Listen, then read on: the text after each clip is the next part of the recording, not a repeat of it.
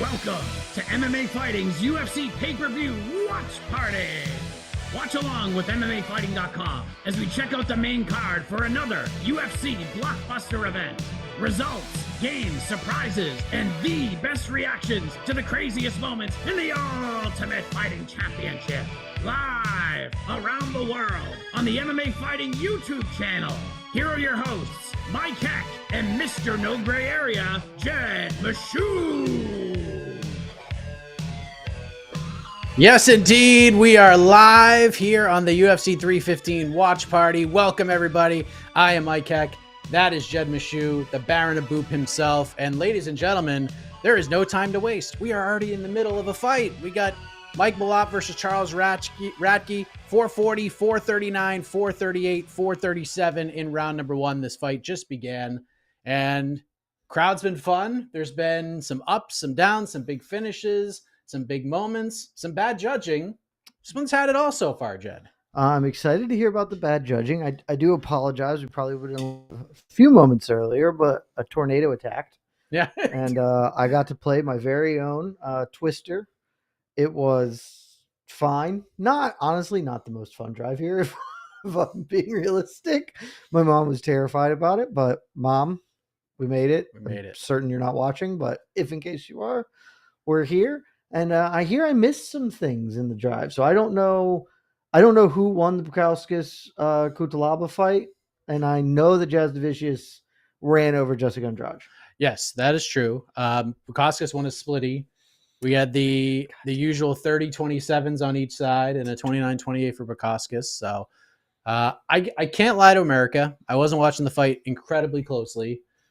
It seemed 30-27 on either side. It was a bit ridiculous. And it seems like a lot of people felt like just Modesta's winning was sort of wrong. But again, didn't really give my all in terms of watching it because we were trying to set this all up. But, Radtke lands a nice right hand on Malott. It'd be a huge moment for the Canadian fans here in Montreal. They've been loud, boisterous, energetic. If their guy, Mike Malott, can shut down Charles Radtke, who's been kind of enemy number one. Yeah. Got to stop it. Or we're taking over Canada. Radtke trying to get revenge for the U.S. for Canada booing the national anthem during the Four Nations hockey game. Thank goodness. Oh, Malott Thank just goodness we've got a guy like him. Charles Radtke fighting for us. Yes. Radtke got clocked. He ate a good one. Chuck Buffalo tends to eat some good shots, though. But Mike Malott, the fighting pride of Canada. Yes. The best. I guess he's probably not anymore. I guess we have to credit Eamon Zahabi as the best Canadian male fighter. But yes. No one's excited about that. People were pumped about what Mike Malott could be. Radtke just chasing Mike down here. Running at him like a buffalo. Mike lands a big shot. Nice Spinning kick to the body. I feel like Radtke has the style where Mike can shine. He should be able to have a lot of success early, but it's whether because Radtke's just going to keep making it a dogfight. Yeah, I think Malott needs to get him out in round one, or it's going to be a tough day at the office. Ooh, front kick just missed. It hasn't really hurt him. He's hit him clean a few times, but not putting the boots to him thus far. Maybe Proper Mike's pacing himself. Doesn't want to Neil Magny. I think he maybe expected Charles to be a little more aggressive. He was earlier, but I think maybe one of those shots got Radtke kind of slowing down a little bit. But now he's starting to march forward a little bit. Radtke just creeping in. Big chance from... Oh, nice kick. Oh, Malott's just missing. I mean, he is constantly backing up, which is not going to be great for him in the long run. But he is certainly throwing more. That looked like that straight a little low, but we power through. There's no such thing as cheating in the sport. There isn't. There truly is not. Do you have a bet on this fight at all? I do not have a bet on this fight. I do. I have the under 1.5 plus 130, but I expected this pace to be a little more wild. Oh, we've got Mike Malott was showing some color out there, Mike. Yep. Your fellow Mike bleeding. Looks like bridge of the nose. It's about right. And it's hard to hurt a buffalo, if we're being honest. It's very hard to hurt a buffalo. Let's talk about 100 men versus a one buffalo. gorilla. Yeah. We're losing. We're losing to the gorilla. We're definitely losing to the buffalo. Yeah, buffalo doesn't get hurt at all. Final seconds. Joseph Hall asking, and I don't know the answer to this because I've been traveling. Do we have any updates on Silva at this point in time? How's? I don't know. I didn't hear anything. I just know that he that's the end of the first round, by the way. I realized that like I rewound at one point, so we might have been like super behind, but we're like real caught up now. Yeah, that was pretty nasty though. Silva went face first to the canvas. He was down for a while. He had to get stretchered out. The great Ben Davis clipped hospitalized. it. Legitimately, it does look like his head got dented, like the Cyborg Santos MVP. Not to that extreme, but it looks like on the replay you can see his head, and then you can see what looks like a dent go into his head. Yeah, and that's always some real scary stuff. Casey got the round started. Yeah, we are. I don't know. We're definitely behind. Freeze, Casey. Freeze. So look, the wonderful ESPN app. Sometimes it struggles. Yes. Depends like if you're watching the TV. So, all right, we'll let you know, Casey. You can keep it at 4:43. The round just started for us. Pay-per-view usually catches back up, so that's good. Well, there's a looking for a fight tomorrow on YouTube. Well, is there? 47, 46, 45, 44, 43. Big swing. 42, 41. Oh! Now Mike we're drops slinging him. him. Drops he killed him. He absolutely killed him. Save that man. Dude, and the -1.5 hits. Let's go. The first bet of the day, cashers. We're already up the money. Double. Oh, I mean, double. you earned it, buddy. Pew, pew, pew, pew, pew. We're off and running, baby. It's nice that you can fire the money gun before 9:45. Yeah, I would. Damn, Radtke got fucked up. That was. I sort of out of nowhere. The first round was so measured, and then, I mean, frankly, Mike Malott just looked like he started to throw a little. Like started to be like, all right, you want to brawl? Let's get after it. And wow, dinged him, smashed him, and then Chuck Buffalo doesn't look too happy as he is sitting down. Yeah, I will give Chuck Buffalo credit though. He sold this fight. I mean, he did, and he made Mike Malott look like a star. So if his job was Mike to sell a fight, he enhanced talent super well. He certainly did. And Canada is going ballistic right now. The arena looks lively considering all the seats that were available for purchase. Well, we were doing the Q&A, and I was like, let me just look at WrestleTix and just see where it's at. Oh, here it is, this replay. Yeah, let's look at the replay. Just bam, left hand sits his ass down, and then nasty follow-ups. He was out with like the second punch. Yeah. Bam. Clean as a whistle, that left. And then pounce. He's trying to cover up. Boom. That left. The right hand really did it. Then the mouthpiece got knocked out. I mean, he didn't. Well, I was kind of pissed there. I don't think he was unhappy landing that next shot, but then he was, you know, so Canadian-like. For a man who was supposed to represent us, Mike, I'm disappointed in Chuck Buffalo. Yep. He did not really defend America's honor. So, boo. Boo, Chuck Buffalo. Yeah, you know, he took a shot, took a chance, made it happen. America's for winners. Don't come home. You stay in Montreal. Move to Tim Hortons, buddy. Mike Malott is, I don't know if he's just really fired up or he is a big fan of Skilled Trades College. I think he's fired up. He seems amped. Maybe he went to Skilled Trades College. Yeah. Maybe he did. Yeah. He could have picked any corner. He chose that one. Look at him shaking it off. Now, yeah, well, I mean, Mike's going to shake his head for sure. Hey, man. Well, it's so nice. Radtke's eye might be like Dunzo. I mean, he is covering up his right eye in a way that makes me think he might have busted the orbital. Yep. Good win for Mike Malott because that's what he needed, man. A little palate cleanser. Yeah, he needed that one. Let's remind people. Remember, because he lost to Magny and then they gave him a fight where he was like a -900 favorite. I don't remember who he fought. It was basically like, all right, you did your best. You lost. Now go in there and kill this dude, and he just kind of cruised to a tepid decision. But this is it. This is what we were looking for. I totally forgot who it was. That is a good question. I can't recall. So I'm going to look it up right now as the king that I am. You are absolutely a king. Trevin Giles. Yep. Trevin Giles. That makes sense. That's right. Ooh. Bondfish suggests he calls out Protez. That would be a terrific call out.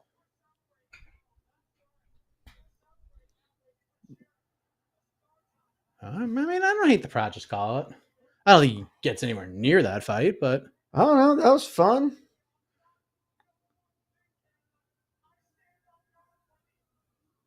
I stand on what?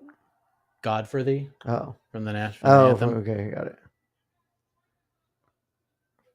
All right, I want to let's see if he's got a call out. Ding. Bam. I mean, the mechanics there. I mean, just pristine. Bam. Kapah. He looked hurt. That's the understatement of the century, Mike. He looked hurt. He didn't even know where he was. He God. I mean, just speed bagging his head off the canvas. So brutal. It's the face of a winner right there. Protez got exposed. That's an interesting take, Peter Pan. Not one I particularly agree with, but his stock went up. Like a whole bunch in that fight. If he got exposed as not one of the 4 best welterweights, okay, he's sure. He's got exposed as one of the 10 best. Probably. He's moving up like 5 spots in my rankings. Oh wow! Wow, you're feeling very generous. Yeah, I think I had him like I think I had him like 14. I'm gonna bump him up after that. So just give him a little shine. Okay. I'm gonna bump him up after that. And we will be doing a rankings update after this. So okay. Yes. Is Mike Malott gonna crack in there? No. Wow. He stands on flag for thee. If he beat Neil Magny, he would have. But he didn't. Man, he was really close to beating Neil Magny. Welterweight's a tough division to crack into right now. It's kind of fun now. A lot of things happening. Yeah, all these divisions are so close to being like wicked fun, off. And we're on the cusp of all of it. Except light heavyweight, that's not really close to being fun. No, it's. I mean, Pereira regaining the title could potentially make it fun again. I don't know if that would even make it fun again. It would just be. It would be. You know, it would just be. We're still there. Light heavy and heavy. They're there. They're out here trucking along. It's tough, man. Because look like what's behind it. Carlos Ulberg, who's probably gonna have to fight somebody else. Seems likely. And Yanni Blanco is like still there, but lost. Whatever. Like, Yuri is swimming 30 meters under a frozen lake. He's elevating the game. Nobody else is doing that kind of training, Mike. Yuri is plumbing new depths, literally, to figure out how to get the title back. Well, when Yuri goes into that cold water but jumps through ice like Merab, then we can have a conversation. Merab just does headfirst dives. Yeah, but then he gets out. He didn't swim under the ice. He had to swim under the ice for 30 meters, Michael. That's a lot of meters. Oh, yeah. I'm sure he does that. That's like 12 whole feet at least. I don't know meters. Oh, my God. I'm American. Wow. And I'll still be American, even though Chuck Buffalo really didn't, I thought this was going to be the night we took Canada and we would finally annex it because of Charles Radtke. And obviously that's no longer the case. So, yeah, it was a tough start for Canada. States for us. Tough start for Canada. Brad Katona getting KO'd for the first time in his career. Let me tell you, your best friend tried to sell me. I don't know if you listened to Best Bard this week. I didn't have time, actually. He tried to sell me that, what would be a great climb when Brad Katona fights? It always goes to the cards. Take the over. And it was a compelling argument because it's true. And I was like, I'm not going to climb with Brad Katona the first fight of the night. And I can't tell you how happy I am that I didn't. I would be furious if that's how I lost. Would have been tough. Question from the chat. Speaking of light heavyweight, no one thinks Alex got hacked, right, chat? At least Daniel Cormier certainly doesn't. And I got to tell you, I'm not really buying it either. I won't outright say he didn't because I don't know. And I will say, when we used to do things like that to like our friends or whatever, I pretty quickly realized that if you do like the stupid things, those are done for like, oh, somebody left their laptop open and you can post their Facebook. If you say something stupid, everybody will know. But if you get there and keep it like, man, I'm just going through such a hard time right now, I could really use a hug, then people like think you're just like posting or whatever. And so then people cry, you could get your friends a lot better with stuff like that. So I won't say 100% no. I don't believe he was hacked. I'm not saying that as a statement of fact, but as a personal opinion, that would be a very weird hacking. I'm not gonna say he wrote the words. Well, he definitely didn't write the words. Yeah, he was quite aware of who was writing the words, and then he got in trouble. So, does Jasmine get the Rose fight next? Who did she call out? I saw in our Slack people were mad, she but didn't what do the was thing. it? She did not do the thing. What do you think she said? If I said she didn't title do the fight? Nope. Well, okay. I want the number one contender spot, so I want whoever the UFC wants to give me. Cannot believe it, especially when you have Alexa Grasso fighting Natty Ice later in the night. Dude, your call out should have just been like, hey, Alexa Grasso and Natalia Silva, y'all ain't fighting for the belt next. Wiley's definitely getting that. So put it on. Like, let's stand on business here. That's better. Oh, you can't just be like whoever they want. I think Jasmine should. I mean, maybe it's a smart move. I think she's a very good chance of fighting the loser of the co-main event tonight. Yeah, maybe. Like Jasmine versus Manon would be pretty fun. Maybe. A couple of hosses in there. Dude, in their 30s, late 30s. Yeah, but if Val loses, she should just go to 135. Make one last run at that garbage ass weight class, you know? Even if she wins, she could do it. Yeah, but then they're like at least our new people. She should fight them. How do we feel about Anthony Smith's jacket? Yeah, like that's the thing. Like they're new people she has to fight at thing, so she should stick around. But if she loses, fuck, just go up to 135. Get a win up there. Yeah, just be fun. Fight Rocky Pennington. There's just nobody up there anyway, so like you got a real chance. Like if Kayla does win the belt, okay, you can maybe get a title. And if Juliana keeps the belt, you've already beaten Juliana. You bump up, she'll do that. Book it. Does she get the Rose fight?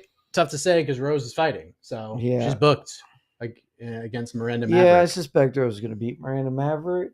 Maybe wouldn't bet my house on it. Probably won't climb with it, but I do think she'll win. Who are you climbing with on this one? I am climbing on the Valentina Shevchenko Manon Fiorot fight, the over 3.5. Oh, I like it. You know, I have vacillated between loving it and being shook, but I'm pretty sure I'm just shook because at this point, the actual committing to any of it is terrifying. Yeah. So it is what it is. It's the one I felt the best about as far as anything that was going on. And I'm not AK, so I didn't burn my house down with freaking Brad Katona. So that's at least nice.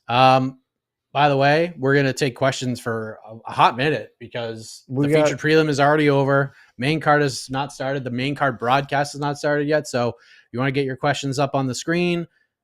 Super chats, you are the VIPs, essentially. I mean, you're all VIPs, but the super chats get through the velvet rope first. Your mosaic level, you're mosaic blue. You're all mosaic if you don't super chat. But mosaic blue, they get to get on the airplane first. Yeah, so I would just say fire questions at will tonight because I don't know what you've predicted. I didn't actually look at your predictions. I believe that we are in for many decisions and a long night in our future.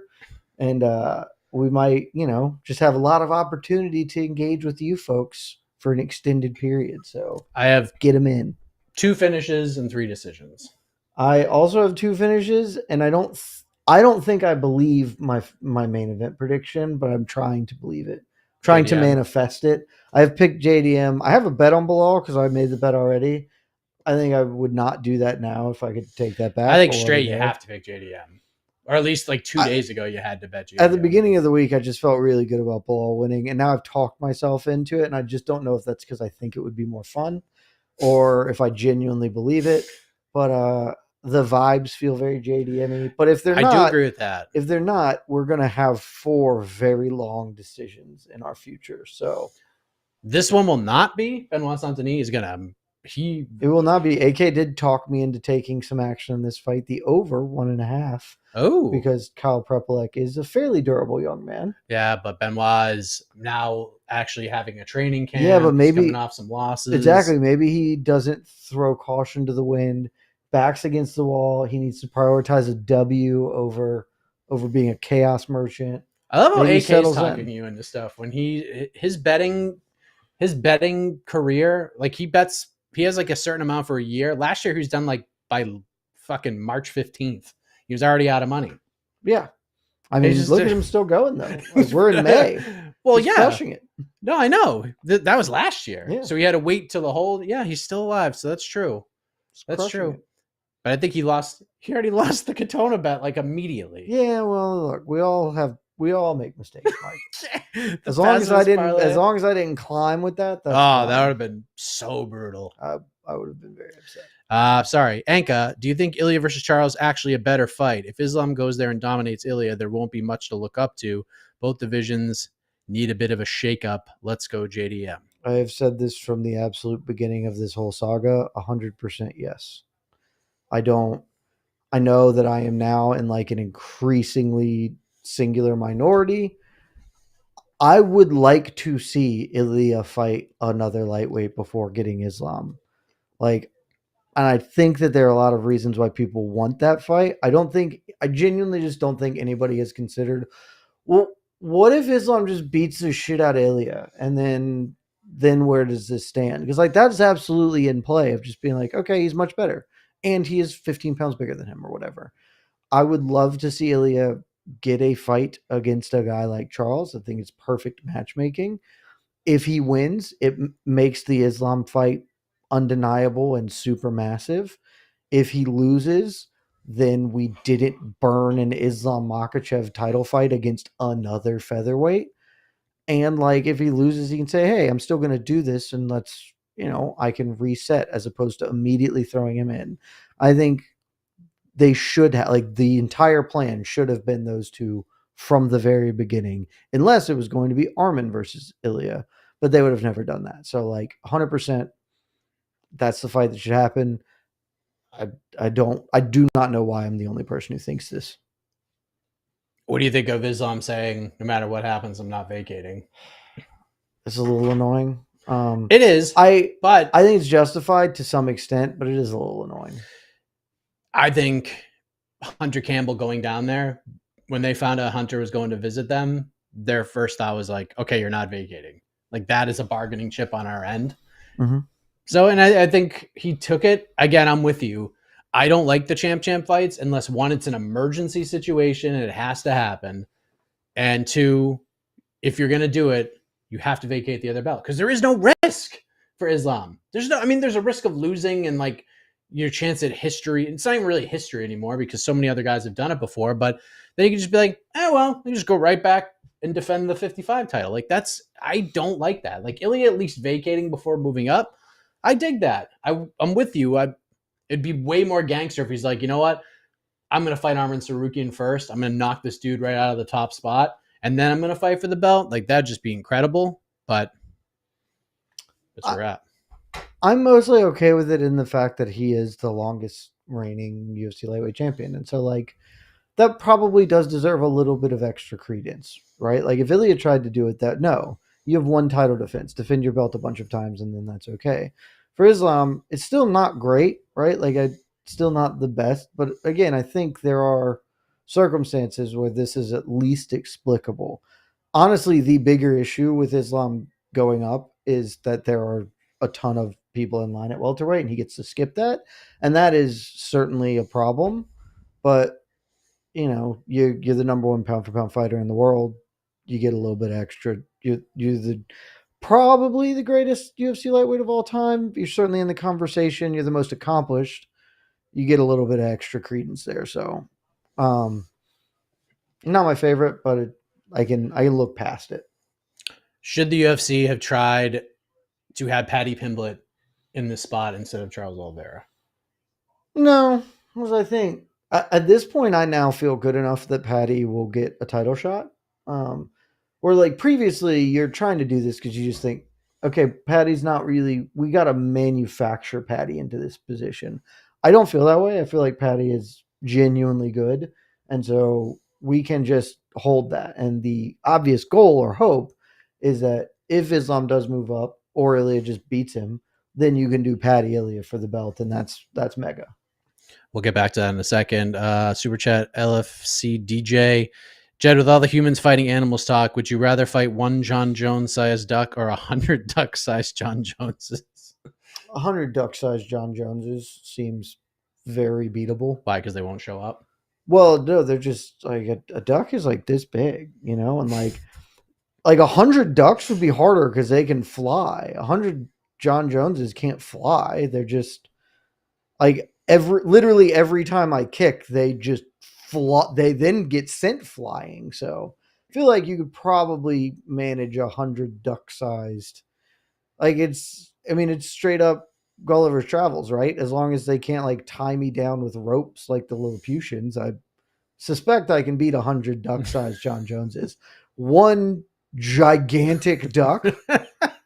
Dude, I'm not sure I could beat like a medium-sized duck, much less a John Jones-sized duck. But 100 little ducks. 100 little ducks would also be extremely difficult. That would be much more. It would be much, much worse to fight 100 ducks than 100 John Jones or duck-sized John Joneses. They can fly, man. Flight is a huge weapon. They just come at you from all angles. Whereas like the John Joneses, none of them can jump at me. They're like, we're talking knee height is like the top of my danger zone. After Ilya gave up the belt, how could you say he isn't a lightweight now? How is that not what you guys often ask champs to do if they plan on moving up? Nobody ever said he isn't a lightweight, but he hasn't fought at lightweight. Since Shai Herbert. Okay. Yes, he hasn't fought a real person at lightweight. Like I would argue that he probably isn't because we're very clear, if he loses this fight, he's almost certainly just going to go back to 145. But that's not, that is a supposition. That's not a certainty. But like nobody has ever been like, he's not a lightweight. He's not a ranked lightweight. He's in fact an unranked lightweight because he hasn't beaten anybody at 155. Like this just isn't. Again, this is really not hard math. If your argument is that you want it because it's cool, that's your argument. And it's a good argument. Like that, but that's the whole argument. There's no argument for it beyond it's cool and I want it. And so just stand on that argument. That's fine. But like he deserves it. Super doesn't. There's by almost no definition does he deserve it. You just want it because it's cool. So own that. Charles Oliveira has won 2 number 1 contender fights. 2. Dude, and still hasn't gotten a shot. Although technically he did get booked to fight Islam in the rematch before he got hurt. So, but there you go. Mateusz Gamrot was a backup fighter. Oh God! And now Mateusz Gamrot's fighting Ludwig Klein next. How about he's that? Trying to fight everybody, and they're giving him Ludwig Klein because nobody else will. Francisco, shout out my pitbull Ludwig, long time, first time. Shout out to Ludwig. Hey, Ludwig. Let's go, Ludwig. Yes. Bonjour, Montreal. Shout out to this crowd, graphics. Too. They are, I like the graphics going on here. Right. They're on fire. A 6'5" duck would probably break your bones with a quack kick. Just start throwing kicks at the little John Jones. Can you imagine that, like, unless, I strongly doubt that there's, like, some biologists or whatever, like, zookeepers in our chat. But if so, please let me know. There is, like, I guess, a world where just a duck physically can't be that large because then its body would like implode upon itself or whatever. So if you really want to get techie on that, then sure. But if we're just assuming duck and all duck properties scaled up to the size of a John Jones, dude, one shot from the beak is like getting hit by a baseball bat. We're cooked. What do you think about the commentary team? Anik, DC, and DC? I have not honestly listened to commentary all night, so I have no idea if they're good or bad. Yeah, I don't know either. Brian Campbell says I like they're the GOAT team. I like one of those people up there. So super don't care for one of the others, and I'm pretty don't care for the third member, but you know. You gotta make us guess. I think John Anik is very good at his job. I have hated literally from day one. I have thought Dominic Cruz was a terrible commentator. I think he'd be a good analyst. I think he's a terrible commentator. And I was never nearly as excited about Daniel Cormier on commentary as others were, but I do think he used to be better. And my long-standing belief, I will stick with forever. The UFC should change out You can leave your play-by-play guy because those are literally professional commentators, like Anik Fitzgerald, etc. Like that is their job. Gooden. You should swap out your color guys every 3 years. They have no shortage of fighters who could fill those roles, and the longer color guys stay, the more they just become caricatures of themselves. Yeah. And that's how I feel. I think bringing new, fresh faces in every time would be terrific. It'll never happen. Cruz's best night commentating was when it was just him and Anik doing that fight night not that long ago. It was an Apex card, but it was just him and it was just Cruz and Anik, nobody else. There was no third man. There was no DC yelling at him, no Rogan in the booth trying to alpha Dominic Cruz. Just Anik setting him up beautifully, Cruz delivering. It was awesome. Like, it was the best he ever was. But when you add like that extra alpha personality in there with him, he tries to alpha back. Paul Felder is a tremendous level-headed third guy for Cruz. Yeah, my issue with Cruz is primarily that I just think he is not built to do commentary. He has a singular view of fighting, and that, like, listen to it tonight. I will bet you dollars to donuts here that like all of his analysis and critique will be, well, that there is a right or wrong way to do things. And sometimes that's true. Like, sometimes you are just actively doing wrong things. But most of it's just like, this is not how I'd fight, and so he's an idiot. And he should fight how I'd fight. And that's bad analysis. That's actually, like, that's fine desk analysis when you are pooling multiple ideas of, well, I think what he should have been doing was trying to work more of a single leg game against the cage as opposed to shooting from distance outside. But in a live time commentary where the other person's not going to push back on you, you just are like, it's just you being like, well, he's an idiot because he should be doing this thing and saying it over and over. Fitzy doing the roving Fitzy is killing it. Fitzy's working tonight. Yeah, he's doing awesome. Fitzgerald's super talented, man. So I'm glad that they're getting him more looks to do stuff. Yeah, he's so good. He's so good. Chase, let's talk about Jed's favorite topic. Over under John vacates the belt by December 31st, or does this drag into 2026? I mean, I don't think he's going to vacate the belt. They're going to take it from him, or they might let him vacate it. But he's going to hold the belt until they come to him and say, hey, man, we're going to take it from you, or you can give it up. Your call. Send the tweet if you'd like to, but you have to fight at this date or be done. Should have happened a year ago, but I think this just can't go on because, like, it's pretty ridiculous. Like, the only way this can continue is if they make the fight, because at this point, no one's going to be happy about it. Like, if they have to come out and be like, well, John retired now, it'd be like, well, why don't we do this shit a year ago? And like, still don't actually know if I'm going to go to UFC Atlanta. I just don't want to. But if I go and Dana's there, the only question I'm going to ask him is like, hey, Dana, Tom Aspinall has been an interim champion for 640 days. At what point does that just look bad for your company? Because that's the only question for me at this point. Like, at what point are you guys just ashamed of what you were doing? Because it is shameful. It is shameful to allow him to do this. And the only way it gets okay is if the fight gets booked. It's still not good, but at least you can say, well, the ends justified the means on this one. I maintain that that it won't happen. And so they just fucking take it from him. And he can come back and fight whenever he wants to, or he can fight Alex Pereira. I don't know. Like, to me, that's the fight that just should be made. They should just fly fucking Mick Maynard to Albuquerque and be like, hey, the same they just did with Islam. Be like, hey, John, here's what we're going to do. You clearly don't want to fight Tom. We get it. Fine. You can vacate. We'll take the belt. You obviously want to fight Alex. We'll be honest. None of us really care if Alex fights Ankalaev again. You two can just fight each other. And Pereira doesn't even seem like he wants to fight him again. Yeah, he's kind of mad at us, or maybe not. Maybe he got hacked.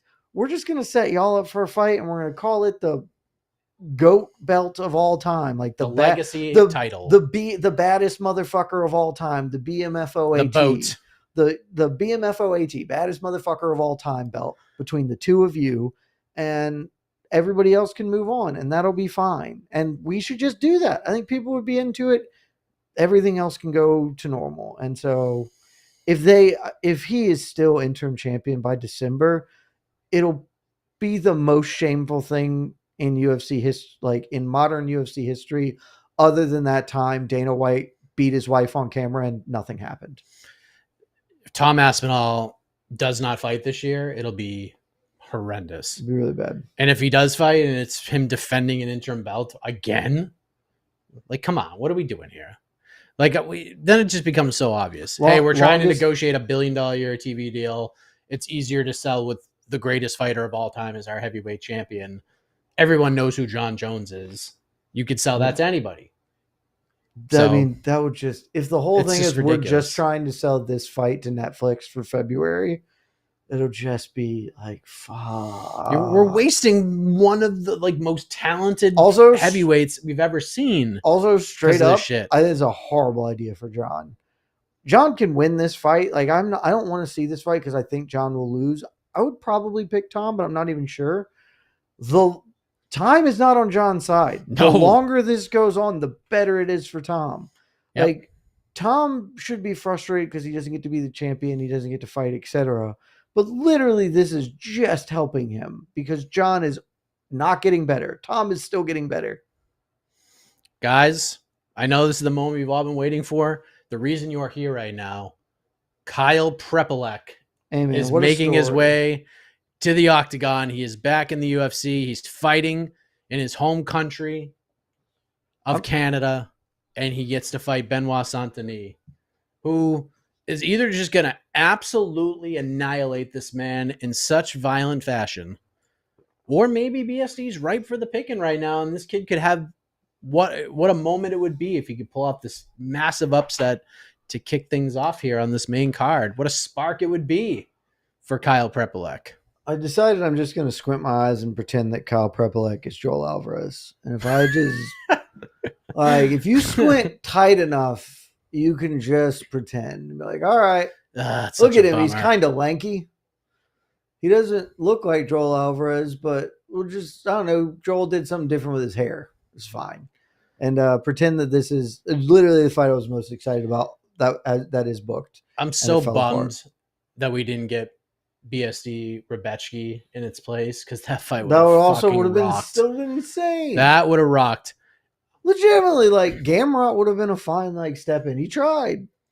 I know. I'm in the middle. I'm at Universal Studios and I'm hearing this is out, but Radtke wants in. I'm like, oh, dude, that's a great replacement. Bucket. That's a great replacement. He was one half of the most underrated fight of 2024 with Oralby, which probably should have got more love for Fight of the Year contendership. There were really good fights last year, though. But yes, that was quite fun. That was maybe the best non-title fight of best 3-round non-title fight of the year. So good. Kyle Prepolec in the cage. He looks ready to go. Montreal's on fire. It looks like a man attempting. The commission guy is gigantic compared to Kyle Prepolec. I don't feel great about my over 1.5 bet that AK talked me into. I have the under. Yeah, that's probably minus better. 166. If I'm Kyle, I'm just getting got right now. Just going for broke. Drive to survive, Kyle. If BFC loses, this would be a justified fraud check. I hate fraud check. I really hate that term, but because I just think it's overused and misused. But boy. No, I would not. I won't stand on that. I think, well, one, it's really tough for a guy on a 2-fight losing streak to be fraud checked, right? I would say that this is those would be 3 though. Well, that's what I'm saying. Yeah, he is already on a 2-fight losing streak, so you get hard to get fraud checked if you've already lost 2 in a row. That feel like it probably came somewhere earlier. To me, this is just a man.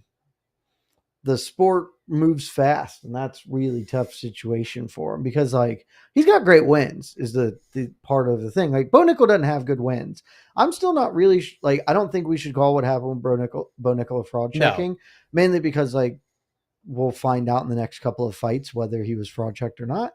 But that's at least reasonable. He doesn't have any good wins. Like BSD beat Thiago Moises. That's a good fighter. He beat the hell out of Thiago Moises. Matt Frivola, good fighter. Like he had good wins and even good, like very good performance against Dustin Poirier before he got got. So like, I do not believe Benoit Saint-Denis is a fraud. He might not be a top 15, like long-term top 15 lightweight. He's also 5 years into his career. So he's got room to grow.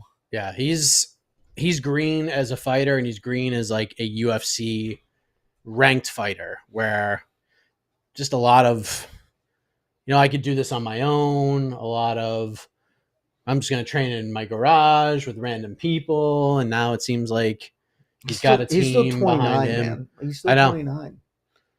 But this is no division. You can't lose. You can't lose. This is must win. Oh, this 100%. is absolutely must win. I just don't think if he loses fraud check, I think it'll just be like, it won't be like, wow, Kyle Prepolec, what an all-star. It'll be like, wow, look at how BSD fell. That is the sport is unforgiving. But I also am pretty sure he's going to win this fight. Yes. They put odds up on the screen that unless some money came in today, let's go take a look because those odds did not seem right to what they put up there. FanDuel I saw was like minus 1,400. At various, it is still minus 1,400 plus 830. I thought they had something substantially lower than that.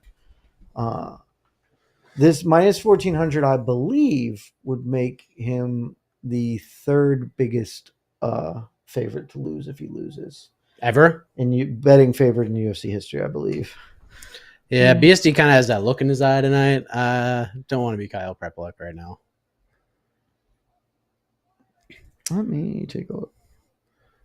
Kyle's if Dan Hooker and Dan Henderson had a baby, that's Kyle Prepolec. God, it's like oh yeah, wow, that's pretty good. That's a pretty good call, man. That's crazy. That is freaking crazy. That is a pretty good call. I'm sorry. My God. This would actually be a tie for the biggest upset with the Agapova Dobson and, of course, Rousey Holm. But it would be a bigger mathematical upset than GSP Sarah. Oh, no shit. Look at this friggin' guy. Benoit Saint-Denis. He does look ready to commit crimes and atrocities. I didn't love his chances against Joel Alvarez. No, but Joel Alvarez has been my boy forever. So I loved when Casey was like, you've been talking about Joel Alvarez for like 5 years, and I finally get it. I was like, I don't know why it took you this long, man. Literally every fight he has is incredible. Well, Casey just needed to see a knockout submission combination. And he did them both. It's like, yeah, you've really been high on this guy. I was like, yeah, because he's awesome. Look at his you don't have to know. You just look at his record and be like, wow, every fight is a finish. Right. Every fight's a finish. Casey's got to put the clock on once we get started. Freezer right there, Casey. I love that. And we're touching gloves. 58, Boom. 57, 56, 55. We're off and running. Right into the action. Yep. Oh, BSD. Tackling him right shooting away. Him, push him to the cage. And hands hoist locked. him down. This is not good. Kyle, don't give up your back. Oh, boy. He's in so much trouble. Oh, Kyle looking for a Kimura counter. Ooh. Got the arm. I mean, doesn't have hips here, but let's right. hold this for 4 minutes and 30 seconds. Yeah, because you're about to get bludgeoned if you don't. Yeah, if you give him back his right arm, he's going to use it to hit you. Yeah. So don't. It's a good use for it. Don't let him. It's a really good use for it. Don't let him use it to hit you. Don't give up your back, you Munson. Keep your fucking back against the fence, dude. Come on. What are you doing? The plus 860 underdog. Yeah, just scrape him off you. Stay on the fence. He's doing what you said. But hold that arm. Hold that arm. Hold the right arm, but stop letting the left arm be behind your back. Oh, God. Come on, my guy. I need you to survive to the halfway mark. I can't believe we have to look at all these bad social media posts on threads from now on. The threads thing is so funny. Casey, shout out Casey. I know Casey's a threads guy. Man, dude, BSD wrestles all the time. people like got to Threads to like get off of MMA Twitter, and now it's like it's over there. It's now a thing. Hey, you know, blue sky for life. Man, I'm on Blue Sky. I like it. It's just a very different vibe. Yeah. Twitter remains, dude, because like there's a lot of bad about Twitter now, right? It's so bad. Like I understand, and I feel it. All the ads are terrible. Blue checks are terrible. Hold on to that arm, Kyle. Don't ever let it go. Don't American ever let Pope go. Day on Twitter was just a throwback to what made people fall in love with Twitter. Like, it's the best day on social media in a long time for Pope Leo. Just Pope Leo and Eddie Hall. That is two great days, dude. That is what Twitter is for stuff like that. Like the Bubble Boy Day. That's an all-time goated Twitter day. It's just, but like American Pope Twitter I was just refreshing constantly. It's like all of these are great. Everything here is great. What's happening is BSD is he's hanging on him. It's literally Prepolec is doing an admirable job of surviving. He's holding his arm. I need him to continue. This might be over. No, he's gonna keep holding that arm. Yeah, Kyle held his arm for 3 minutes. Kyle, now he's starting to punch. Just put a hand here. BSD is starting to punch. That's right. Now you hold that arm. He can't hit you with that arm if you hold it. Oh boy, it's over. That's not under. That's fine.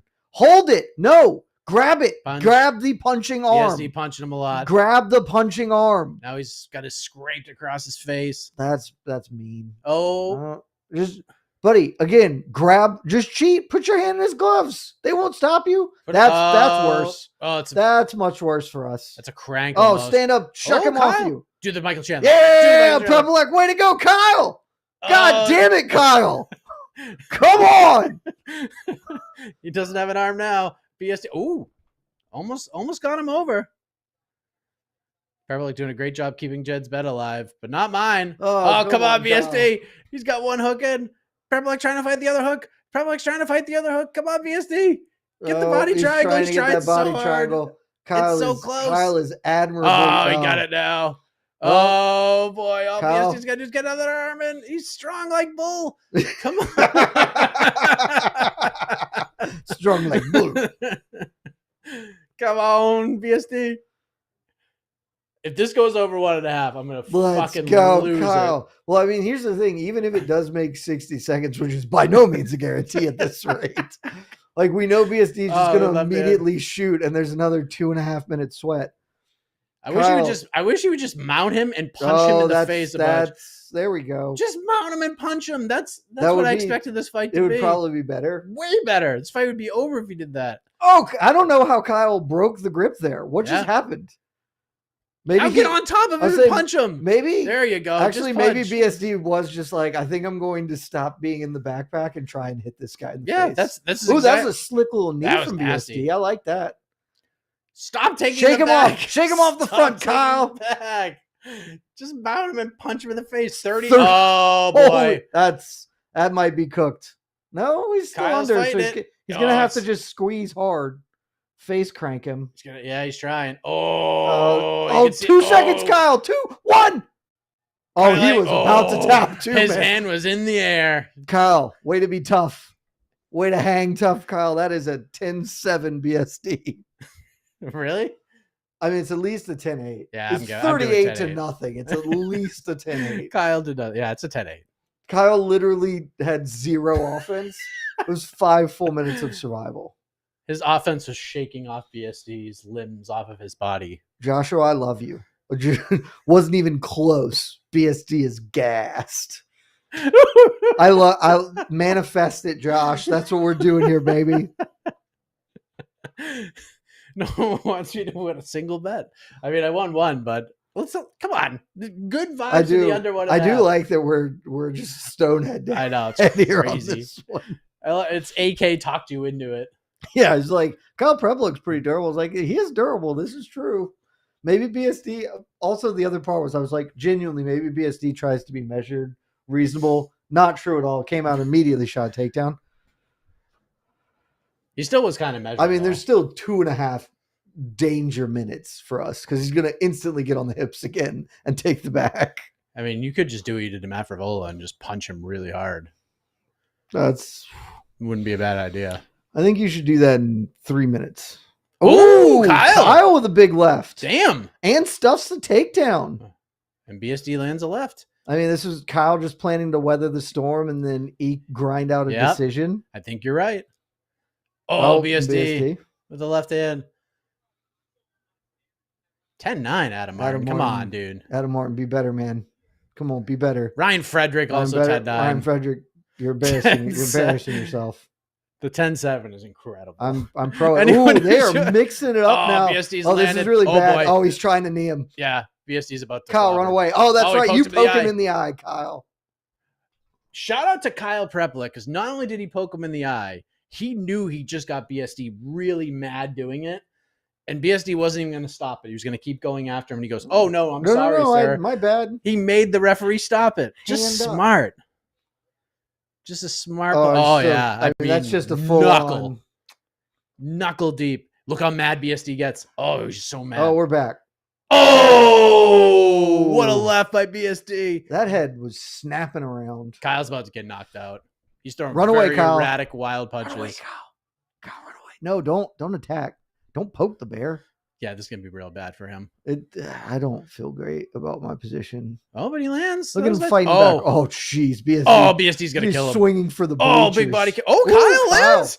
Kyle's a dog. BSD not Kyle going for a takedown. He's just holding him against the fence. He's like, fuck, Mike. I'm just going to stand here for the next minute and 10 seconds so he loses his bet. What an elbow. BSD not going for the takedown. Oh, my gosh. When he 10-8'd him in the first round is wild. BSD's those elbows are nasty. Oh, man. I don't think I'm going to make another 50 seconds here. Run away, Kyle. Kyle, run away. Run away. Keep throwing elbows, BSD. Run, Kyle. Run. Keep throwing elbows. Oh, good left. Oh, Kyle's There's hurt. safety in running, Kyle's Kyle. in big trouble. Kyle, big right here. He's stunned. put your hands by your face. Come on, BSD. Oh, I got 40 seconds. Oh, elbow. He's definitely going to finish this right now. Come on. Oh, Kyle's done. Kyle's done. Come on, ref. Have a heart. Oh, Kyle, punch him. Punch him back. Oh, he's getting clobbered. BSD very, very violent. You're really tired. Take a breath. Take a breath. Oh, my God. Breathe. I cannot breathe, Benoit. Oh, another big elbow. Hold that arm. Come on, Kyle. BSD. That's right. Leg up. Hold on. Hold on, baby. 16 seconds. Who is this referee?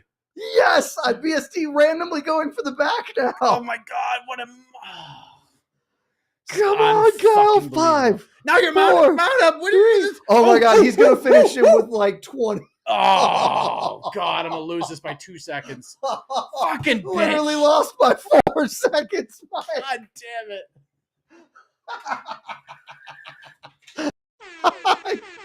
It's outrageous outcome. What in the world? That would be the worst beat, but for me winning. So bad. I can't believe that shit. I can't believe we're on opposite sides of that. That was fire. Oh my God. All he had to do was hit him. And he would have won. He should have just did that in the first round. Dude, all he had to do was punch him a few times. That was incredible. I can't believe this. That was so good. It's always BSD fights because I had. Just he taps literally 4 seconds is the difference between me and you winning. When Poirier beat BSD, I think I had the over 1.5, and Poirier was one or the other, but I hit it by like a second. Which is amazing. It's always BSD fights where I'm sweating it out. We all know the fight is over. It's just how long can he hold out before the tap, and he holds out 4 seconds. It was 2 seconds earlier. I would have won. What's the time? 2:32 of round 2. There's no doubt in my mind. Fuck. Oh, we're gonna clip this because this is cinema. We're gonna have to edit out a lot of my language. This is my favorite thing that's ever happened. I can't. Oh, that's a tough one. Oh, AK just hit me. Prepolec. He sure did, buddy. He sure did. Shout out AK, my best friend. Shout out. Listened. 2:35. All right, 5 seconds. 5 seconds. Okay, it was 4 out of 11. Basically a lifetime. Yeah. You weren't even close to winning, Mike. I was cooked a round ago. Hey, big win for BSD. This is exactly what he needed, man. He needed to just murk this guy. Looked and he great. Did. Got to have some fun out there. Yeah. Got a 10-7 on Jed's 10-7. card. I wonder if a judge actually gave him a 10-8. Almost certainly somebody gave him a 10-8. Like that is actually a definitional 10-8 round. That's a tough one. All right. Oh, but we're okay. Look, Benoit Saint-Denis, that's how you start a main card. Well it done. might be downhill from here, but man, we got off to a fun start. Yes. Well done. And now maybe the best fight of the card is next. Maybe the most fun on paper. I have a lot of questions about it, so I'm excited for it.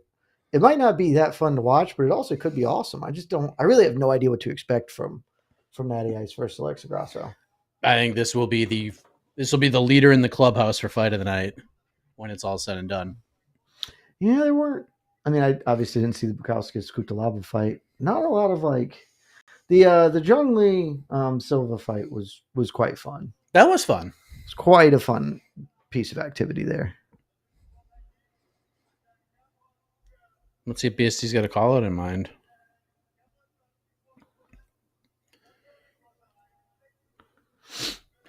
One thing about BSD, the man is a talker. Yes, Joel would have murked. Prepolec or BSD? BSD. Maybe. I didn't like his odds in that fight. But I wouldn't have come on and said he would get murked. I mean, I just am a big Joel guy. He's very good. I also heard rumblings that Joel might not. I believe he said he was going to do the welterweight thing, but that might not be entirely true. So, hope not. He'll just be. I mean, he'd still be fun at welterweight. I want to see him make a lightweight run while he can. Yeah, I mean, he's got to do it now. And you can still rebook that one. Yeah. I don't know the full extent of Alvarez's injury. Hey, let's go, Robbie Font. Roberto Font. Roy McDonald. Roy McDonald watching his first fight since he retired. Yeah. Hey, Joanna. Valerie Retorno is probably there too. Former opponent. That seems likely. Also, Joanna's not even sitting. I would say Joanna's not in her chair. There's a chair right next to her. Wow. It would be objectively funny if Donald Trump showed up.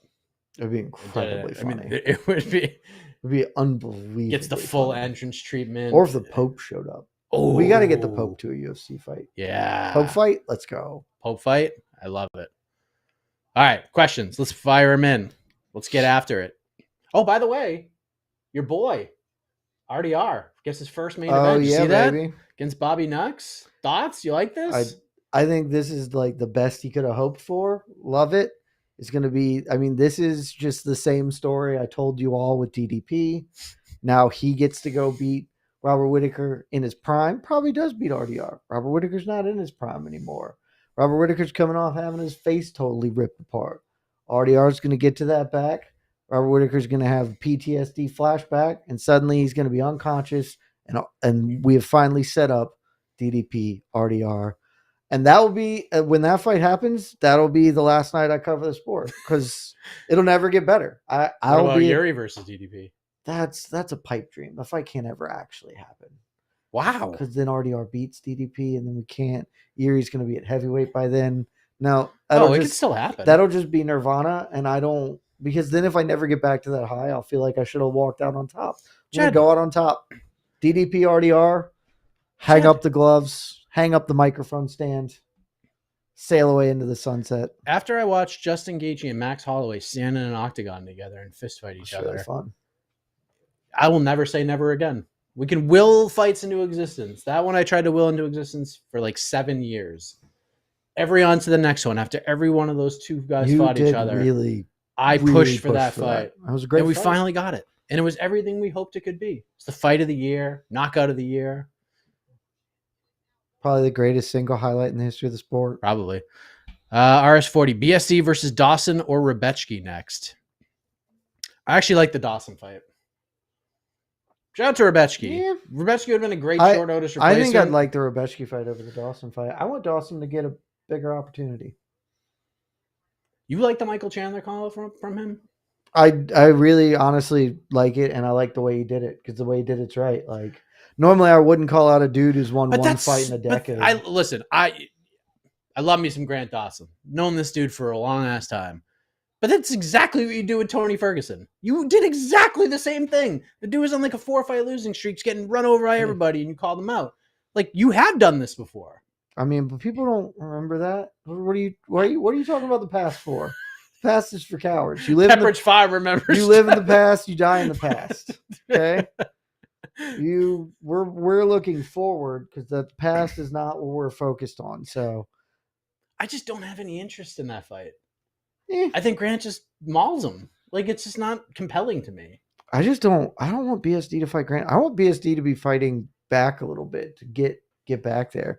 Radtke, it was a fight he can lose. I think he would win. And it's just a banger of a fight. It's like I think Dawson beats him, and it's probably not even that exciting. Well, let's let Grant Dawson make a real run, and let's let BSD recuperate. Let's build back up the Frenchman. Actually, like I don't know. I might actually go with that one for on to the next one. That's a good one. Here comes Natty Ice, ladies and gentlemen.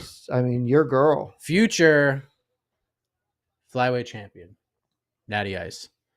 Well, I don't think Natty Ice wins this fight. Her next fight will be for a championship. It will not be next. She will have to wait. But if I'm her, you do not fight anybody else. You do not do the Joanne Calderwood and take another fight. If you have a title fight locked up, especially in any women's division right now, you hold on to that shit tight. Wait. Yeah, you wait and you hold on tight. Joshua makes a good point. This could be the start of 16 straight rounds of fighting. Lock in. I think this will be a very fun 3 rounds of fighting. I think this will be probably pretty good. I'm picking Jose Aldo. I even have a bet on Jose Aldo finishing Aben Zahabi. AK was very pro that. I am backing my guy, obviously.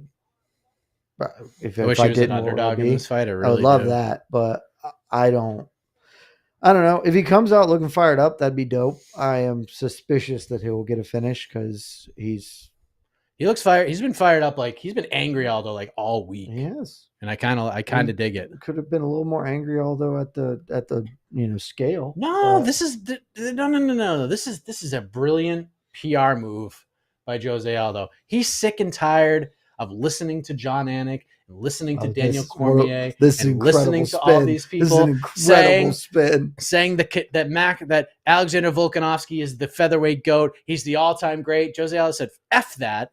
I'm the featherweight GOAT. So you know what I'm going to do? I'm going to move back up to featherweight, and I'm going to close whatever gap you think there is in this conversation. So the me's and the you's and everybody else who has Jose Aldo, he's here. Volk's here. He's just got to take another step. Volk has to get another extra title defense if Jose Aldo wins. So think about it in that sense. This is angry Aldo getting back at the people who are saying Volkanovski is the featherweight GOAT over him. That's all this is. What an incredible spin zone. I mean, that's just pro stuff right there. I love that. It's just a brilliant move. Look, if he wins this and they just goes, hey, look, you guys don't want to watch Mozart fight for the belt, so let's just run me and Volk back. Goat versus goat. Let's settle this. That would be the most unbelievable move. If he wins and is like, and just as outright like nobody wants to see Mozart fight. They're saying he's the GOAT. We all know I'm the GOAT. Oh my god! Let's fist fight again. Oh my god! Can you? Oh my god! This would be the greatest weight miss in the history of the sport. If he beats Aben Zahabi and calls out Volkanovski. Oh my god! Let's settle this debate once and for all. It would be the greatest. It'd be the greatest 48 hours I've ever seen, even though it's kind of shameful. Except the problem is, I don't even know if Volk would take it. Volk's out here trying to fight Belal Muhammad. Do you see? Oh God! This is one of the funniest clips I've seen. Like, I literally had my response tweet written out, and then I was like, no, because they'll come for me. Like the Volk people will just come, and I'm not up for this right now, frankly. But him being like, look, I don't think any man's gonna out wrestle me for 25 minutes. It's like we literally saw it. Like my tweet was just a screenshot of the Aldo fight. Like, he took you down 4 out of 9 times and he controlled you for 7 minutes or whatever. That's literally the difference between winning and losing in the fight. And he's Islam Makhachev, not Belal Muhammad. I suspect Belal could. You're 145 pounds. He's 170. All right, so I'm going to have the chat work for a little bit. Get a text from my little brother. Just 4 words. Need a good bet. 4 words. Need a good bet. Chat, what are y'all thinking? I'll let you guys decide for my little brother. When your brother says good bet, like, is he looking for a good underdog? Is he looking just for a winner? It doesn't really matter the price. Kind of just like little funsies. Like, I don't think he'd bet on like over 1.5 on this fight, or that's minus like 700 probably. I don't know, man. What was the over? The over 1.5 in this fight was like, honestly, might have been minus 1,000. It was really high. I do have this in a parlay as is up there. I think anytime you can get Shevchenko at dog odds, I think you have to take it. I like it. I think she's gonna win. I've really talked myself into it. Not a fun fight by any stretch of the imagination, but I think that we could be heading Splitty City in the co-main, but I do think she's got enough veteran craft to get her over. I know that JDM versus Belal over whatever. I mean, that's a scary one. So if Belal wins, yes, but if he doesn't, then that's very questionable. I will say, Mike, as you can see on the screen, I know she's your girl, and I do believe I picked her to win a decision. I think Grasso is undervalued. I think plus 200 on Grasso is a lot because she is a sharp striker, and I think she actually is the better grappler of the two, though I don't suspect there to be too much grappling in this. Yeah, I mean, Natty's actually wicked underrated as a grappler. I just took Natty Ice by decision. I think taking Natty Ice straight is crazy at these odds. So I got her at minus 140. I'm fine with that. I think Natty's going to win. I think she got a little too much volume, but I think plus 200 is just like, I think this fight can be quite close. It's got to be fun. And we're off for 55, 54. Casey, just, I mean, what a legend he is. Shout out to Skill Trades College, Mike Malott's favorite school. Skill Trade College, baby. We already got some big kicks landing on both sides. Trades. Yes. Big hard leg kick. That was checked by. I learned how to weld at Skilled Trades College. And Natty Ice actually holds a dominant win over Jasmine Jasudavicius, too. I mean, it's a good position to be in right now. Natty Ice's UFC debut. She just even JJ tuned her up on the feet. Natty Ice just so fun to watch strike. That twitch. Love the twitch. Good body kick and a nice right hand from Natty Ice. Good body kick from Silva. She's so fast. She's quite quick. Oh, Grasso just got lit up with the combination. Yeah. Grasso throwing that lazy kick is not a good fight. It's very lazy, and then the lazy spinning here. I'll just put this in the middle so you don't attack me, and that didn't work at all. And then turn in the back. You can't do that. Lock in. Come on, Alexa. Now you just stand on that Monster Energy can, daring Grasso to come to her. It's the official Grasso eats a jab. UFC. It is. And it's like the 5th best on the market right now. I don't even know if I'd put it that high, Mike. Oh, unless they start sponsoring us, in which case it will be the best energy drink I've ever had. The zero sugar white cans are pretty good though. I'll give it that. So it just keeps that center of the octagon so well. There hasn't been like a ton of big actions here. I thought Grasso would be a little more aggressive. Honestly, she is not being aggressive at all. That was excellent. Thanks. You don't get this shit anywhere else, everybody. It just popped to me. I was like, I don't know if this is going to work. We're going to shoot it out there. Nailed it. Absolutely nailed it. You can tell Natty's just here to counter. Just try to get Alexa into something, try to return with something real big. But Alexa's not really obliging right now.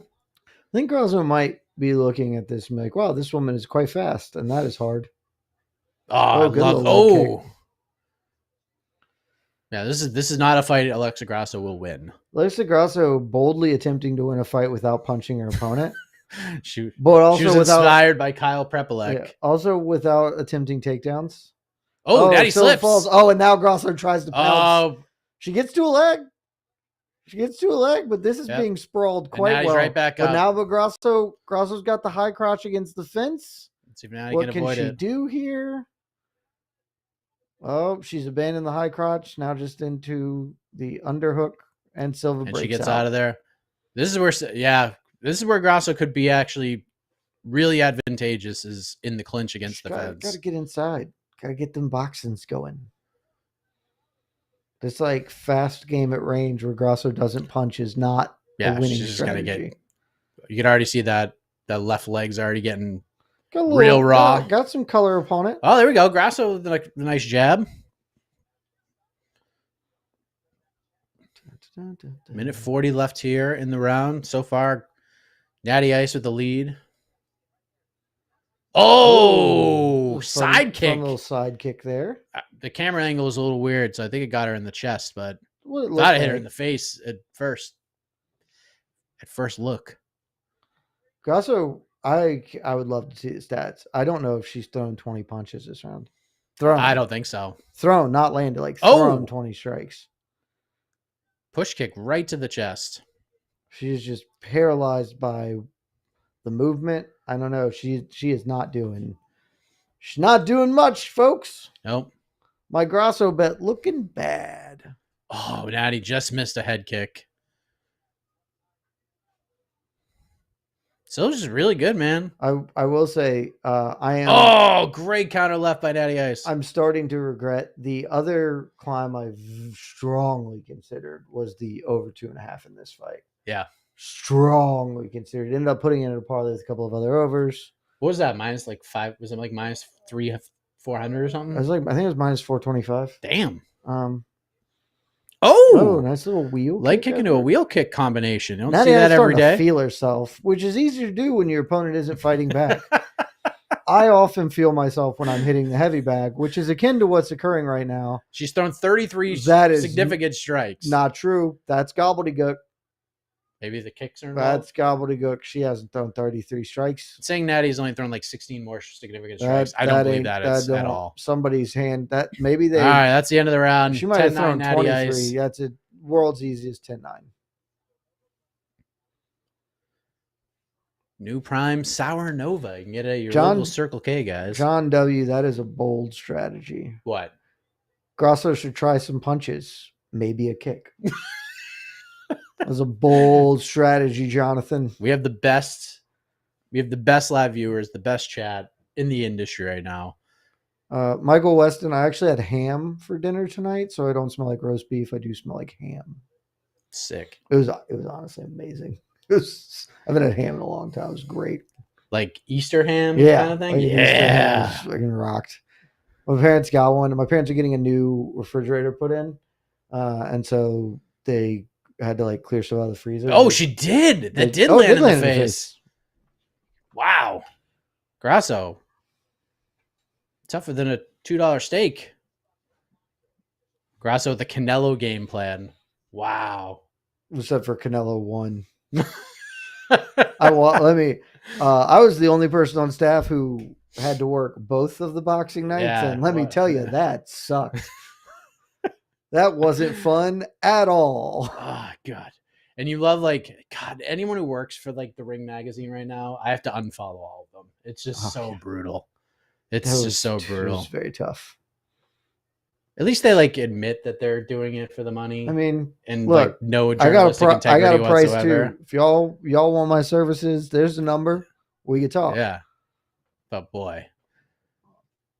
It's tough scenes. Yeah, I mean, 260,000 pay-per-views, initial buys. There's no fucking way they sold 260 on that. Seems unlikely. The Times Square card. There's on a Friday afternoon. No way. It seems unlikely. Very unlikely, and especially when you report it yourself. You know what else seems unlikely, Mike? Alexa Grasso winning without attempting to hurt her opponent. Yeah, she looks just. And she's just getting. Go now. She at least she tried to punch there. She attempted to do something.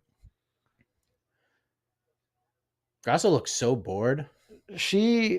Her title win is going to be historically one of the weirder things that's happened in the sport, because totally deserved, like a deserving challenger at the time, a great win. I believe I scored the rematch for her, if not scoring in an outright draw. as it ended up going. And then the third fight was so bad. And then like this, which is like, okay, how did she beat maybe the greatest female fighter of all time? It's wild. Alexa's she's not doing anything. Like literally nothing. And when she does, she just gets tagged. I am now fairly certain that she just cannot manage the speed. And every time she is stepping in, she's getting hit. And so she doesn't want to commit to offense. She's starting to move forward a little bit. I mean, the way you're going to have to win this fight is simply get hit a lot. You just got to be comfortable, take it like wearing it and putting it on her. Which she did in the first Valentina fight. I mean, you just got to be like, okay, well, today's going to suck. My job is going to suck. But if I keep doing it hard enough, I can win. But halfway through round 2, it is all natty ice. It has not been a lot of high moments for the former champion. Little left hook from Natty. Jab. Grasso is moving. She's moving her feet. She is cutting the cage better now, so there's that. That was a nice little left hand to the body from Alexa. Keep punching the body, buddy. That was nice. Just keep working it over. Find a way to sneak to the back, and you can steal this round, and then things get spicy. Good kick. Oh, Natty nice with a big left hand. Very nice little counter from. This is what Natty wants. She's trying to get that dog out of Alexa, and scrap. Alexa's got no answers. Get scrappy with Alexa. Get scrappy with it, man. I can't believe I didn't make the over on this fight in my climb. I don't. I would be just relaxing right now. This fight there's no chance this thing is getting a finish in the next 5 minutes. That'd be a tough one. This would be the most carefree I've ever been. And again, I'm probably going to be really carefree in the co-main too, so it'll be fine. But this could have easily been step 17 down. We'll know real quick.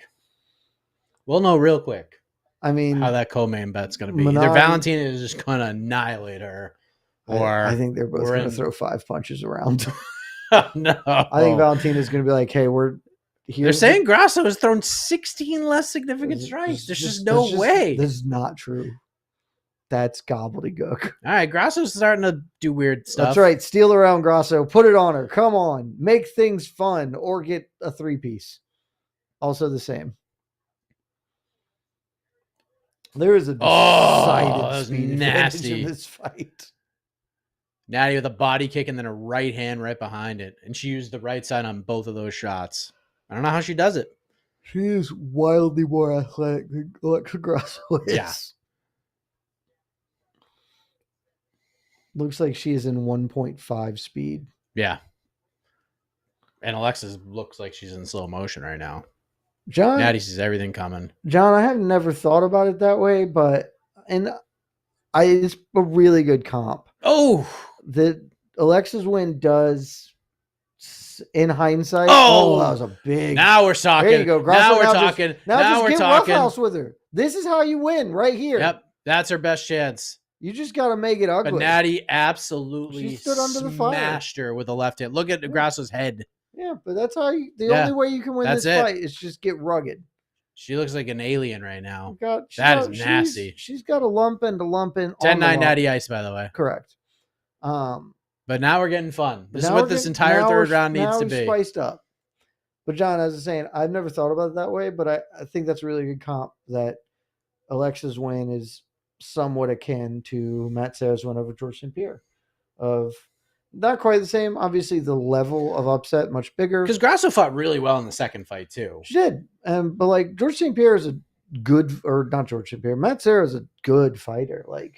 Even after the George fight, he had good fight. The Matt Hughes fight, good fight. It's there. Just so not like a total fluke, but not the expected outcome. And of a fighter, Matt Serra is a good but not great fighter who had a great moment and now lives forever as a result of it. And that's probably the case with Alexa Grasso, though she is still fairly young. We don't want to write the book on her. Maybe she comes out and makes something happen here. We're off, but 20th anniversary of The Ultimate Fighter? I mean, big time. We're not getting 2 decades. Wow, AK's 46, favorite show. 45, 44. That's not anybody's fault, Casey. That's the broadcast's fault. Critical 39, Cameron, 38, 37. Critical Cameron, my climb bet is the over 3.5 in the co-main event. Oh, Grasso. That was sick. Get after her. Come on. She's getting more aggressive. That was a nice left hand. Just make it fun. Oh. There you go. Oh, we're scrapping now. Oh, now she's going in for the takedown. Oh, had her Natty Ice defends it locked beautifully. Natty Ice did a really good job of breaking off the bicep. Her grappling is incredibly underrated. Jump guard. Holding the arm. Jump guard. Got to dig that Come under. on, let's have Luck's fun. doing a nice job blocking it. But Natty gets it now. She's going to be able to turn her off. Knee her. There's a good knee. Put a knee right in her belly. She's trying to grind this up. Nice knee to the oh, butt. Another nice knee. knee. Natty lands. Oh, Ooh, this is something. All right. We're getting real. Oh, now Natty's got Natty looking. She's got both hands locked. Oh, one an elbow. Good effort off the break. That was nasty. Get in there. Let's get after it, Alexa. Yeah, Come she's on, got no make choice. things fun. You need a finish. I actually feel like at this point, and look, there's 3:15 left. You never know. Kind of feel like Alexa Grasso is going to get fed to Jasmine Jasudavicius after this. Yeah, this is kind of where we're at this point. I mean, Jasmine could fight Manon if she loses. I don't know if I'd qualify that as fed to because I don't. I think Alexa Grasso. Big can combination. absolutely win that fight, but I do think that I don't know, man. Matchup makes sense. Couple left hands from Come Alexa. On, do it for the pride. Oh, I mean, this is exactly what she needs to do, Jed. You've been calling it from the beginning. I mean, sometimes you just got to know when you're not the better fighter, but you can be the more rugged fighter. Yep. And I don't know if she can be, but she ain't going to be the better fighter. No. So she's going to have to try plan B. Oh, and the over hits. I mean, that maybe the easiest. I can't believe I didn't climb with that. That was the most stress-free climb of all time if it had been. The old double. Oh, wow. What a left hand from Natty Ice. Grasso is just shoe leather tough, man. She can just take it. She can take an ass whooping. Good leg kick by Natty Ice. Front kick just misses. Now he's just teeing off right now. Alexa's lost that aggression. Kick to the chest. Keep going. Make this fun. Because you might be our last hope, Alexa Grasso. Belal won't make it fun. Neither Valentina or Manon are going to make it fun. I suspect Damon Zahabi is going to try and not make it fun. You got to make it fun. All right, Jose Aldo. Yeah, get in there. Jose Aldo is gonna stop Damon Zahabi, and then he's gonna call it Alexander Volkanovski. That would be unbelievable. If I spoke that into existence, I'm going to be happy with myself. Honestly, if there's if I found a magic lamp, Aldo can win a bonus on top of it. Sure can. He can win a bonus. If I found a magic lamp and I got to ask a genie for 3 things, I'm genuinely my first one would be like, I would like you to book Jose Aldo versus Alexander Volkanovski 2 for the featherweight title, and for Jose Aldo to win. Because I would be over Yuri RDR. Yes, can you imagine how insufferable I would be if Aldo and Volkanovski fought and Aldo won? Oh, spinning wheel kick! Nobody would ever be allowed to say anything to me ever again.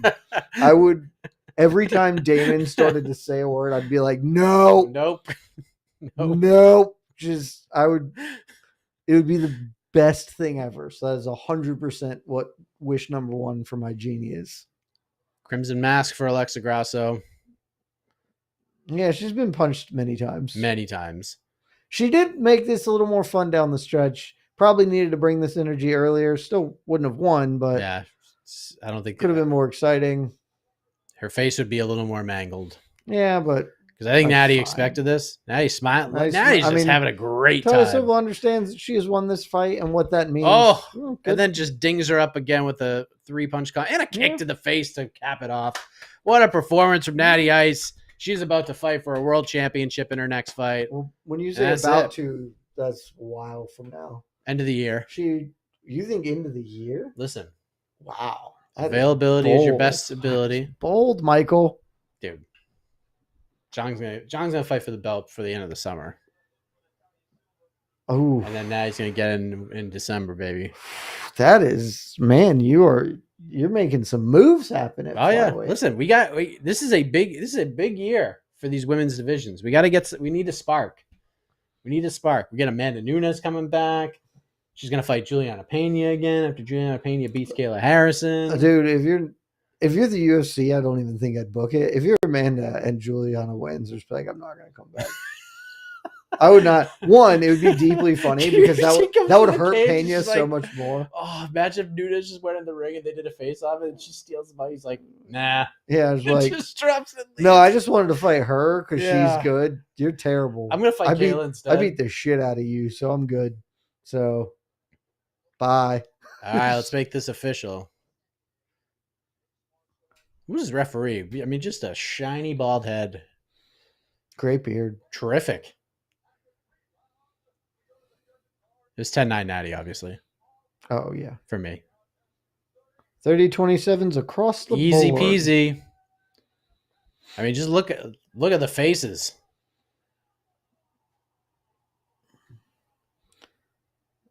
Tough scenes for Lexi Grasso. Yeah. Puts her in a very, very tough position. She's in, she's sort of in that. Where do we put her? If Manon loses, maybe she can try to fight Manon. She's the new Kaylin Chukagian kind of right now. She's definitely Chukagian-esque. Yeah. I'm sorry, Sermonarian.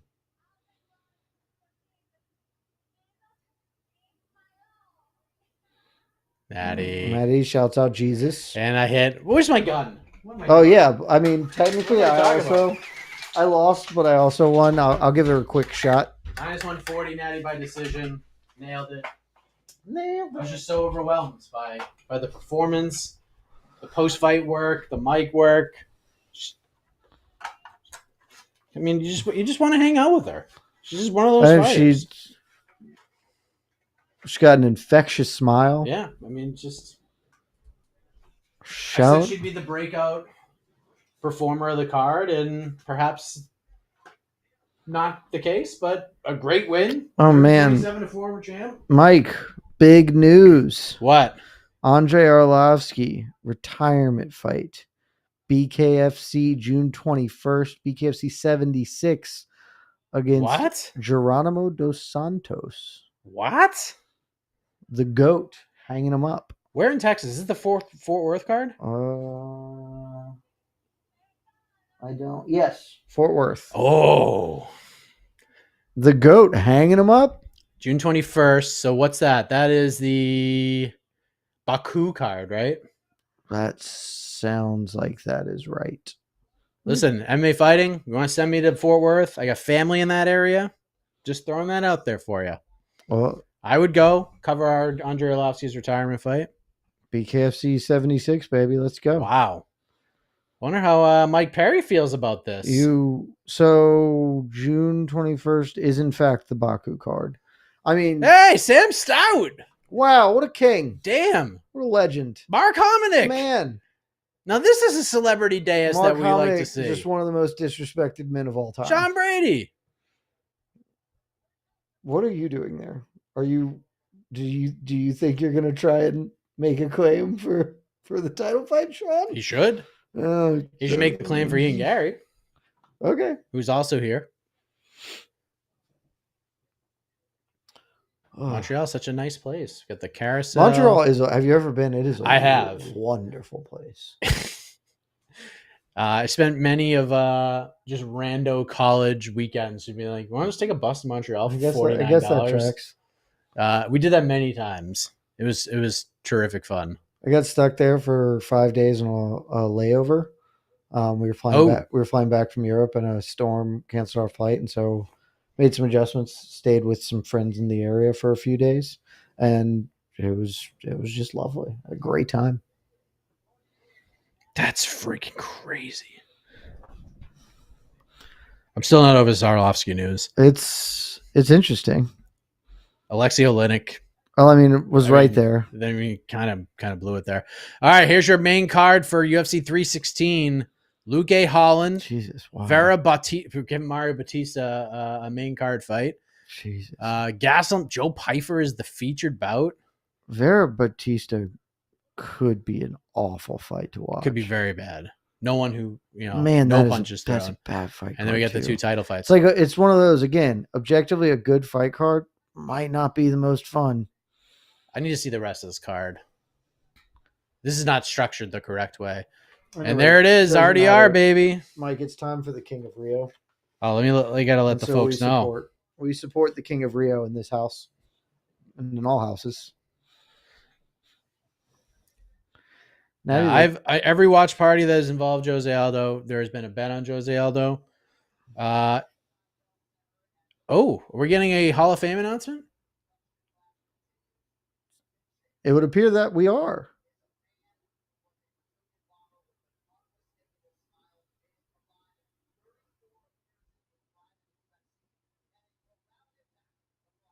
Is this Vitor? Yeah, it's probably right. Yep. Vitor the Phenom. Former Vitor UFC Belfort into the Hall of Fame. Very deserving. Very deserving. Very deserving. A man whose fighting career was ruined by boxing Evander Holyfield. It wasn't even ruined by taking the fight. It was ruined by his reaction to it and then him calling out Jake Paul afterwards. He has never recovered from that.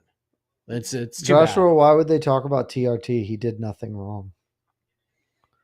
That's when he was the most fun anyways. Vitor did take TRT when he was allowed to take TRT. Yeah. I don't believe Vitor ever failed the drug test. I could be wrong, but I don't think that I am. Vitor Belfort is awesome.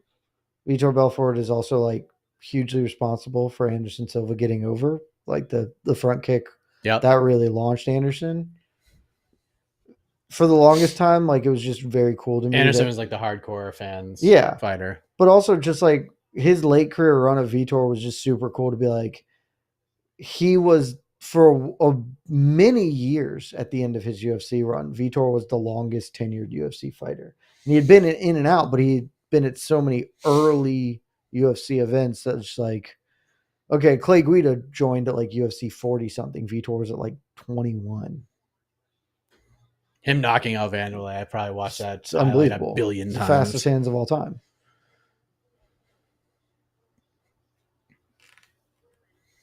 Vitor Belfort is like the best argument for why we should allow drugs in sports because he's fucking cool as hell. Yeah, he's way better. It was cool as hell, man. Look at that man, just machine gunning punches into people's heads. Is that the Marvin Eastman fight? I believe that it was. God, wear it, Tito.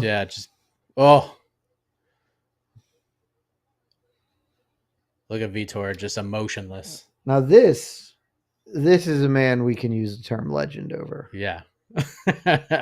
Not saying anything about anybody else. Bisping probably a little upset about this.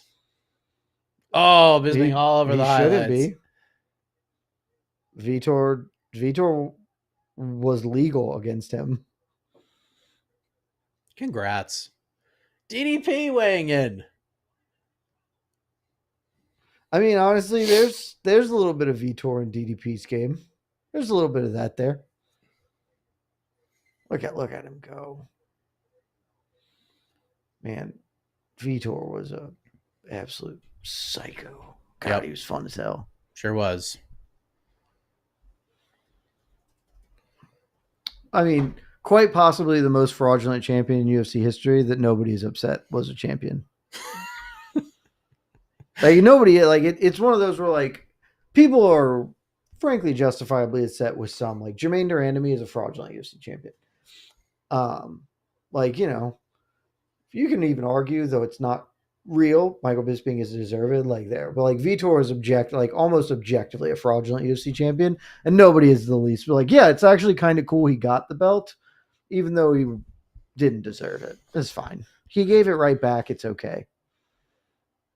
Critical Cameron, you worry to regret your Chevy bets after that Grasso dud. Fior in round 3. Oh, I mean, if Fiorot wins in round 3, I assume it will be because Chevy did a head and arm throw and gave up her back like an asshole. But again, feel pretty good about it. Manon Fiorot hasn't finished anybody in like 3 years. Knock on wood. Don't Who let was the tonight last be. person she finished? I believe it was her second UFC fight, if I'm not mistaken. Because she got the Victoria Leonardo treatment right off the bat, which is a perfect and debut it was Tabitha Ricci with the standing TKO, and then UDs down the line. MBS, Jennifer Maya, Sermonara. I mean, that's a hell of, frankly, like she's had a good run. This is a very good run of MBS, Jennifer Maya, Ken Sermonara. Even the Ricci knockout is like a good win. It's a good great win. Yeah, she's had a really, really good win. But she hadn't even been really close to knocking anybody of these people out. She's just been rock solid. Yeah, and I suspect Shevchenko, I think that fight is going to the cards one way or the other. Probably.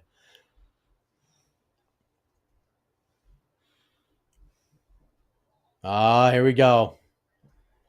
The next featherweight champion, the man that is ready to end all debate about the GOAT featherweight. Let's go. Jose Aldo. Bonus eligible Jose Aldo. We don't honestly get that many Hall of Famer fights, and so that's very cool. Yeah. Aldo. Oh, man. Just... I said this on the preview show. I've been talking myself into it. I think I'm just gonna commit to the actually Jose Aldo is the greatest fighter of all time, because I think he might actually just be the greatest. I like, the older I get, the more I'm like, it's probably Jose or Khabib. It's probably one of those two dudes, because I've never seen Khabib, not just never seen Khabib lose. I've never seen him give, because people love that argument with the John. Like, I've never seen John lose. Like, okay, technically not true, but I at least understand. I have seen John get beat the fuck up. Never seen Khabib get beat up. In my life, never seen him get beat up. That's true. I saw us pretend one time that, oh shit, maybe he's in trouble against Michael Johnson. And then he literally beat his ass so bad that he was talking to Dana White during it. Yeah. That moment, that fight made Khabib. Yeah. That was the one that made him. It's just like, yeah. So he probably can't be the GOAT by like any reasonable metric. But I'm just like, he probably is, because I've never seen him get beat up. And then I'm like, actually, Jose Aldo's career is insane, and there's just like nobody who's ever going to have anything. Genuinely, his career peak, I think he won the belt in 2009, and then he had the belt for like 7 years, 6-7 years. So like, we're a full decade beyond his prime years. So, like, if we all assume that Alexander Volkanovski's prime ended at least somewhere around the Ilia Topuria, maybe slightly before, but like in 10 years from now, Volkanovski would need to be a top 15 to 10 fighter in at least a weight class, much less in a lighter weight class that most people think is a better weight class. It's unbelievable. Like, it's a ludicrous thing to do. Here comes Ayman Sahabi with George St. Pierre in his corner, of course, Jed's favorite coach of all time, Ayman's brother Firas. I think Firas is a good coach. I think Firas has limitations, and we all have limitations. I think Firas has a little bit of Dom Cruz to his coaching, and that can be good with the right people. Ask Calvin Kattar about that. Yeah, it can be really good with the right people. I think that has limitations with some people, and maybe it was Jack Slack, and one of his recent podcasts was like talking about this specifically with it, where it's like, there are coaches who look at the fighter and try to make the fighter the best they can be with the tools that the fighter has, versus there are coaches have a system and a style and they implement that. And Firas is very much he is going to teach you to do the Firas stuff. And then we go from there. And for some people, and for Ayman, honestly, like, I never anticipated this run from Ayman. He has far exceeded expectations for me, and deservedly so. Look at Rob Font too. Rob Font has worked really well with Rob Font. Calvin Kattar, Rob's got 2 in a row. Yeah, because Calvin Kattar already has some of that, and that's just not like, you gotta blend the style to the fighter for some people. And what do you think of Kattar's next fight? Who's he booked against? Steve Garcia. Oh God, that's fun. I think that's going to be Steve Garcia's breakout moment, but it's fun. I don't know, man. I think like this. Steve Garcia. I think he's quite good. I think because I talked to some people on Cater's team when I like confirmed this, and they're like, "How do you?" They basically asked what I thought about it. I was like, "It's probably as good as you can get right now." Yeah. Like a surging guy who's going to give you the exact fight you're looking for. Yeah. Like Steve Garcia is not going to natty ice this thing or Yusuf Zalal this thing. He's going to try to kill Calvin. And as we know, Calvin cannot be hurt. Calvin can do that fight. Yeah. I think that's a banger. I do think that's the best he can ask for. Like a guy that you'll get a lot of props for beating, but I'm sorry, the king is here. I'm sorry, the featherweight goat is on his way. The greatest fighter who's ever laced up 4-ounce gloves is dancing. Oh, he's got that look on his face. Oh my God, do it for me, Joe. This ain't happy to be here, Aldo. This is kill mode, Aldo. Do it for me, Jose. Do it for me. Swear to God, if this fucking loser just holds you around the waist, I'm going to lose my mind. This is Cub Swanson, Jose. I want the double tap knee so bad. Oh my God. Just the leaping double tap knee, just kill him instantaneously. Oh, the Machado Gary family dancing to Jose Aldo's music. Because they recognize. The cool thing about Jose, I mean, there are a billion cool things about Jose. There are not many active fighters right now who have the aura of like literally just listen to other fighters talk about Jose Aldo. It is like it's stuff that we used to get a lot more, and we'll get more in the future as other guys start to retire. Can we see the highlighted stat right there? Most title fight wins in UFC featherweight history. Yeah, that's also an incorrect stat. But I had some dude like try to argue that with me on socials. Like, dude, I don't know what to tell you, man. It's not true. What were they arguing? It's like, well, no, but he only has 7 UFC title defenses. Like, buddy, you gotta use your brain. Use all the quadrants of the brain here. But like, people used to revere Anderson, and when Anderson would fight, like all the people in the card would be like, dude, it's cool to fight with Anderson, and like Vitor, and there are like legends, like actual honest to God legends. And there are a couple of those now, right? Where I think the next few years Volk will have that sort of aura, just as an elder statesman. But like Jose is one of the only active UFC Hall of Famers. Actually, probably is. I guess John's technically in the Hall for a fight. He's not active. I'm trying to think who else is. Cub is in the Hall for a fight, not as an individual. I don't know if there are any active fighters in for individuals. Theoretically Donald Cerrone, but I don't actually know that he's coming back. Yeah. So it's dope. I will always be happy to watch the GOAT fight. And you're about to right now. Eamon, 37. He's no spring chicken either, folks. Not. People forget that. I mean, looks great for 37, though. Sure does. Look at Jose's face. Yeah. He's been angry, Jose, all week, and I love it. I loved his media day. He would just say 5-minute answers, and then you'd hear the translator, Fabiano, swear a whole bunch, and I think he missed a bunch of stuff too. Dude, it's just impressive because like as it was happening, I was just like, dude, there's no way he's remembering all of this. And then the wonderful Guilherme Cruz, like, honestly, he does a really good job. It's hard because he talks for so long. He'll maybe forget like 1 or 2 things, but considering he does a great job, it's like, yeah, because Jose will just go. Like, he'll just be off. Jesse Pena is definitely going in the Hall of Fame. Yeah, that's not. Oh, yeah. She'll be a first ballot. 2-time champion. That's not really a question. She's going in. She's going in. Look at Jose Aldo. She got new ink too.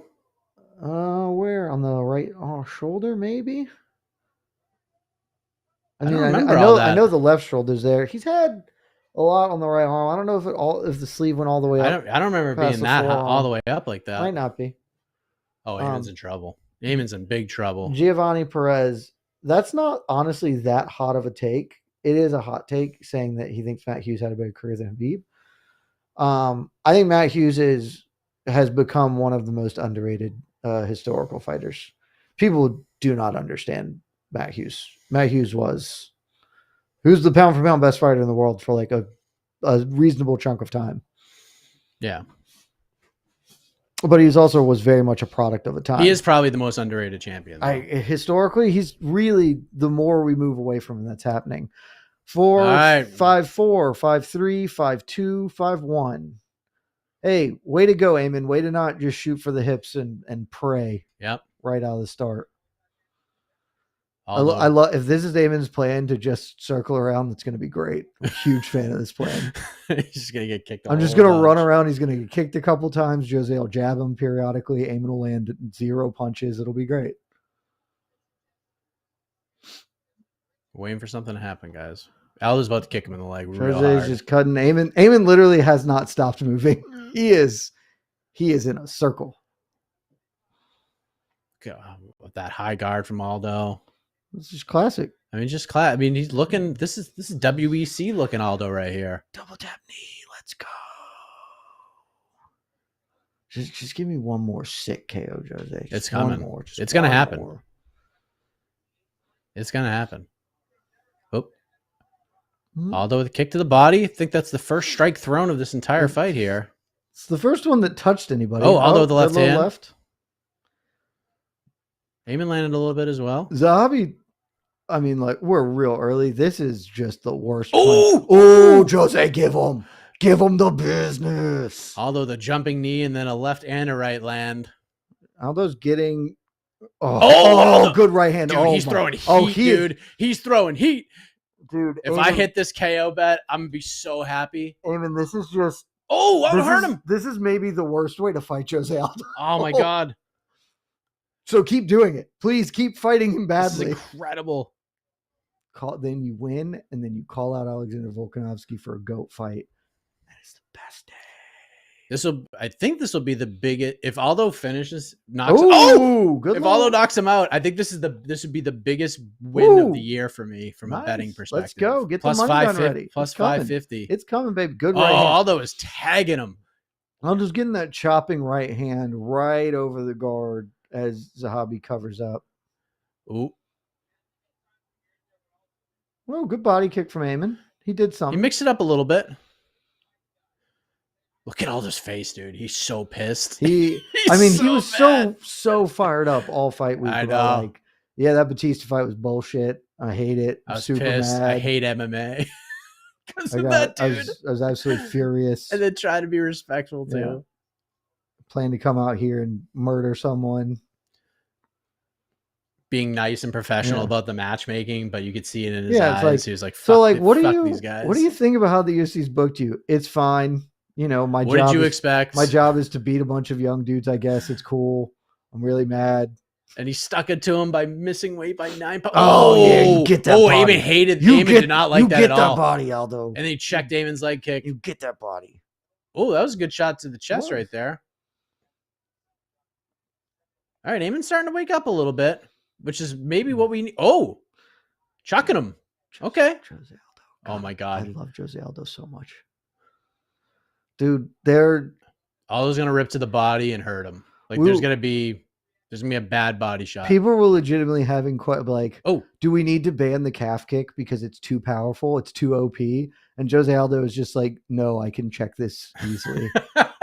It's just really, it's really easy to check. You guys just suck at fighting. He's the best. Oh, there you go, there's Eamon. Eamon. There's a little bit of life from Eamon. Now here's some death. Die. Get him, Jose. Come on. Give him the business. Eamon's smiling a little bit. Eamon's starting to move forward, which is better than moving back, but it also does, because Jose really does just want to counter you. So if you start moving forward, that creates an opportunity. Oh, Eamon lands. Eamon's just holding him against good the fence. right hand from Eamon. Although doing the defense, the freaking head movement. He just Anderson Silva'd his ass and then annihilated it in the ribs. Oh, Jose Aldo is having fun. Look at him. Look at him cook. Oh, good job. Look at my beautiful boy go. Oh. Oh.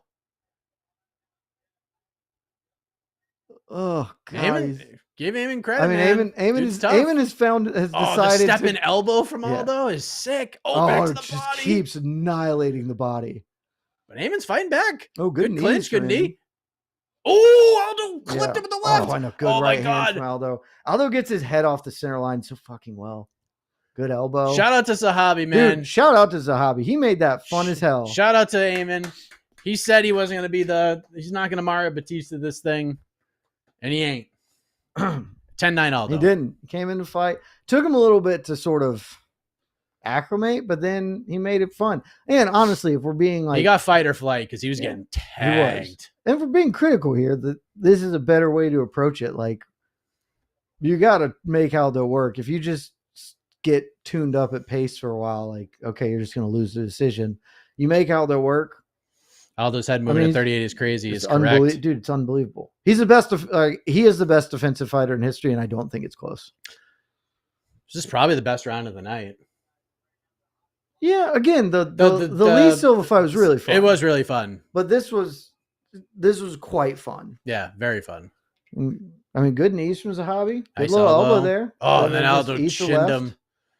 I want you to show me the matrix of Aldo just being like, "Sup, homie?" Yeah. No. Someone on Twitter's already got that shit. Eamon looks right. All right, Eamon's getting... Here we go. All right. We're off. Round 2. See what sort of pace Let's we see start what we got this here. round with. 52, 51, 50. Yep, we're good. Okay. Oh, good knee from Eamon. Oh. Yeah. I like how Eamon is being a little more aggressive. Eamon's just digging in. It's like, all right, we're gonna get into. He's doing what Grasso did way too late. Okay, we're in a fight. Let's get in a fight. Body.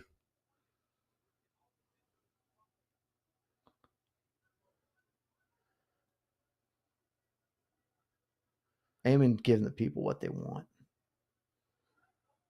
You can see in the tweets who's from Canada and who isn't. Oh yeah, it's so funny. It's so funny. Hinato Moicano, Old Testament Aldo is back. That's a really good tweet, Money. Incredible. That's a really good tweet. Good jab from Jose. Another one. I'd like to see Aldo go back to the body because he was. I mean, he was hurting Zahabi down there. Oh, Zahabi moving around a little bit more. We'll touch of the gloves, maybe some eye action. I don't know.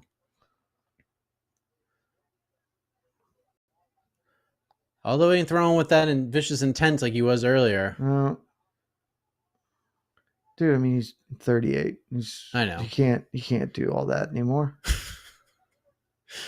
Dude, like the effortlessness with which he just dismisses calf kicks. It barely even looks, just my legs away. It's not there anymore. It's so There's a good left hand from Aldo. Eamon fighting back. Bobby just digging in. Oh, back to the body. He goes. Every time he goes back to the body, Eamon's hands immediately drop down. Yeah, his facial expression changes. That wasn't cool.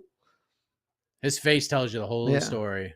He did not like any of those big body shots. You should stop hitting me in the body. It hit my head. Look, another body shot. Just keep going to it.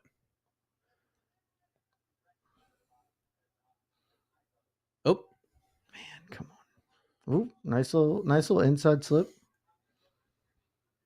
Really in the phone booth right here. Yeah. Which is, again, really good space for Aldo to fight. Surprised he's not throwing more leg kicks. He just never does it. It was his best weapon forever, and then he stopped doing it, and it's okay. It would be cool if he brought it back because, God, they were amazing, but...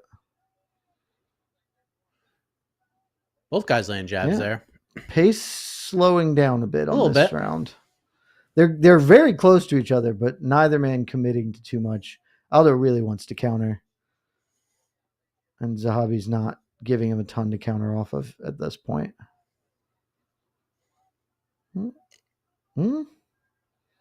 Aldo wants a ding kick, but Big Dan is just like, I'm not paying attention. Big Dan was like, I didn't see it, but Zahabi acknowledges that he did it, so now we get a timeout. Big Dan's like, man, I wish I was reffing a BKFC fight right now. Dan's had a tough year at the MMA. Hadn't been a great year. Little bit of blood on Zahabi's right outside the right eye. They shake hands. We're back to action. Not having as bad of a year as Mike Beltran's having. Well, nobody's having that bad of a year.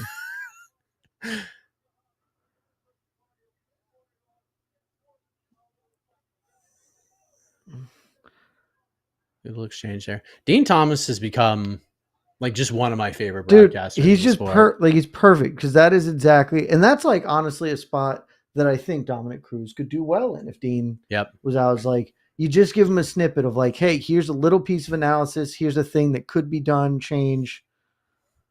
But even like watching the weigh-in, like the UFC weigh-in show yesterday, like Dean's he was so good.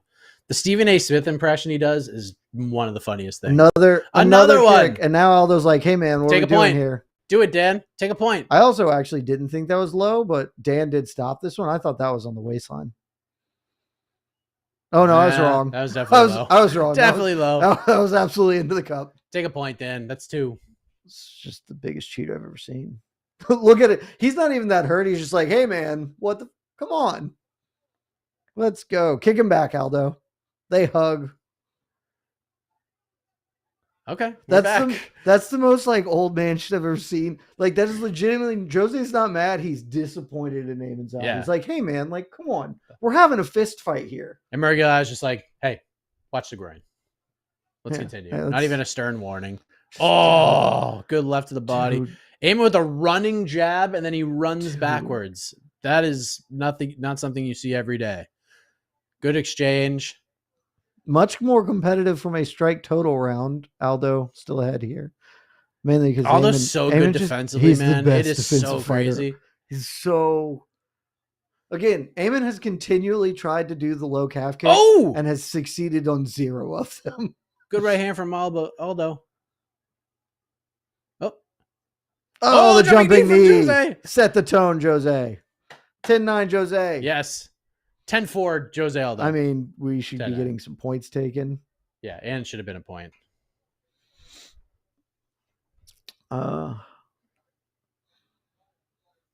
Casey asked a great question. When was the last time Aldo fought somebody his own age? Dude, no idea. God. Cub Swanson? Like WEC? I don't know. I'm trying to think. Because he was so young for most of his career. Because he's the youngest champion or whatever. And so, like, he wasn't... Mike Thomas Brown was way older than him. But if you're, like, actually looking for somebody comparatively aged... Edgar?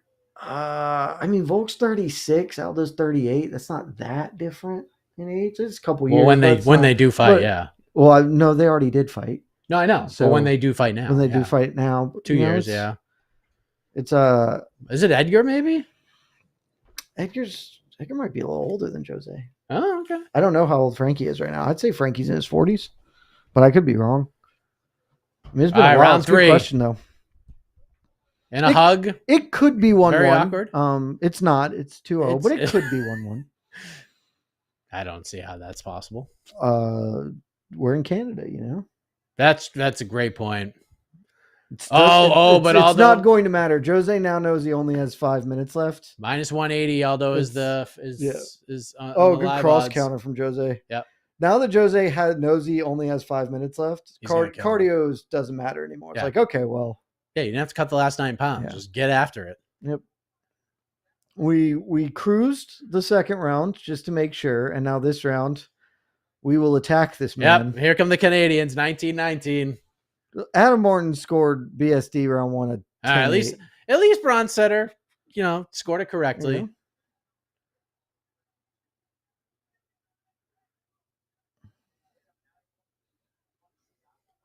Oh, good knee from Jose. Aldo's got to get angry again, man. That's when he's been scoring at his best. Just pick your spots, buddy. Keep working the body. Eamon still can't hit you because you're too good. That was good. Very cheeky from Zombie. Yeah. Gave him something. Gave him a new look there with that. Made him duck his head and then. Good. Right here. Get him! Get him, Jose! Get him! Come on, get up and kill him! Kill this man! Kill him! Get him! He's troubling! Holy shit, that knee! So much trouble. Put him down, Jose! Do it! Eamon's fighting back. Quit running, you coward! Take your death like a man! No! Come on! I called it third. Oh, I was so close. I called it third round. Oh, I mean, credit to you, my Eamon God. Zahabi. You worked through that, buddy. Oh, Dan, you should have jumped in and stopped it out of respect for this man. I mean, honestly, Eamon, really good effort. Jose kind of did he shoot? Oh, he's looking at the clock. Jose got tired. I think he thinks he got knee in the ding ding again.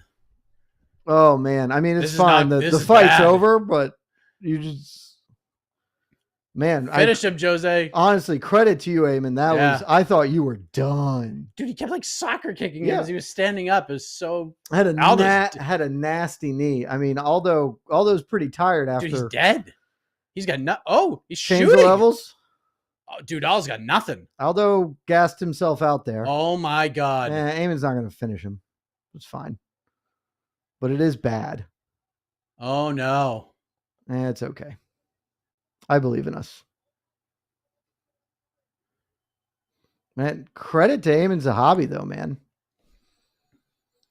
Aldo pretty clearly just He's so lost all of his gas in that attempt to finish it. The man is quite gassed. It'll be okay. Does make this round interesting to score now, though, because there's going to be a lot of this end point for Eamon. But Aldo obviously had him much more hurt. Oh, yeah, he knocked him down. But Eamon has a lot of time to make up that distance. So he had multiple knockdowns. So I just don't, unless he just batters him here. I mean, he's doing his best.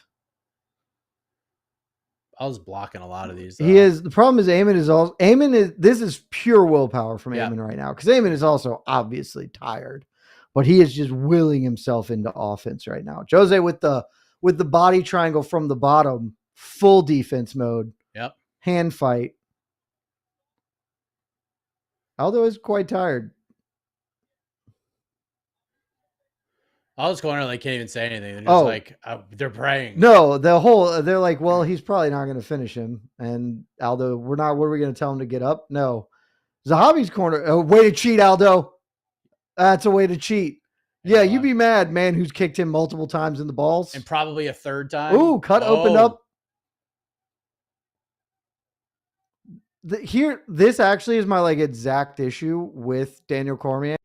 He cut him like that. Cut makes no difference. The cut is not going to be substantive to how this fight is resolved. Ooh, he did bust his cheek though. Yep. Aldo looks like he got a broken orbital. Oh boy. I think you're going to have to score this round for Zahabi. I don't know. I mean, it's really tough. Like with the busted orbital, I'm kind of leaning that way now.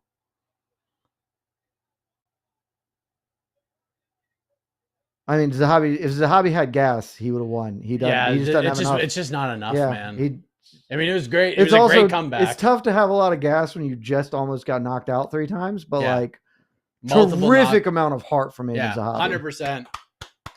Eamon's stock rose in defeat. 10-9 Aldo. I'll go 10-9 Eamon and call it 29-28 Aldo. But pride rules, this is Eamon wins. On the schoolyard, Eamon won this fight. On the schoolyard, Eamon won. I don't actually know that Eamon won pride rules. Pride rules wasn't about finishing the best. It was just viewed in the totality. And again, the totality of that fight was mostly Aldo. And Aldo did hurt him a lot. Diaz rules. Diaz rules. That's Eamon. Diaz and schoolyard rules. Eamon certainly wins. Eamon wins. Fight of the night. That is definitely fight of the night. Yeah. I do not believe I was so close. I was so close to hitting that. And my pick there too. Aldo, 3rd round KO, TKO. It's a nice little left, sends him stumbling away. He hurt him so bad. Why are these the highlights you're showing? Of everything that happened in that round. There's the right hand that comes right down. The knee puts him. The kick in the face. Literally perfectly timed for being illegal, because that was almost super illegal. 2 knockdowns. Yep. Zahabi's running away. Right hand on the behind the ear sends Zahabi the 3rd stumbling. knockdown. Again, a big knee. I mean, it's 3 knockdowns. It's a lot. This kick is. Oh no, sick. that actually was illegal. He had a hand down. It was legal. No, hand down doesn't matter anymore. Nope. You gotta have both. Oh, that was legal. Yeah, they're all legal. All legal. But then, he just shot his wad. Yeah. And then that look at the clock. Mm-hmm.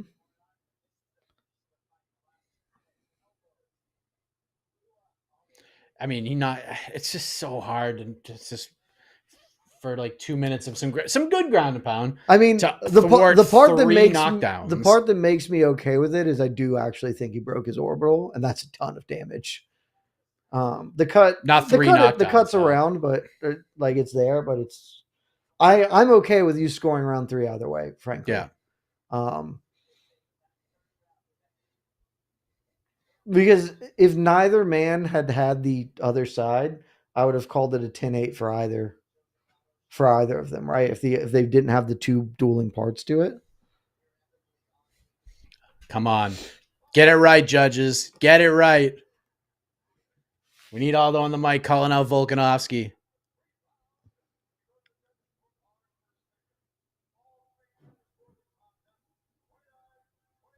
For your winner. Oh! Jesus Christ, man. He didn't win the second round. That's crazy. He didn't win the second round. That's bad. Aldo got robbed again, man. Jesus fucking Christ, man. Sheesh. That's bad.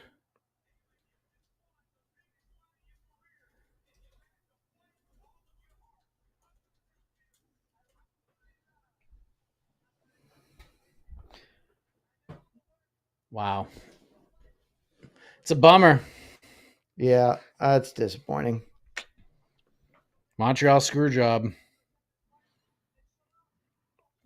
Nice. I understand that reference. Yes. I'm trying to see the scorecard. I want to see the scorecard of the BSD fight. 10-9, 10-9. No 10-8s in BSD. That's also very stupid. It's insane. I'm not opposed to Zahabi winning. I don't think he won the second round. I'm more than, like I said, totally fine with him running the third round. Don't think he won the second round.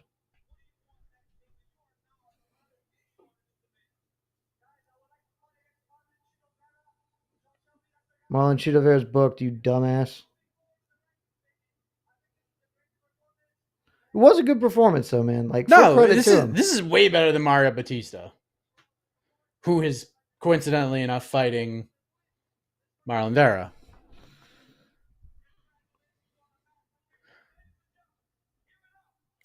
Dude, it's fight of the night. Definitely fight of the night. That was a very fun fight. We're interviewing Jose? It looked like DC was going. Oh no. Oh no. It doesn't appear that they're doing it. It just looked like DC was going. I thought Aldo had the gloves off. Dude, Aldo probably should have retired like 7 years ago. He just doesn't know how to. Oh no, he's gonna no. He's retiring, re-retiring.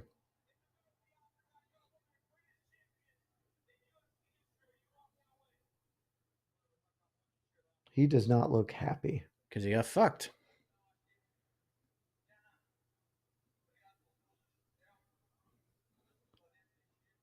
Dana, thank you.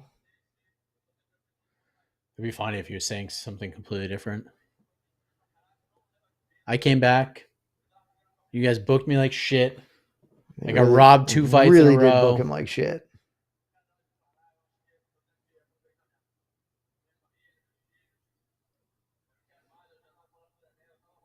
Dude, even in this interview, Jose doesn't know how to keep it fucking short. Dude, talk as long as you want.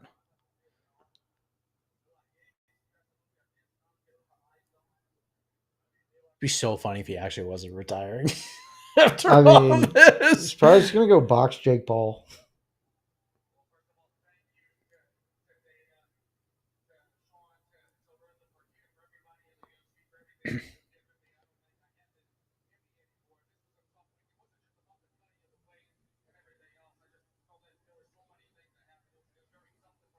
I blame Mario Batista for this. Honestly, this makes sense. Nah, I'm not. I kid, but yeah. Like, yeah, it's just I don't have it in me anymore. The weight cut was hard because I don't. Game ain't in me no more. He shouldn't have re-signed. Like, he should have just. Yeah. He should have beat Jonathan Martinez in Brazil and then left. That would have been fine. Yeah.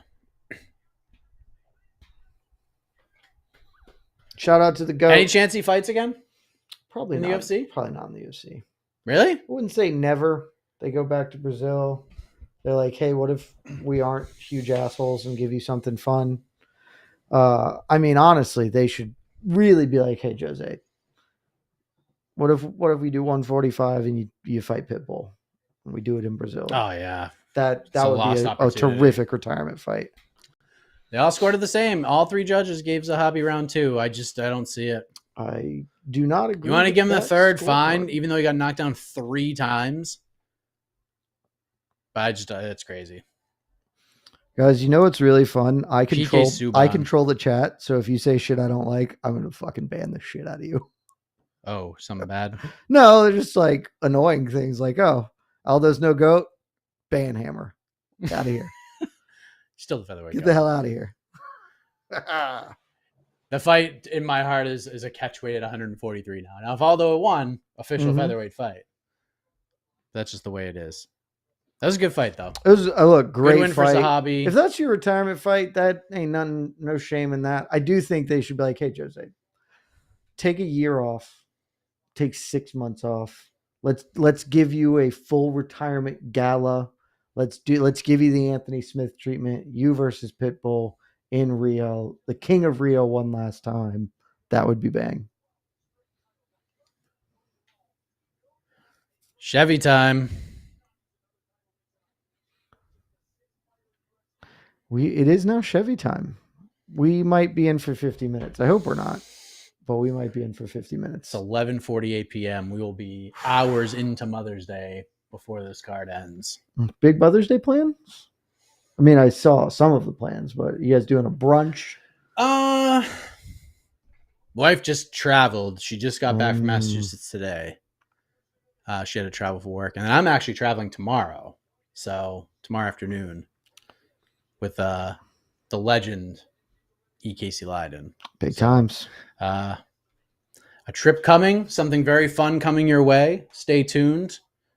But we leave tomorrow for it, so. But at least it's an afternoon one, so we can do a little Mother's Day stuff. We kind of did the pre-Mother's Day stuff. I see. She walked in, nice little surprise. She already saw it. Oh, terrific! Yeah. Nice little surprise, something fun to walk into. Some flowers, some balloons, some cupcakes. It was very nice. Good times. I'm gonna steal one of those cupcakes. 30-27 Aldo is a better card than 29-28 Zahabi. I actually kind of agree with you. I would agree with that, but I will allow. I'd like to rewatch it, see if maybe I changed my mind. I thought the second round I felt competitive but clear. Zahabi didn't land much. Aldo seemed pretty clearly to be landing the better efforts, but I don't know. Waiting for MMA decisions to migrate to that fight. We haven't gotten there quite yet. If Aldo retires in Montreal, that will be a little sad. He should retire in Rio. Yeah. But after thumping up J-Mart. Most people have a 29-28 Aldo that I've seen. I've seen some 30-27s on Twitter for Aldo. Outside of Canadian people who cover the sport, I have not seen anybody score that fight for Zahabi. I haven't been looking, but again, I don't know. It just seemed if you wanted to score it a draw because you really wanted to give Amon a 10-8 in the last round, I would be more open to that than him winning the second. But maybe I'm just wrong.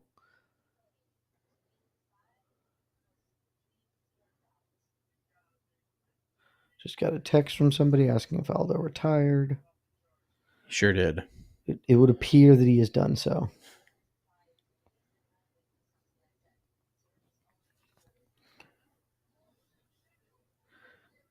"22 years in fucking the sport is so long. Good heavens."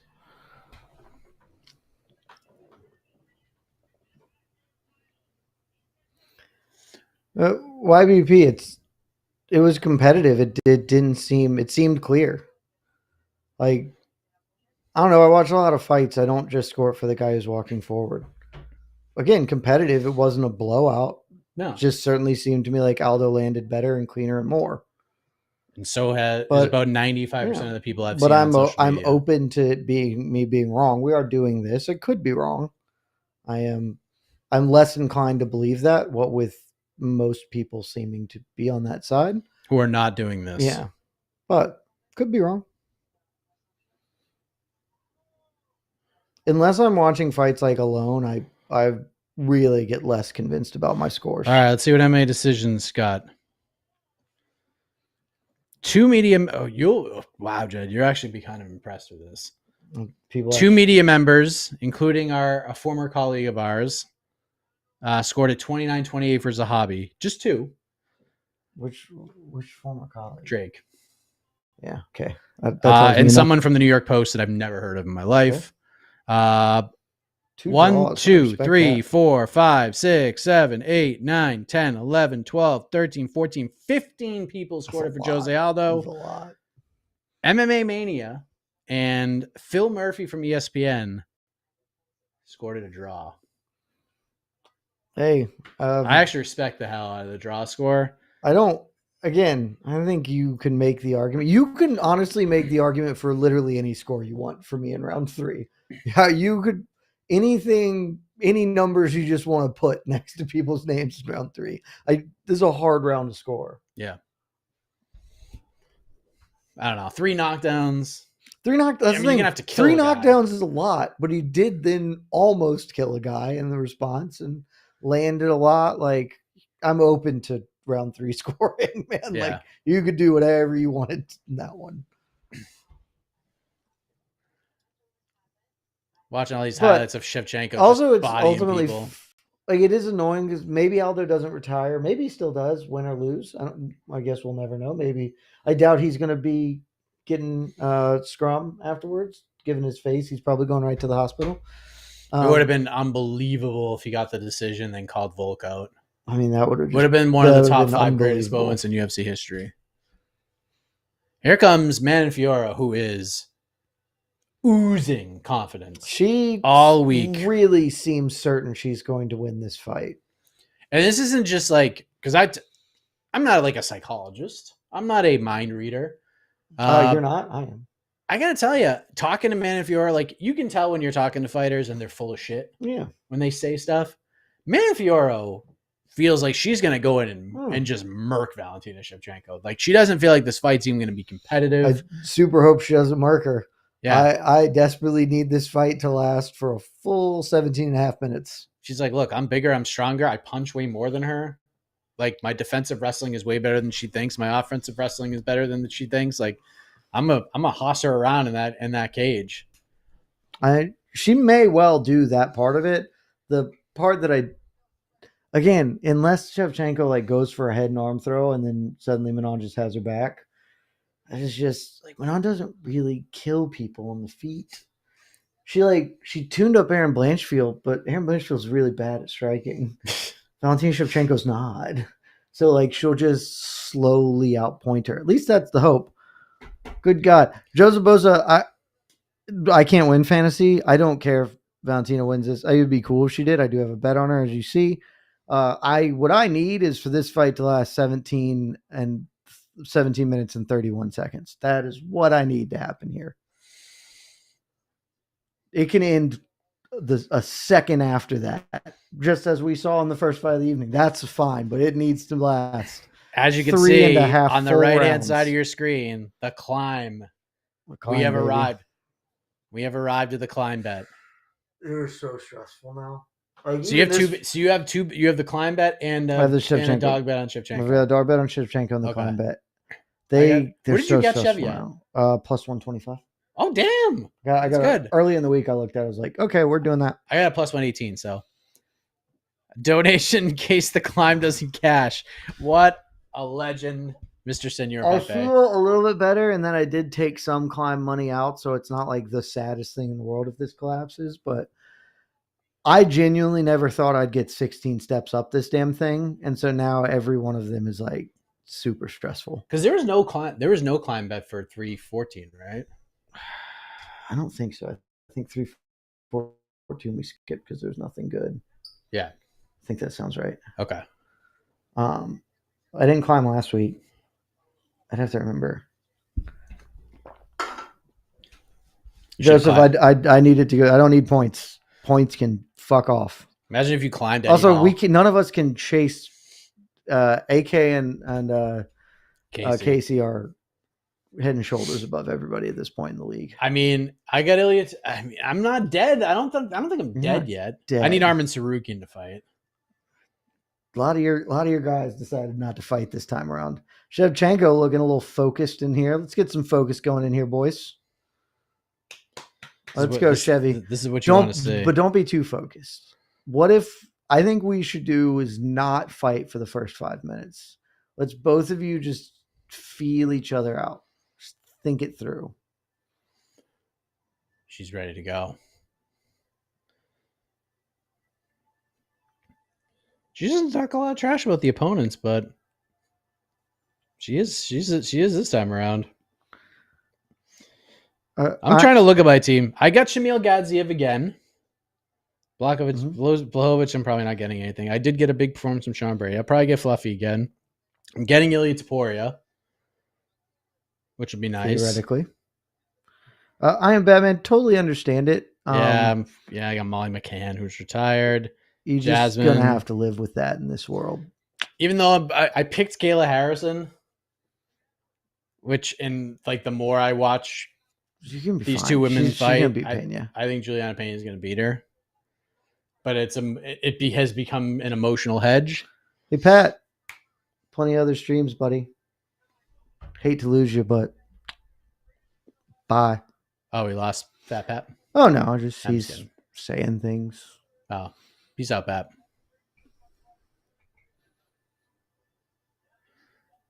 Connor climbed to the under 3.5. Wish me luck. Wow. Wow. That is brutal, just Senor crazy. Pepe. Brutal. That is crazy. Oh, that'll make me really unhappy.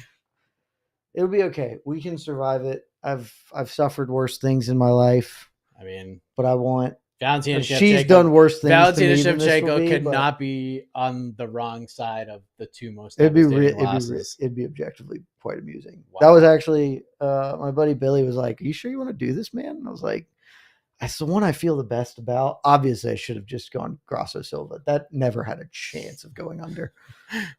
Oh, I'd be sitting so pretty right now, stress free. But the champ.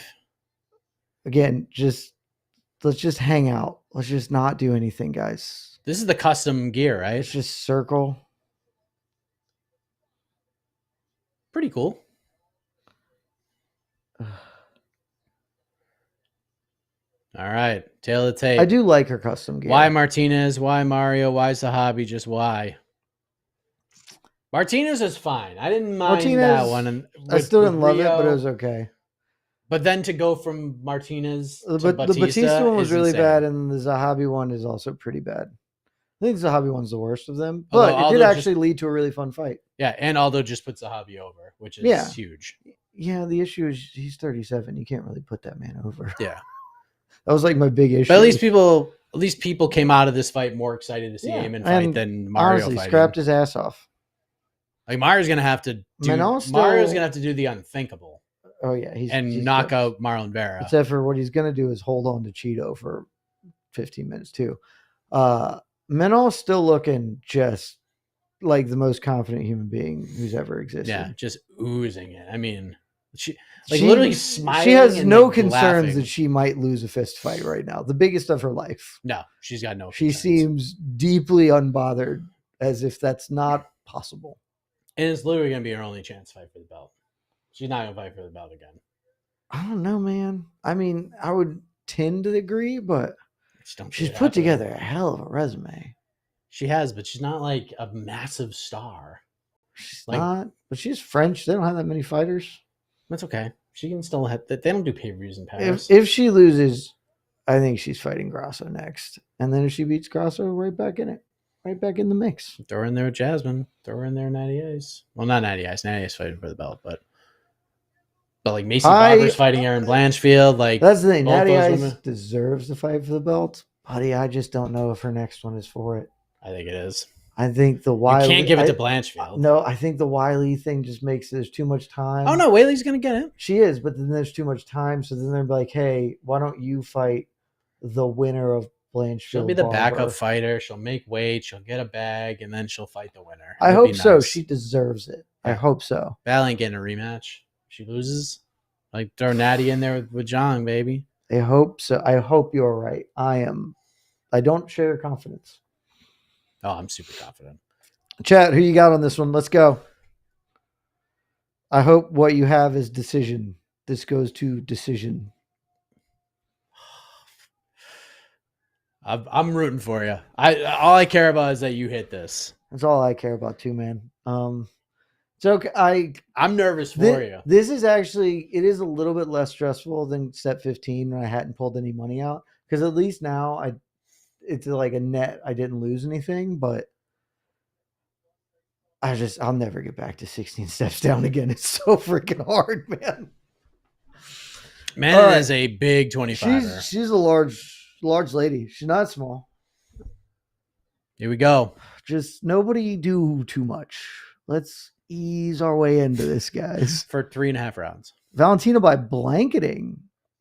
Aldo Volta, that is I would love that. All right, here we go. 57, 56, 55. This is what we're looking for. Just stay very far away from each other. And sidekick. Oh, yeah. Give her the right hand and then everybody back away. I didn't realize, like, how do I not realize? Are you setting a sleep timer right now, Mike? What's happening? No, I didn't realize that the captioning was on this entire card. Oh, yeah. Manon trying to put the pressure down a little early here. Shevchenko, classic Shevchenko, trying to keep as far away from her opponent as possible until the moment she hits her. Oh, big right hand. Chinned her. Oh, she chinned her so hard. Val, calm that shit down. You calm that down right now, Dragon Lady. I mean, that was a perfectly timed right hook as Manon was stepping in. Ooh. Wow. Crazy. Manon does have shout out to Don at Cruise and Commentary, pointed out that Manon's lead calf has already got a lump on it. Oh, nice little guys. We're a minute in. Pace yourselves. I mean, yeah, that's got a little welt going on that leg.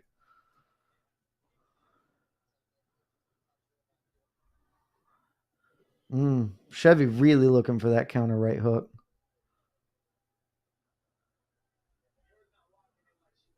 No, yeah, well, she got chin, so she's not just trying to march into the fire zone. Yeah. Oh. Shevchenko is really prepared to counter the shit out of her. She comes in. And Manon, you know what that means? It's just not fight. Let's everybody just stay away from each other.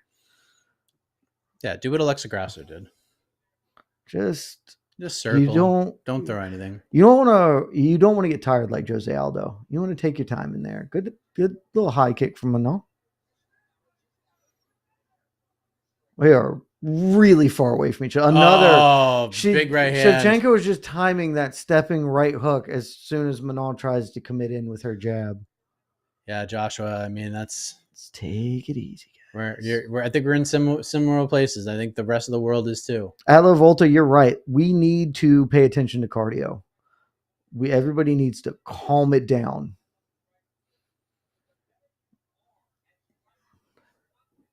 I like the southpaw versus southpaw.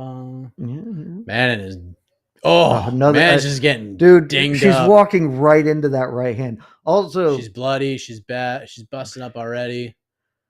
Shevchenko keeps her rear hand so forward, it's like a squared stance, and then she just pivot the hip right into the lead right. Oh, Manon bleeding nasty from the nose. Hit hard again. Manon got her nose busted up. Yep. That we don't care. Hurt her. There's 2 minutes left. Holy shit. She hurt her. Oh my god, dude, this is sweatier than it needs to be. Oh, Val. Manon, don't fight her. Val's pissed. Yeah, Val's she literally smell blood. Manon, back up. Just don't be a hero. Don't go out on your shield. Look, we get that replay. I mean, yeah, just popped her right in the schnoz. Oh, come on. Oh, she caught a leg. Right, hold her down. You hold her down. Don't hurt her. Just hold her. Just hold her. All right. See, I mean, this is exactly what you want to see. This is what I want. I want classic Val blanket right here. You want no chase. I want 90 seconds of you sitting in this exact position. Oh, Manon does. Here's the other problem with this stupid bet of mine. I'm so dumb. I'm the dumbest fucking person. Manon hasn't really been punched in the face, and now she Side is. Control. How's she going to react to being punched in the face? Just hold her. Just hold her. Just cuddle her. Just give her a good quick cuddle. Everybody needs a hug. That is a pretty wild stat that they just posted. What though. was Did you see it? that? No, I'm in hell right now, Mike. What? Valentina having her down for 14 seconds. Was the longest she's ever been down? With all of her fights combined. Wow. 14 seconds was than the previous 7 fights combined. Val, this is perfect. Just don't do anything real. Just sit right here. Just tap her. Just let her know I'm right here. Don't you fucking stand them up. Mark Goddard, I swear to God. Get him a pop. They get to stay there forever, Marcus. It'd be incredible if we got a Czech Congo Paul Wintello moment and Val just hits her in the body and then she has to tap over and over again. Dude, if like Mark Goddard stands him up and a KO comes, be incredible.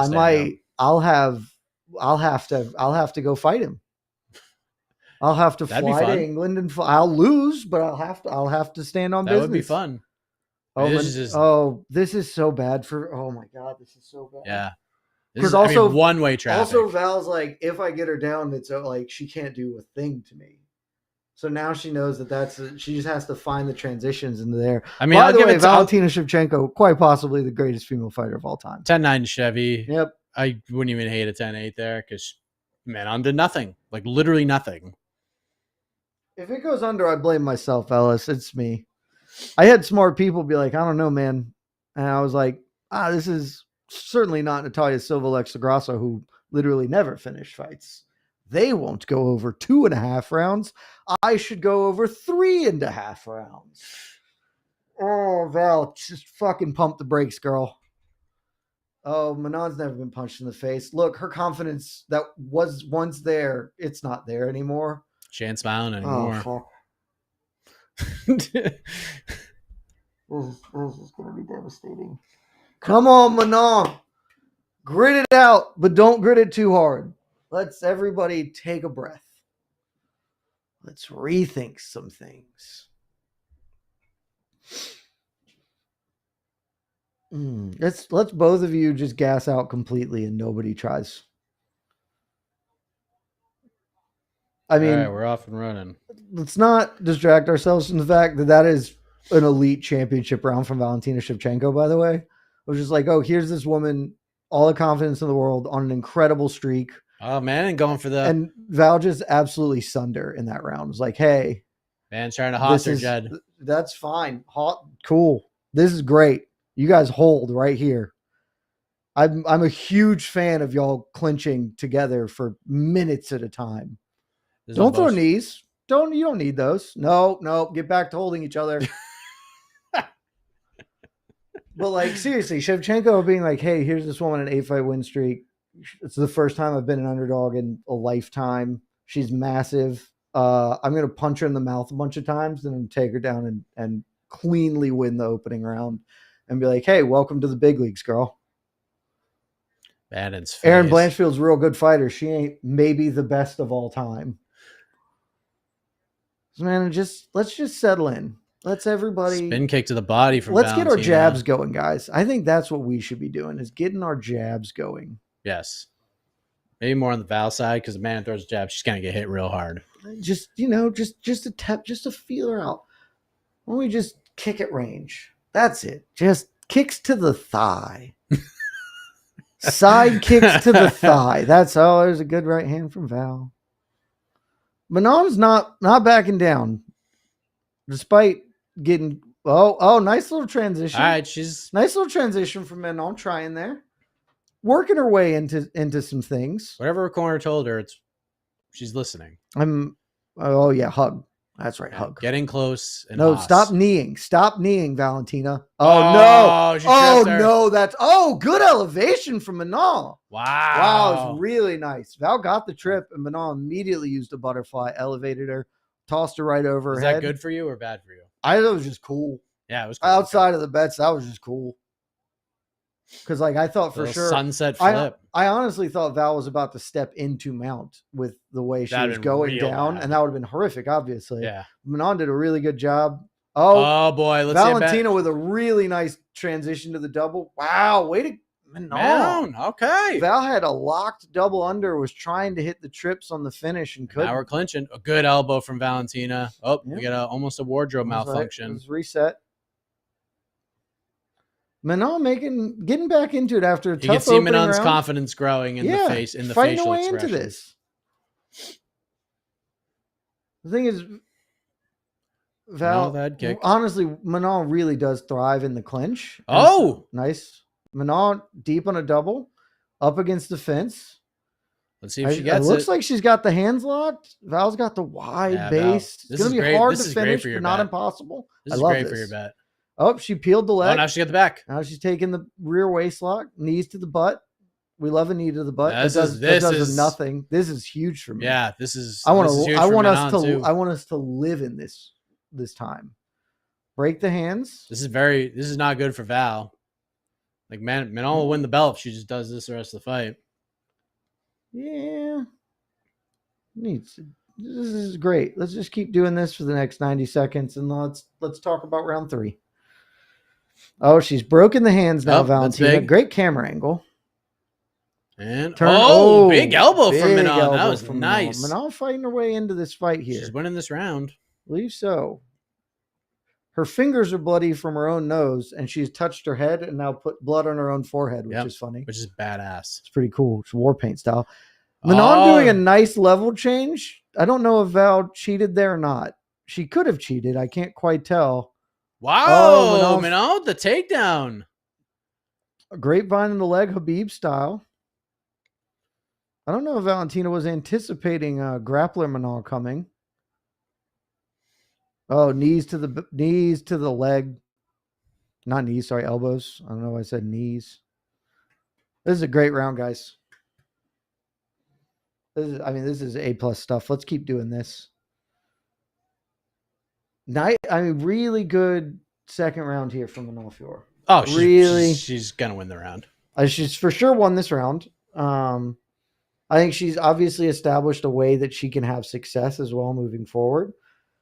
That's an illegal knee. That's not a legal knee. Mark Goddard just allowing a deeply illegal activity to take place. We gotta see a replay. Oh, no, the wardrobe malfunction. But that's what we're Manon's looking having for. a tough time. I got a 1-1 easy, and this is super not legal. Ooh, that's super. She got a knee. She's got a knee down. Definitely. I guess it's legal because she doesn't actually hit the head. She just hits the arms that are blocking. That's true. I guess it might be legal, but it's like kind of not. 10-9 that is Manon, weird. Yeah, I think we're all in agreement. Yeah, that's for sure. 10-9 Manon. 1-1 apiece. If you don't have 1-1, I would be interested in how you scored the fight. Why you would do such things. That seems very clear to me. 1 apiece. Oh, yeah. That's the thing, Joshua. Definitely an illegal attempt. I don't know if she hit her. So, because all of it went into the arms, it might be legal. I'm not actually sure how the rules would litigate such an activity. All right, guys, what if we just take 5 minutes off? What if we just hang out?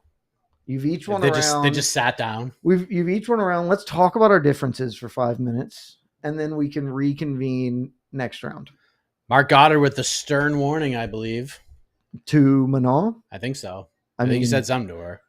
It's possible Val grabbed a fence at some point, but that would be the only foul I would have seen from her side. Oh, some kicks. Here's the thing, though. Nice rebound around from Manon. She now knows she can take Valentina down. Yep. And that's probably can lead to some success. Valentina now has to be concerned about the level changes because Manon was doing a good job of punching her way into those. Both women have gotten takedowns.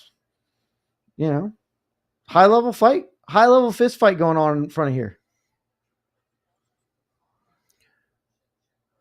This is the pace. Val looks off, man. She looks a little off now. Now the threat of the takedown is making her have to fight. And even in the second. And Manon's no longer just charging headlong into her counter right hand, which was obviously super helpful for her early. Yeah.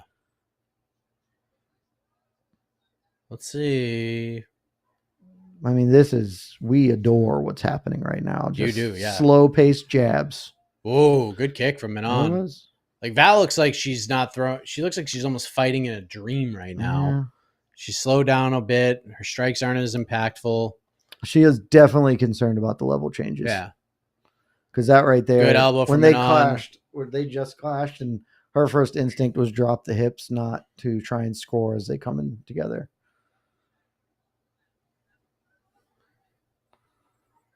Yeah. And the thing is, Manon's going to outwork her. Val's going to have to score big shots to offset, because Manon will work at a higher pace. And certainly now that she's got her confidence up, she's going to keep coming. So Val's going to need some more of the, hey, I popped you in the schnoz. Yep. Oh, now Val single. shoots. Both women. I wouldn't actually hate that from Val, the shoot, but then abandon it to try and land a hook on the break. Yeah. Nice little mix up. Oh, change of levels. Manon with a couple. Is Dana White here? I believe so. Manon with some very nice. I haven't seen him in the crowd at all. I haven't either, but wasn't he at the stuff this week? Yeah, but that doesn't mean he's there. Fair enough. I see Hunter down there, no Dana. Dana's in the back being like, Jose, what if we give you a featherweight title fight? Will you not retire? we want literally anyone other than Mobstar to fight for the belt. That's got to be Mobstar now. Let's just do it.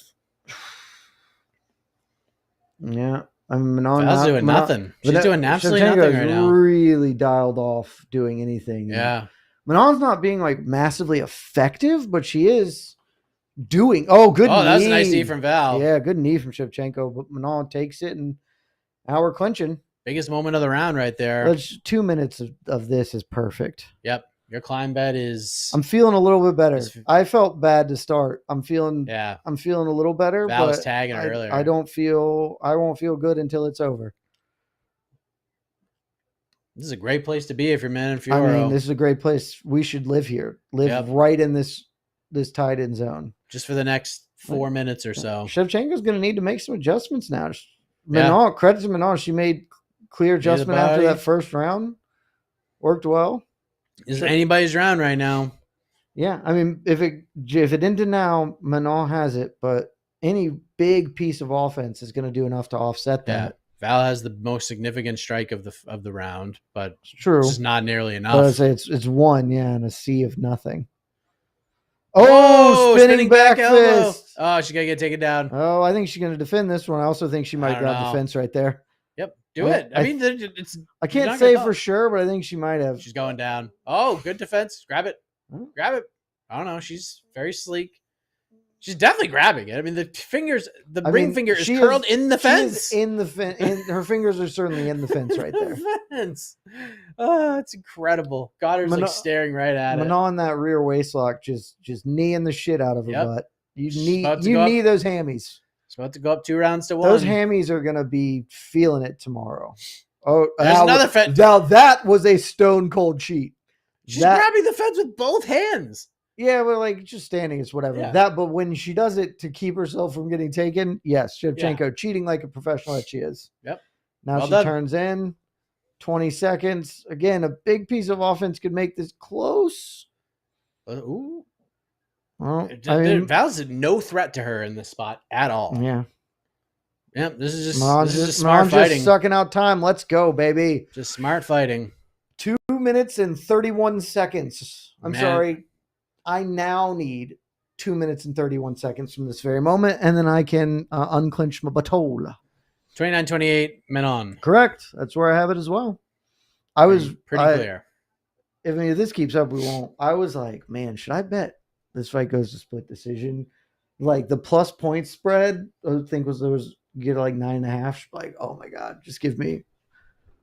Because I bet Val rebounds, has a better round this one. We go to the 5th. It's a toss up. Nobody knows what's happening. It'll be great.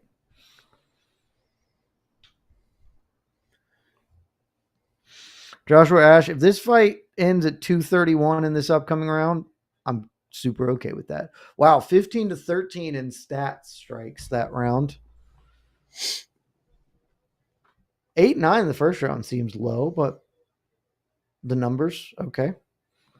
Seems Val landed more significant strikes than 8. It seems low, but yeah, she was hammering her. Are you excited about UFC Vegas, whatever the fuck? I do like this fight. That fight is fun, but I do like this fight. What is the rest of that card? It's not good. Really? It's not good, Bob. I thought it actually looked okay, but maybe I'm insane. It's not good. All right. 4, 5, 6, 5, 4, 3. Manon, brimming with confidence, continues to come forward. Shevchenko's really going to need to not let her come forward at will if she wants to win this fight.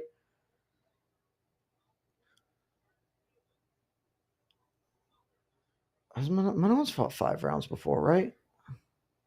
Yeah, Aaron Blanchfield's 5 rounds. 5 rounds, right? Yeah. Wow, Manon, big betting favorite. Manon jumped up to minus 300 about. Valentina just good right delivered a big right hand. Oh! Wheel kick. Calm that shit down. We don't need that. That was a very nicely timed wheel kick from Val. Caught her right in the face, but you can stop with that. Wow. You can bring that sort of offense to bear in 2 minutes. I swear, if she had knocked her out with that, oh God, that would have been fuck, dude. I mean, it would have objectively been super cool, but it would also been the worst thing. Yeah, the worst time thing that has ever happened. Oh yeah, that's right. Man. Let's get tackly. Let's get clinchy. Let's hold tackly. Everybody. Let's just tackle and grapple. And grapple. This is exactly where Manon needs to be. We love this. We'd love 68 more seconds of this, and then let's get kooky. We're getting very Batista-y right now. That's exactly. Well, I've always said big Mario Batista fan. Yes. Those have constantly been my words. Remember when McGregor did the shoulder strike thing and everyone tried to mimic it? Now everyone's trying to mimic Mario Batista. Do the Batista. That's what they say. Oh, Manon working on this now has moved to a single. Oh, elbow. No. Oh boy. Oh my God. What this if we is just so sweaty right now? What if we just go back to where we were, guys? Oh, come on. 31 seconds. 30 come seconds. on. This is scary as hell. Come on. Shoot Manon. I shouldn't be afraid, but come on.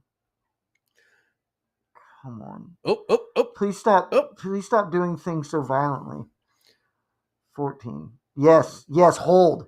Good knee to the body from Manon. Hold each other. I need you to hold on for 9 seconds. Oh. 3, 2, 1. Fire the gun. Woo! We caught it, baby. Let's go. Yeah.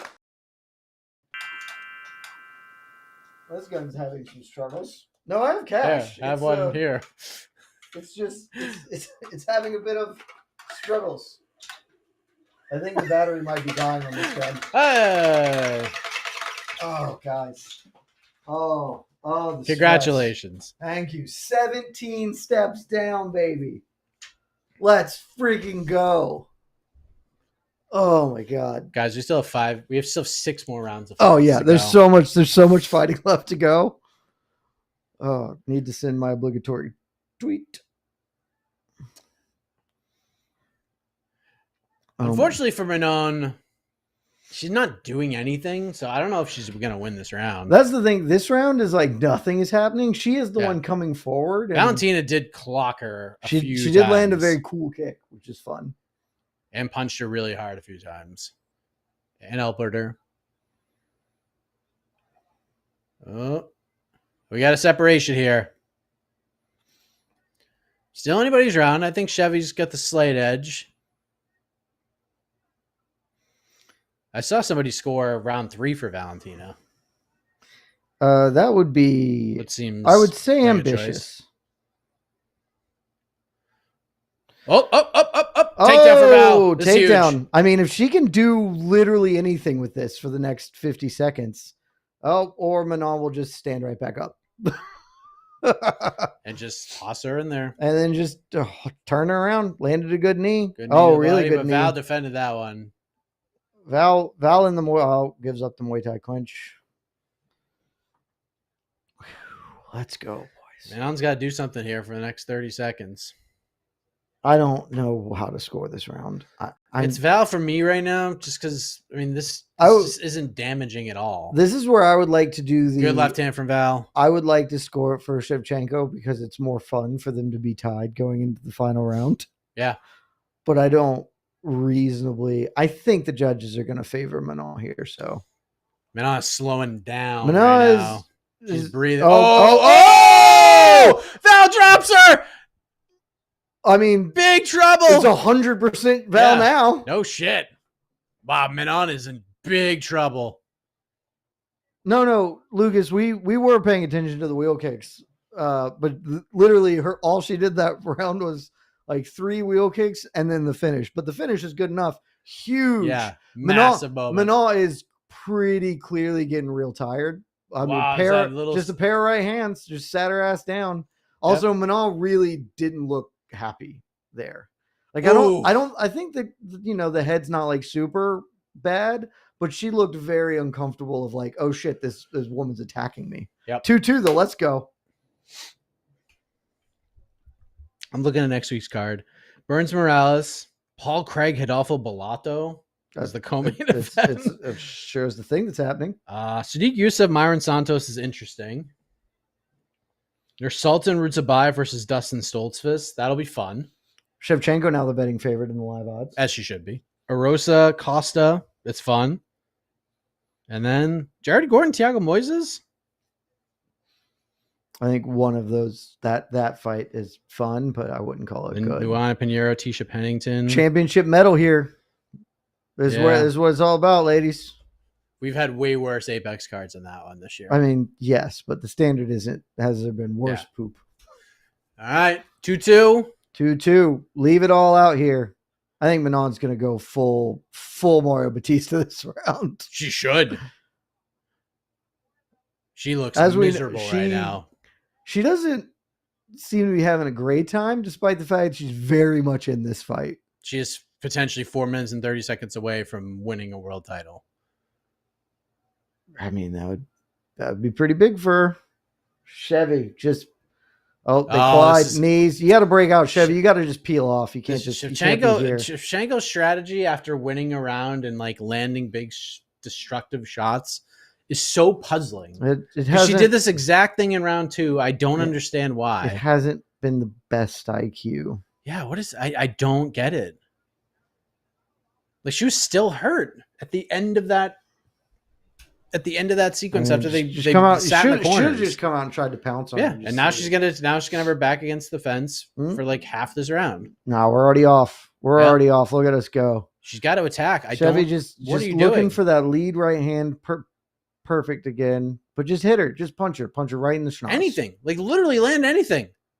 She's a good left. Purely waiting to counter, and that's not the best. Because manages but Val's just so close to the fence every time. She just needs to take the set. She needs to be more Natty Icy here.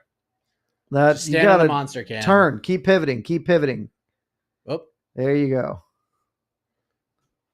I mean, she has let Manon completely recover. I mean, she's fully back, and now we're just 3 minutes for either person to win this round. Little leg kick.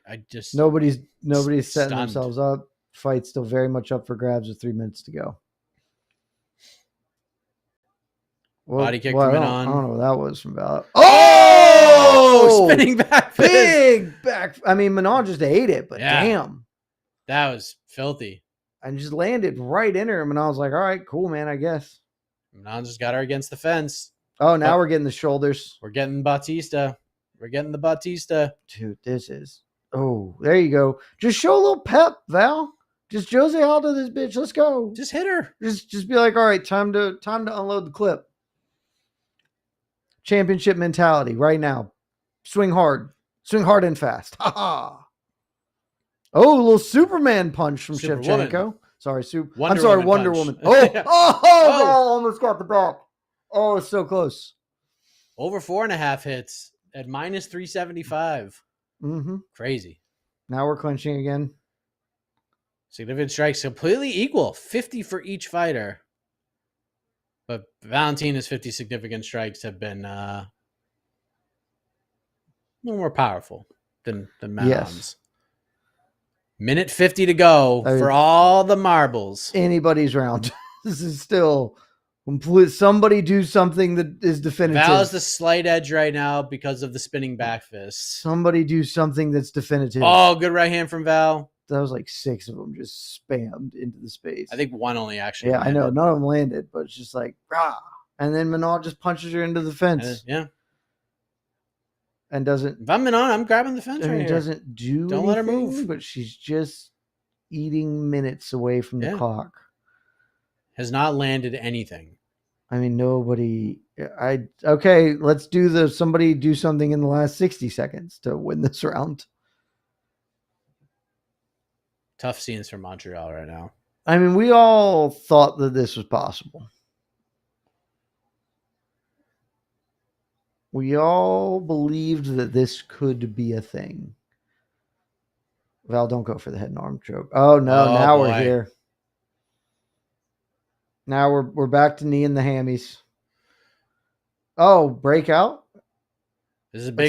This is huge. 40 seconds. You got 40 seconds. Huge 40 seconds. Val, Manon's probably got a slight edge right now. Val, I would guess you're behind. You need. Oh, good right hand. Oh, she hurt. Oh, did she sting her again?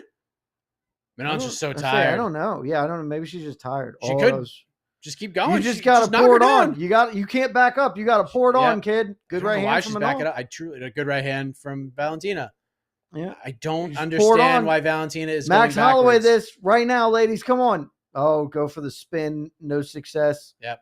Now I don't know why Valentina tried for the takedown. That was a bad idea. Elbow on the break for Manon. Yeah, and we go to the cards. Boy, I believe that Manon Fiorot is going to win this fight 48-47. I suspect it ends up a split decision. 10-9 Val. 10-9 Fiorot and new. She at least landed stuff at the end. She did kick her in the head with like the last second of the fight. She certainly landed all the best strikes of the whole fight. She just landed so little. I don't know that the judges are going to pay that off. I mean, we're about to find out. Honestly, any score you want to put here is fine. This thing, she definitely lands all the best strikes of it. What's the old chat? What do you got? Throw in your scores.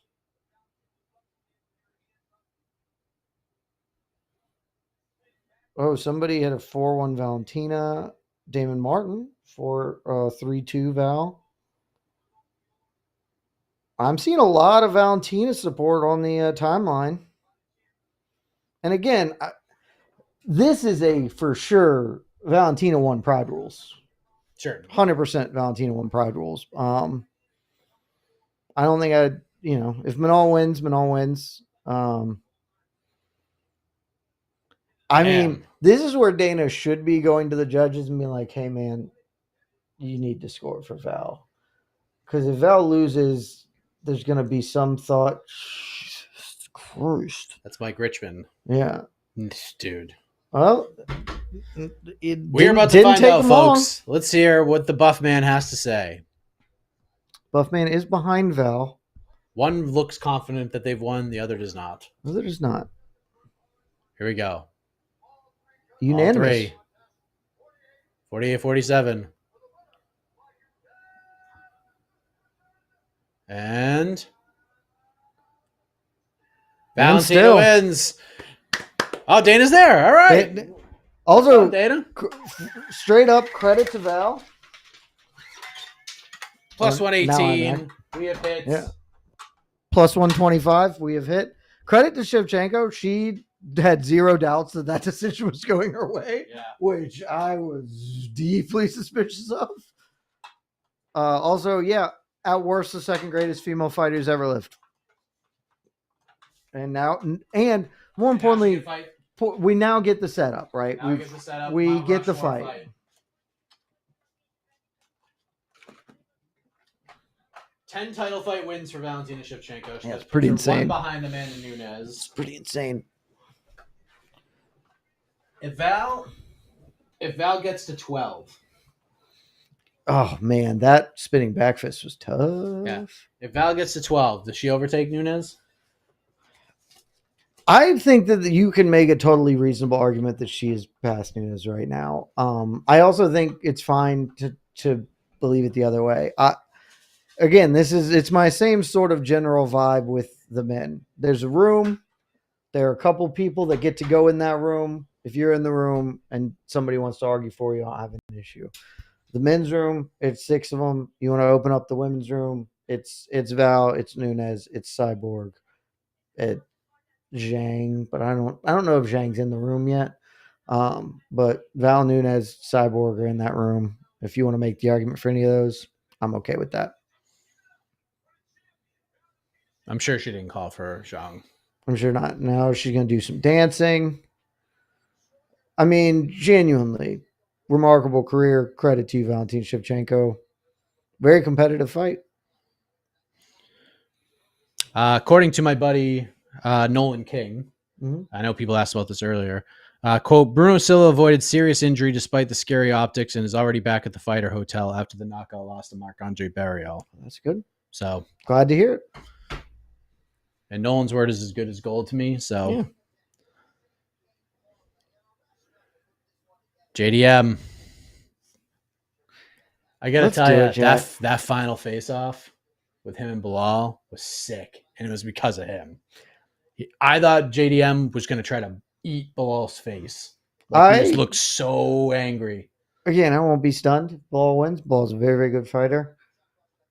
As the week went on, I just slowly was like, if Jack just kind of knows how to wrestle, that's it. Like, he just has to kind of know how. He doesn't even have to be like, he doesn't have to suddenly be bulletproof like Manon Fiorot's takedown defense or whatever. He's just got to be better and not be dumb, because sometimes he makes like bad tactical decisions about jumping gillies or whatever. He needs to be like Alex Pereira.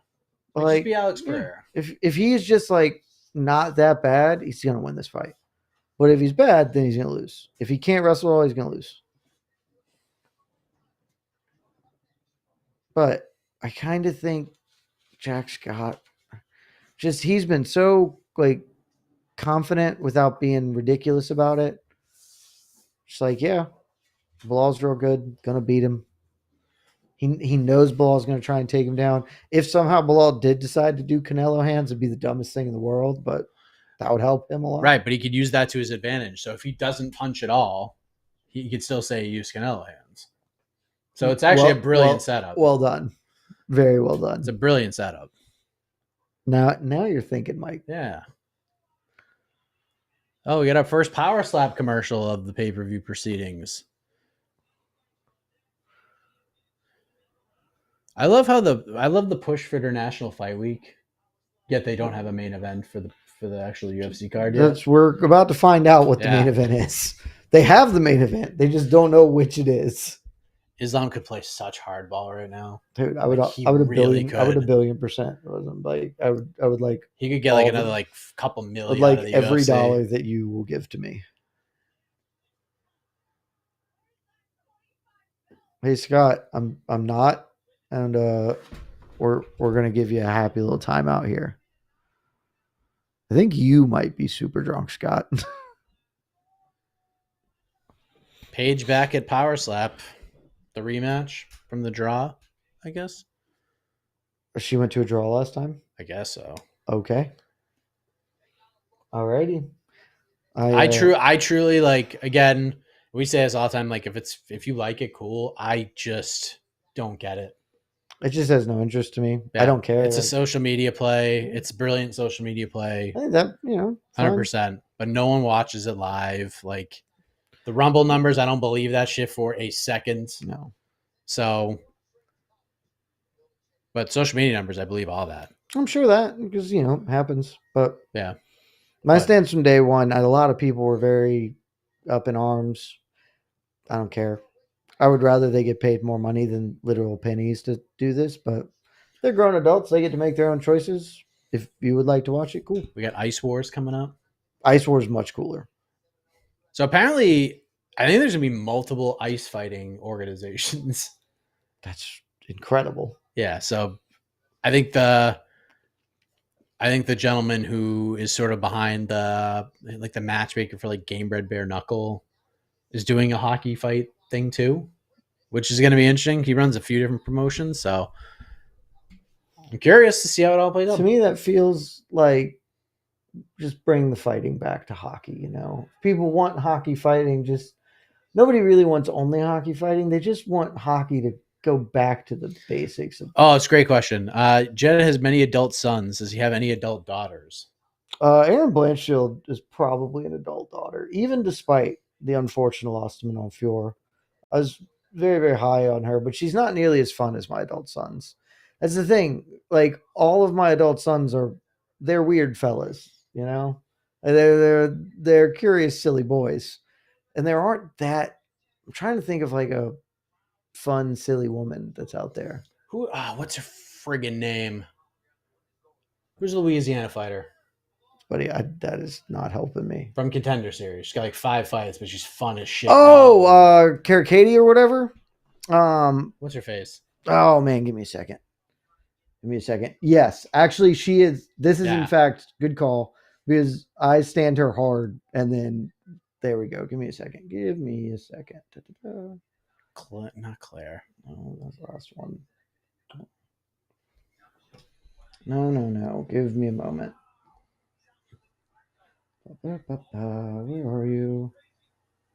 Carly Judice. Yes. That's the one. Carly Judice is definitely my adult daughter. Yeah, she's fun as hell. Yeah. Mackenzie Dern. Is Mackenzie Dern on the list? That's a great question. Mackenzie Dern. Judice, thank you. Yeah. Carly Judice is actually an adult daughter. Mackenzie Dern is also probably an adult daughter. I mean, I can't quit her. You've invested so much time. And she is very silly. She's a very silly woman, and I can't quit her. So those are actually, those are my 2 adult daughters. Trying to think if there could be any others.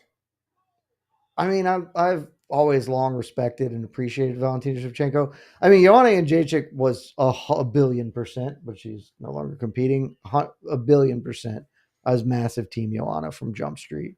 When she wasn't on Tough, I was like, this is dumb. She's the best.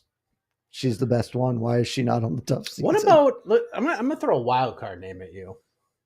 What about Priscilla Cachoeira? I mean, we respect Priscilla Cachoeira as a cheater, but she's not my daughter. What about a stepdaughter? No, just family friend. Just a family friend. But she is so valuable. We respect her game.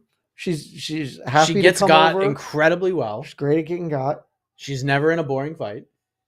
She cheats. We love her cheating. She cheats, and she knocked out her last opponent in pretty brutal fashion.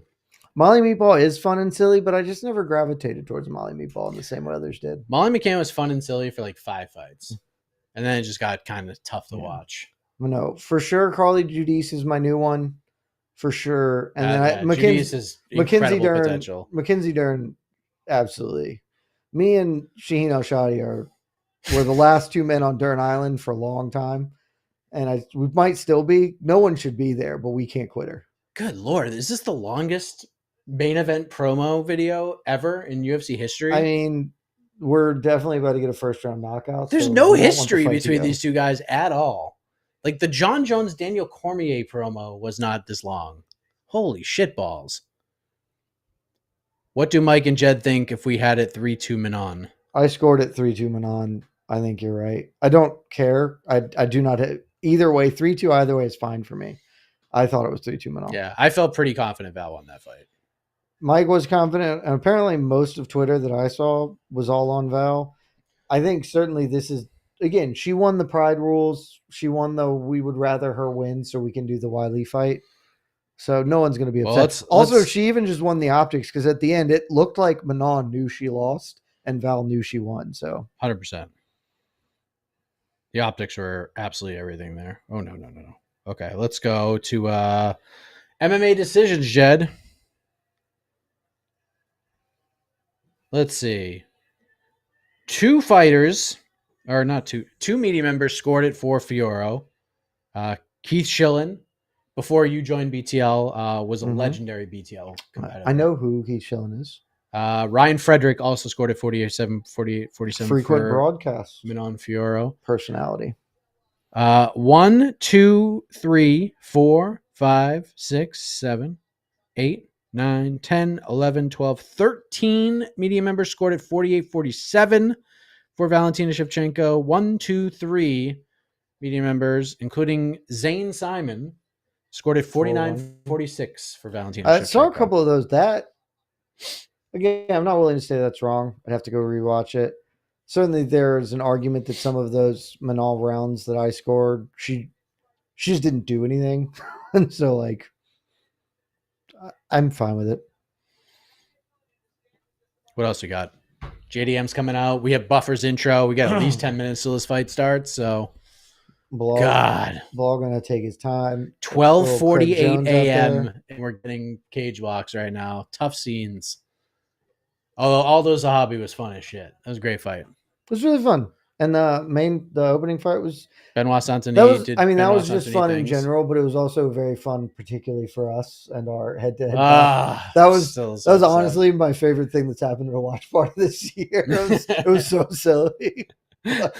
By 5 seconds. 5 seconds was so silly. And look, a lot of that last fight wasn't great. I'm not here to pull the wool over your eyes. It was better than I thought it would be. There were some moments that were more fun in that fight than I thought. I really thought that fight was going to be terrible. And it was just bad to mid. Question here is, how fun will this one be? If we put a capper on it, either way, one dude shows out big. If Jack Della blows him up, I think if Jack Della blows him up when we do our post show, the first thing I'm going to be like is, hey, remember, you weren't on the preview show. Me and AK, we're just like actively fighting the comments. There's more me than AK. I guess you probably could about the that. About how I mean, like, this card's bad. Like, the card's not bad. It's not fun. I'm not here to tell you it's fun. You got 2 title fights that are very meaningful with multiple storylines in play. You've got Jose Aldo fight like a ranked fight. Obviously, the retirement now becomes meaningful. You've got the possible next title challenger. Like, it's a good card. It's just not fun. And they're like, no, you're stupid. This card's trash. I'm like, guys, look at next week. Now, if this fight ends up being fun, I'm gonna Dana White it and be like, told you guys. I put this card over too. I was like, this has UFC 206 potential, where it's just like, hey, 205 rocks, and we know you're gonna buy this one. And then 207, Ronda's coming back, and Cruz is fighting Cody Garbrandt. 206 was, I believe, Holloway Pettis. But it was also Cub Swanson, Duho Choi, Matt Brown, Donald Cerrone. Like, just an insane fucking fight card that nobody watched live. Belal, just chilling, Palestinian flag, feeling good. I do think Belal Muhammad is the most underrated fighter in the world right now. I don't think he gets nearly enough credit. But that's okay. Maybe. I mean, I just truly think he is. I think we'll see tonight. I mean, JDM hits like a truck. I am intrigued, obviously, by the fight. I have to say, and I mentioned this on the pre-fight show, I didn't get to watch all the preview show, but I watched some of it. Your point that you were like, this is just really silly, that maybe it's in Bilal's head that Habib and company didn't just be like, yeah, we're not waiting. We'll just have him fight Ilya because our guy's going to just absolutely murk this dude. Mm-hmm. Like, I didn't even like think about it in that sense, but I don't give a shit who you are. There's got to be a part of him, and maybe he's using it as a chip on his shoulder, perhaps. But like, that's got to sting a little bit, man. That your guy, your buddy, who won't fight you, and you've like agreed to this, but still, at the same token, maybe there's a lack of confidence here on that side of the table, that they're waiting to see the result of this fight. Dude, I know that it's very dumb. I didn't think about it until he said it. Like, till Belal was like, I know that they're waiting on this. They don't have to wait. Like, I got this. And I was like, okay, but why are they waiting on this? Like, this was like, if this was Habib, they wouldn't be like, let's see if Habib loses to Charles Oliveira. They'd be like, okay, Islam, you're fighting somebody else because Habib's clearly going to beat the shit out of whoever it is. And like, again, this is obviously lizard brain Jed, very stupid. It's entirely possible. Interesting take, though. I dig it. It's entirely possible that they're just like, well, we might as well keep our options open. But I think that I genuinely talk to myself and like, there's a part of them that honestly is like, Belal probably has a really good chance to lose this fight. It is official. Belal Muhammad is the worst dancer in UFC history. He's not very good. I mean, he's dancing though. He is dancing. I mean, he's having a damn good time, but it's not fun to watch. It's the other thing. I feel like, and again, this is armchair psychologist, absolute bozo shit. You shouldn't put any stock into this. Oh, I'm so excited. His fight week that has leaned me more towards JDM because he's trying to ride this line of like, I'm the champ, unconcerned, cool, this is great, I'm trying to be the greatest fighter ever, to like, I'm gonna show you guys how good I am. Here's my like. I felt like in the Leon fight, it was just a very focused energy of like, I've been trying to get here forever. I'm going to win the belt, and now it's feels like he is just disparate with things, and that's a little concerning to me. Again, absolute bozo shit on my own part. Full lizard brain analysis, but like of these two fighters, Jack feels much more a linear A to B, whereas Belal feels like he's pulled in different ways. What is your bet on this fight? My bet on this fight is on Belal Muhammad. I wish I was on Jack Della. As I did pick Jack Della Maddalena. I bet Belal very early in the week when I was much more confident, and I talked myself fully out of it. I wish I just didn't have action on this fight, but you know, I'm doing what I did. I have the exact same bet as I had the last time Belal fought, taking the point spread at plus money, and I'm just gonna nail it, like plus 115 or 114. I think I got it at. If Belal wins, he's gonna win by a lot. Like this is not. it seems likely. Yeah. So might as well get the extra value on it and go that route. This ain't gonna be I don't think this is gonna be a 48-47 across the board Belal win. I think if he wins, he wins like 49-46 or better. If he comes in and shoots takedowns and gets them, it's probably just going to be him all day.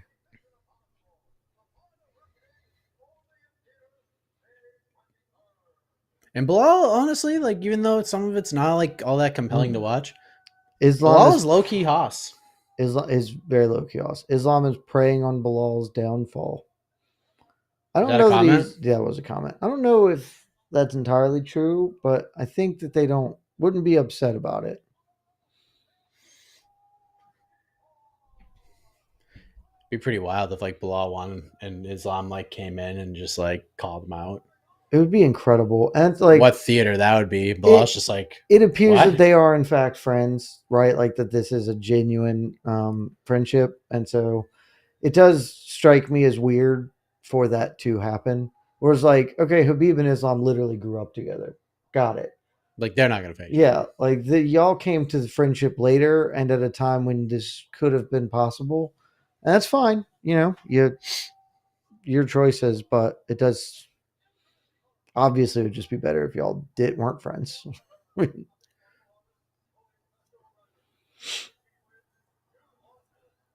Very pro JDM. I mean, they love him some JDM. Dude, he's super fun. And it's been a long time since we've seen him, but super fun. Wow. 8-year edge difference. The younger fighter wins 66% of the time per the stat just flashed on the board. Well, Gilbert Burns was much older than he was, and Gilbert Burns was putting the boots to him until the last minute of that fight. So he was, and then he lost. JDM does have dog, like a ton of fucking dog in him. I said this about Belal and Merab, and like I recognize that it's fine. I just can't ever really get behind a decision merchant because Belal has to win 25 minutes of this fight, or almost all 25. Jack has to win 3 seconds. That's it.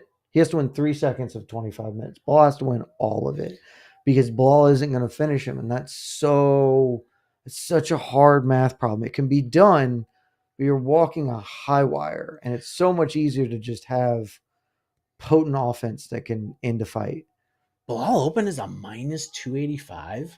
Yeah, money basically just came in on Jack steadily the whole time.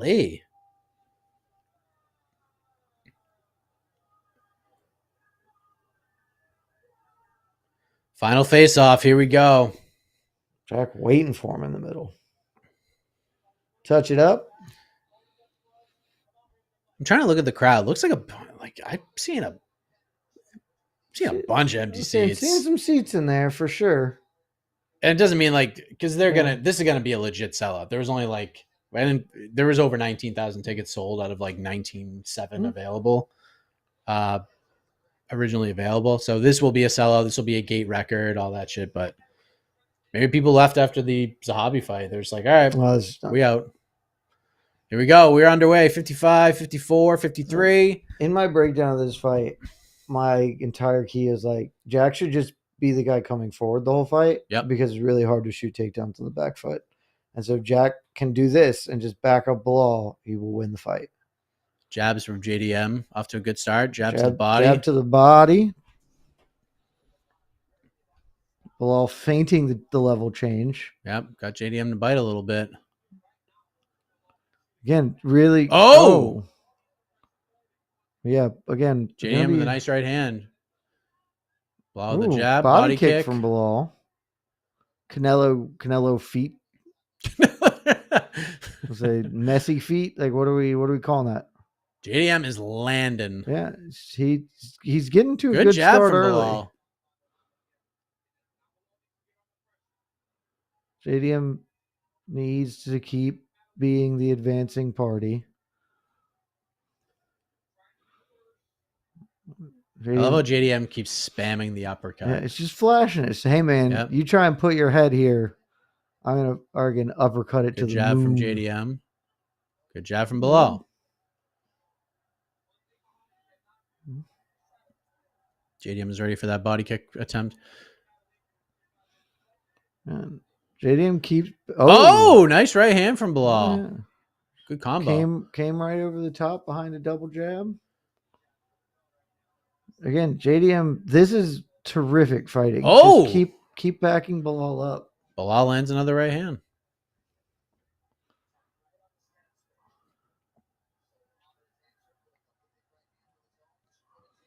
I mean, thus far, Belal has not pretty shot. Good. He has said he would Canelo hands it. Check the leg kick. And he is Canelo handsing it.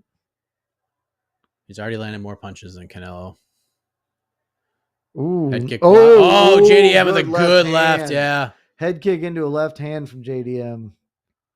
Got a reaction. Oh, he hit him again. Hand. Yeah, I think you need to stop with calling the for Belal to shoot. Be a liar. People don't like you anyway, so just be the liar. Had a chance to do it there. He still didn't. Canelo hands.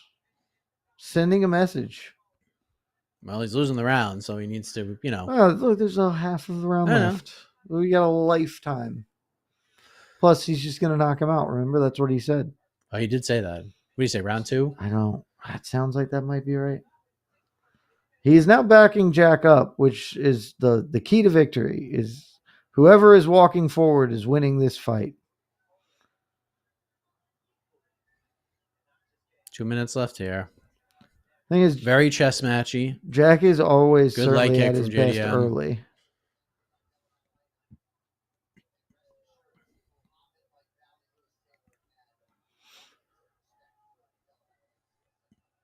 Oh, that was a sneaky little shift from Jack there.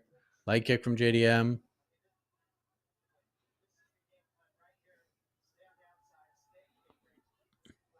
I like the leg kicks from JDM. I don't think Belal saw a lot of that coming in this one. I also really want him to just jab the body a bunch. Because that's nice. Now he's shooting. Belal backed him up, gets him to the fence. Oh, but he just used it to set up and get inside the punch. You got to just get off the fence because Belal's not that great a shot wrestler in the open space. Yep. If he gets you against the fence, he's hell on wheels. Jab comes up short from Belal. Kick up the middle. Good change of the energy from Belal there, though. Minutes ago. The energy. 55, 54. Both men throwing, but are very cautious. This has been a consistent pace, but not. Oh, JDM just missed a knee. Ball and a good left in there. Yep. And both men active, but not like a super high pace, but a solid work rate on both sides of the ball here. JDM a little more active, according to the numbers. JDM step and tries elbow. For a really bad step and elbow. Yeah. Belal coming forward. Body kick caught for... Oh, big uppercut from JDM. Belal just eats it and stays in his grill, though, man. Way to go, Belal. Belal gaining a lot of confidence with the mitts here. That was an incredible right hand from JDM. It was. Belal just 10-9 kept JDM going. for me. Very good. Yeah, 10-9 JDM, but competitive. But Belal, I think Belal took his best shot. I think Belal came on strong. Obviously, we know he's got cardio for days. So I think he started to really pick up some confidence in the back end of that round.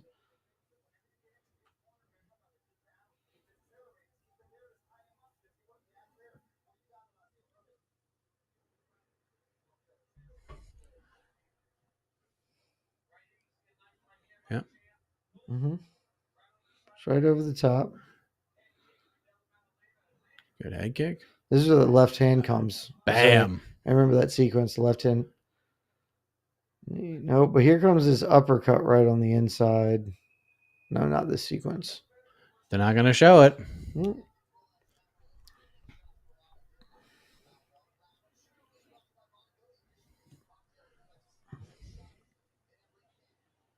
Only one shot, too. So, I mean, Canelo hands indeed. Yep. All right.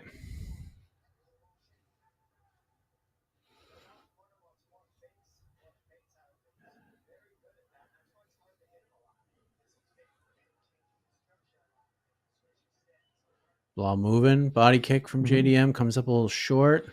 Oh, Belal swung a heavy hammer there that didn't find anything.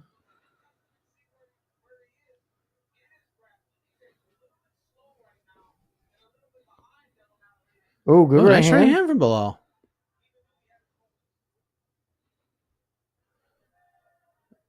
Jack not opening up with the offense right now, and that's...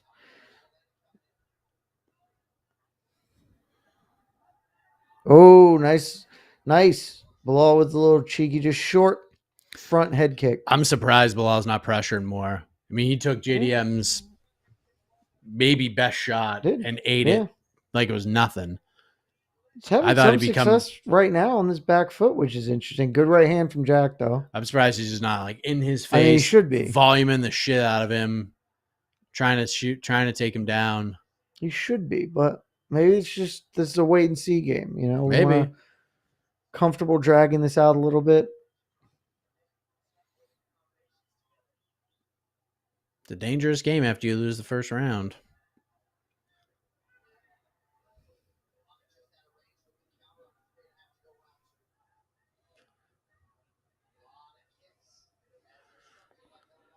MBJFC, we're watching fist fights. Yep. There's just not a lot happening. Oh, good right hand from Jack. Yep, that was good. It's very limited engagements. Really nice right hand from Jack. Yep. Belal's not touching him right now. And body kick blocked, but still got through a little bit. You could see those body kicks adding up a little bit. You could see the shin marks on the back of the rib cage of JDM. You sure can. Oh, good shot from Belal. Didn't get all of it. Belal really likes that lead rear uppercut. Little leg kick. Oh, that was good right hand from Belal. From Jack. Oh, good right hand from Belal again.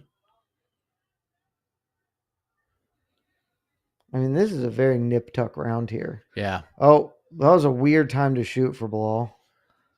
I don't know if it's just like hey, give you something to think about. Ankle pick. Jack's head was basically already down there. Yeah.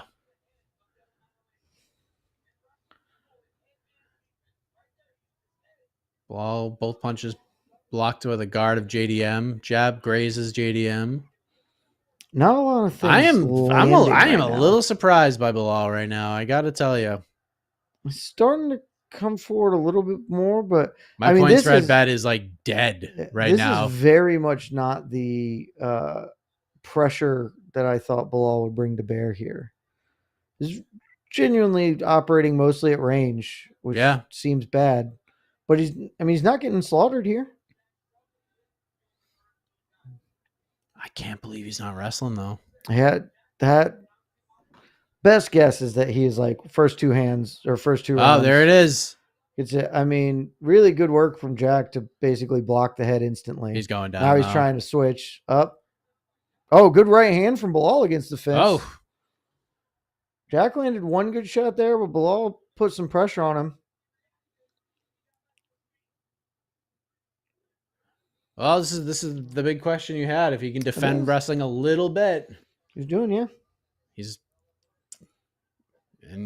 maybe a minute away from being up 2-0 He's not having like Belal is doing better on the feet in mostly pure striking exchanges than I thought, and I don't think Belal is bad. I thought Jack would have a little more pop, but outside of maybe one of like the first couple of punches, nothing's really phased Belal or gotten him like too much respect. Just I took a shot, keep going.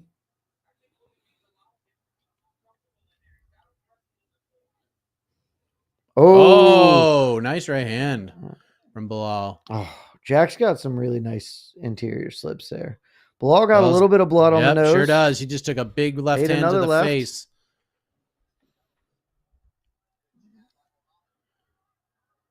Nice little exchange. Belal spinning, missing. JDM made fun of him. Made fun of him. Yeah. Wow. And now he's spinning a whole bunch. Some spins. JDM feeling good about himself in there. Super close round. I'm gonna go that. I feel better about that round being a Jack round than the first round. So I'm a 10-9 Jack. Yeah. If you wanted to score either round for Belal, I don't think that's wrong. My point spread bet is like dead. I just definitely thought Jack had landed the better shots. This is a weird fight. This is like not what I expected at all. It's definitely a little weird. I mean, Belal needs to Belal's by far his most success is when he's got Jack near the fence and can just bring offense to bear. He's not getting blown away on the feet. Arguably, I see some people in the chat think he's up. Again, if you want to score those 2 rounds for Belal, I don't think that's wrong. But he needs to start pulling away here. 2018. I mean, I've got a 2018. I'm okay with 2018 either side. Or 1919. That's not because there's 1919. Yeah, okay. I'm okay with any score you want up here. I'm fine with right now. I think these rounds have both been quite competitive. Let's see if Belal gets a little more after now, puts a little more pace to this. Oh, nice left hand from Belal. Mm-hmm. All right, Belal's starting to turn it up a little bit. Maybe he's just waiting for championship rounds to say time to really let him go. Oh, big body to combination head from JDM. From Jack. That was a nice left uppercut to the belly and then right hand over the top. And to me, that's honestly been the difference. He got popped again. Belal has landed and done well, but the ones Jack's like when Jack lands, it's like really good. Yeah. And Belal is just like landing, okay, solid. JDM is like Jack's landing cleaner. Yeah, Jack is feeling himself too. He has no fear of Belal hitting him. Look at this. That was pretty slick. He's styling on Belal right now. That was pretty slick. Belal, have you considered perhaps wrestling? This is insane. If you lose this fight, he's never fighting for the belt again. I mean, you're never fighting, and then like your corner will be like, dude, we thought Canelo hands was a joke. We thought you were just playing. We thought you were just funning, buddy. I told you it was Canelo hands. There you go. Keep coming forward. JDM's just piecing him up.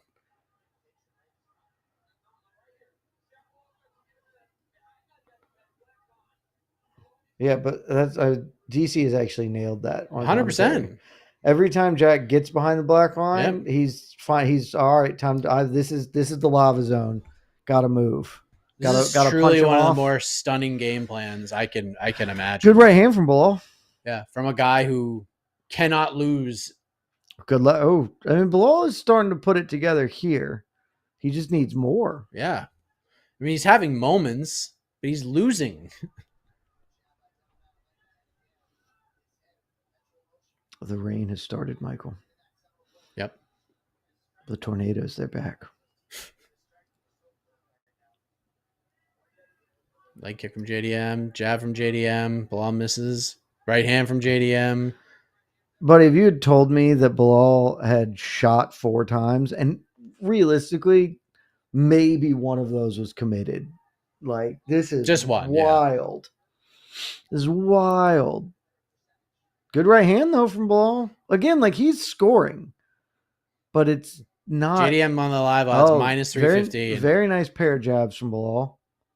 But none of these are doing any damage. AK and I joked on the preview show, I was like, maybe Jack should just get hit early and then trick Belal into thinking that he should box the whole fight. Like, I don't know what Bilal's doing. He should at least be mixing I'm truly in stunned takedowns. by this. Solid left hook. I mean, the point spread bet is maybe one of the worst bets I've put down in a long time. If Belal ups his output, he's going to win this round. Just keep coming. Keep this output up. Because he is now really getting Jack moving away. Jack's offense is slowing down. But you gotta turn it up. You gotta put a statement down here, kid. Oof, Jack tried to throw a haymaker. Yeah. Ooh, good body kick. Bilal's coming on strong. Just set the tone, Needs a man. little bit more. Set the tone. Put a stamp on it. Win a round. Oh, good right hand from JDM. Good right hand from Jack. But see, that's the thing. Like, Belal is not landing that right hand from JDM. Belal is not landing anything as effective as that. And JDM's just mixing it up everywhere, as you can see in the numbers right there. This is Belal's best round. This is definitely Belal's best round. I think he's ahead right now. Like one big shot could change the dynamic. You got to put this down. You got to keep coming. Keep coming. JDM. Jesus. JDM hit him with two monstrous big shots, man. Credit to Belal's chin. Yeah. Belal with the body kicks partially blocked. This is it. Good elbow. Good elbow. Let's see. Now he goes.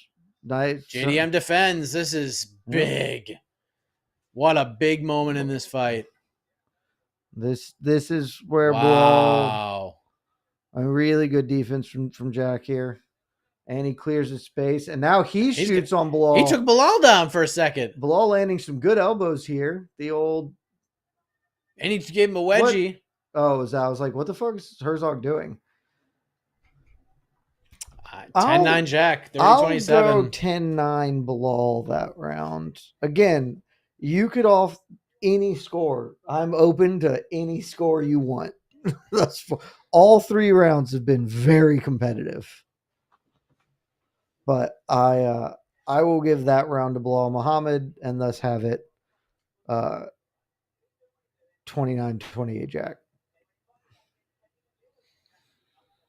But totally possible Belal needs a finish. Possible Jack needs a finish, frankly. Nobody should feel confident. That was the first round Belal outlanded Della Maddalena. It was 34-29. And again, JDM is just landing. The better shots did go one side of that. Yeah.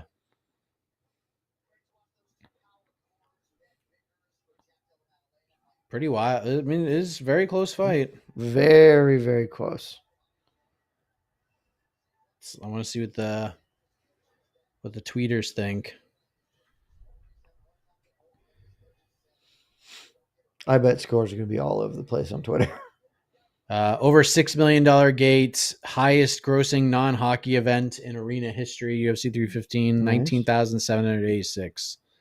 Belal has committed to the forward pressure now, which he should have done earlier, but now solid right hand from Belal. Got Jack against the fence, body kick. And this is the thing. If Jack can't start backing Belal up, this is a snowball rolling downhill. Yeah, scores are all over the friggin' scores. 30-27 JDM scores from Nick Baldwin. Everywhere. No score, just want to get on the Korean broadcast. Just saying stuff. We respect it. Yeah. I mean, Jack is not backing Belal up at all, and he got to do something else. Yeah, I don't believe what I'm seeing, especially if you're Belal, who good right hand. You have to win every fight. You do the rest of your UFC run. You cannot lose ever again. They're not gonna cut him. Oh Jesus, JDM that's is a big annihilating him. JDM. That's the other thing too. Is Jack is the one more likely to score here's an oopsie knockdown that swings the whole round and the fight. Belal needs to pedal down, buddy. Pedal down. Good right hand though. Every time I say Belal needs to do something, then he lands a right hand. Just keep coming. Good intercepting jab there. Good right hand from JDM. I don't even know how he landed that punch. We're just slinging it.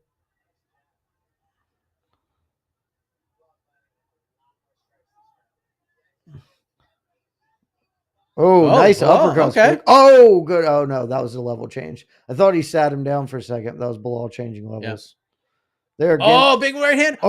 Big. Oh, Belal's getting Jesus. Every time Jack hits him, his head just turns away. Yep. And credit to Belal. Like, some of these are really big shots. And Belal just relentless. It's not even relentless, though. He's shooting once. This is so unlike Well, yeah, him. but I mean, mostly that he's not getting backed off when he gets jawed in the face. Oh, now Belal's got the back. Rear waist lock. Jack on the turtle against the fence. He's got to do some serious damage here, though. I would certainly say Jack is ahead this round. Ooh, knee. Was that a knee? I believe that knee is legal, so yes. Jack, don't try some dumb shit like a fucking Gochi. That's not. Oh, Jack gets up, gets some breaks. Really nice what work a from big Jack. moment for JDM. A lot of blood here now. I think that's Belal, but maybe it's both of them. This is like the first time I've seen Belal take a deep breath in a fight. I mean, credit to Jack, man. What an outing. This is a hard fight for both men right now. What do you think Islam Makhachev's thinking right now? I think Islam is thinking he can beat Jack. I don't know that he would, but I do think he can. Belal lands a couple right hands. Yep. Belal Muhammad has passed Alex Morono for third most significant strikes in UFC welterweight history. Another really close round here. Very close. JDM was winning, but Belal is trying to close the gap.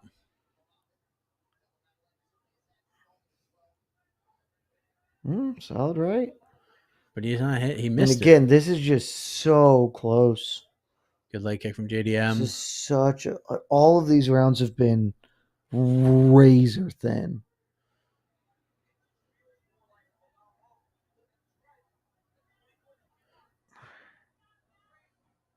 Belal with a deep shot doesn't get anywhere. No. He's so much better at wrestling against the fence than he is in the space. If DC is calling this a Belal round, then this is a JDM round because he just I'm gonna say the same thing I said every round. If you want to score it either way, I'm okay with it. I think unless Belal does something big in the next 40 seconds, I have Jack ahead at this point. Belal does have the rear waist, trying to land these big knees, but he can't get them up. It's like a kick. It's crazy. Yeah, it's terrific flexibility. Oh, good job by JDM. He's not hitting him, though. He's missing. What a right hand from JDM. Right hand. Every time, it looks like Belal might finally start JDM's to take ear over. Is battered. Yeah. Every time it looks like either man is about to really take over in exchange, the other one just hits him. It's like, all right. I'm going to go. I'm giving it to Belal. I'm giving that one to Jack. I have it 3-1 Jack. Yeah, I'll give it to Belal. Totally open to it. It could be 4-0. It could be 4-0 either side. It could be 4-0 I don't think there's either a world. side. Yeah, I don't think there's any world it's 4-0 Belal. Could be 4-0 Jack is very possible. I've got it 3-1 Jack. I don't have any confidence in the judges on this one, man. All of these rounds are very close. Jack's landing better, I would say, in most of them. But I mean, statistically, Belal has outlanded him in the last 2 rounds. He was 1 strike behind in the second round. I certainly think Jack's strikes are better, but Belal is without question they're better. Yeah, but Belal is now the guy advancing more. Judges often just look at that. Scores, we are heading to Splitty, I think, for sure at this rate. But I've got a 3-1 Jack, and Belal needs a finish. Yeah, it could be 4-0. I don't know. We'll see. Could be 4-0. Could be 2-2. Could be anything. No touch of gloves for round 5. I love it. It could be a boat, Mike. It could even be a boat. Good right hand from Jack. Good left hand from Jack. However this ends, I think Belal tomorrow will be like, man, I probably could have done a little bit different. Yeah, I'm still so this probably wasn't surprised my by best this. effort. I mean, he's still hanging around in a striking match, and he with might him. be winning. He might be winning. I don't know. Good rip to the body from JDM. And Belal's going to talk a whole lot of shit if he wins this decision without scoring a takedown. And credit, he should. Absolutely.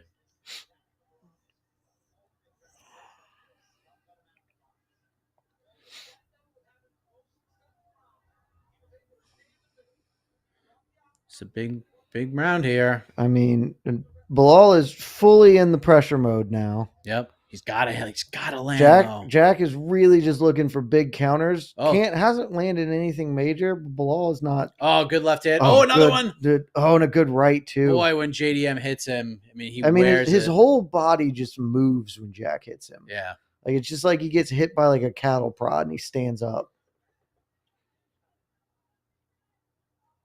Record Good significant right. strikes. Really nice right from Belal there. Might be his best punch. Belal is just bleeding. Belal is bleeding a lot. Belal is bleeding a lot.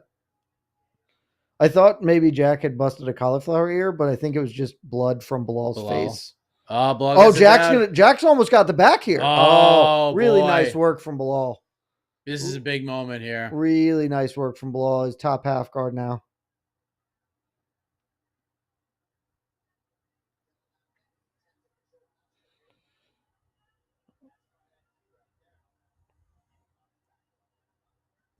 Belal flattening him out so Jack can't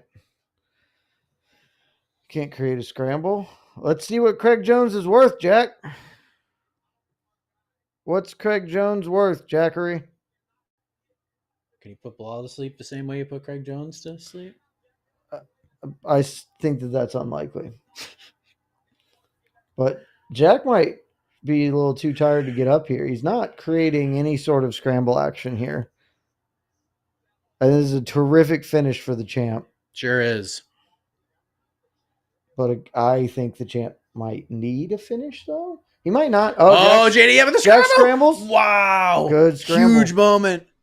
Good scramble. I mean, easily the best part of the fight for Belal right there, though. Belal's still bleeding like a stuck pig. Yeah. He is getting walloped in there. Keep scrapping, though. JDM's right eye is taking a little bit of a beating, too. Scrappy MMA. Get scrappy, Jack. Set the tone.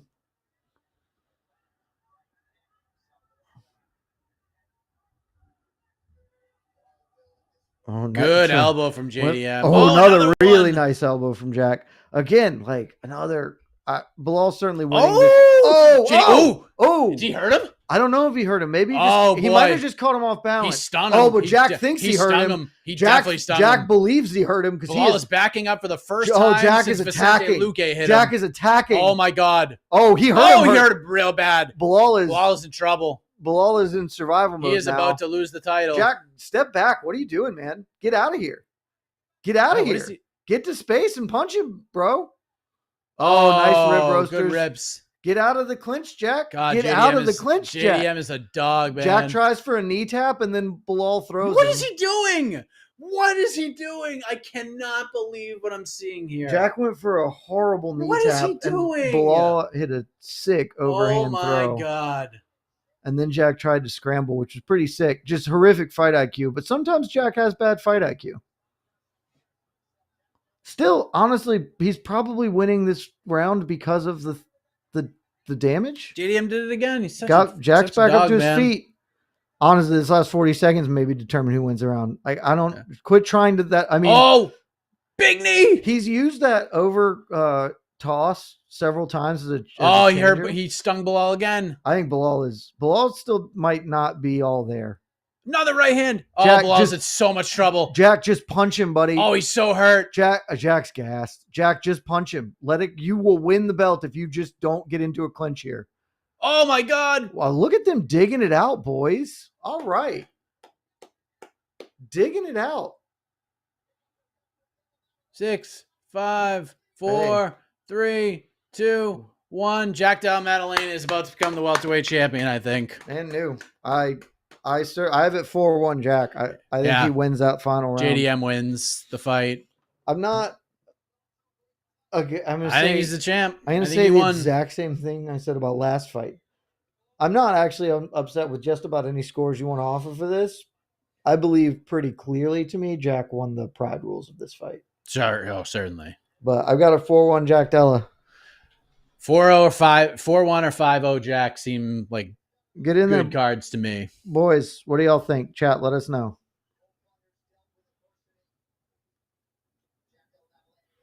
That was, as I have been kind of saying in the build-up, that was much more fun than most people thought it would be. Took a minute to get going. It was much more fun than most people thought, than I certainly thought it would be. Oh, jeez, that knee is mean. Just busted the eye open. This is where I thought he was going to find a way to sneak around, and Belal just ran him down. Bam. Oh. That's the right hand. Here, Jack goes for a fucking knee tap, and Belal is just like, cool, you dumbass. I just don't. It was really bad. So Jack is fight Islam Makhachev. It would appear that Ilia Topuria and Charles Oliveira are fighting for some level of a lightweight title next. We'll see. I think, yeah. Either judges are taking some time. We might be heading to Splitty. JDM, JDM won pride rules.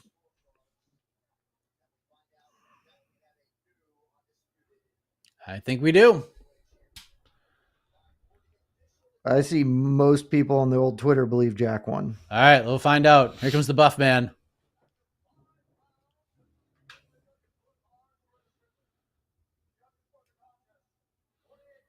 $48.47. $48.47. $49.46. It's Jack. Belal, though. It's Jack.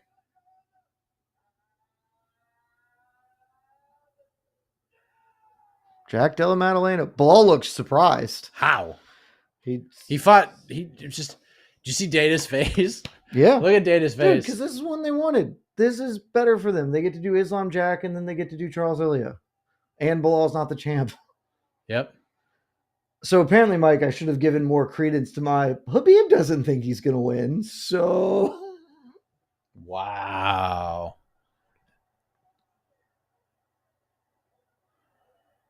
Dana's putting Belal over, though. Dana seemed very thrilled with the fight. It was a good fight. He fought quite well. It was a good fight. It was fun. Way to go, Jack. That's fun, man. And it's unfortunate, man. Like, he's going to get the Dana seal of approval, which is very important. But he's never going to fight for the belt again, man. The game plan was shocking from Belal Muhammad.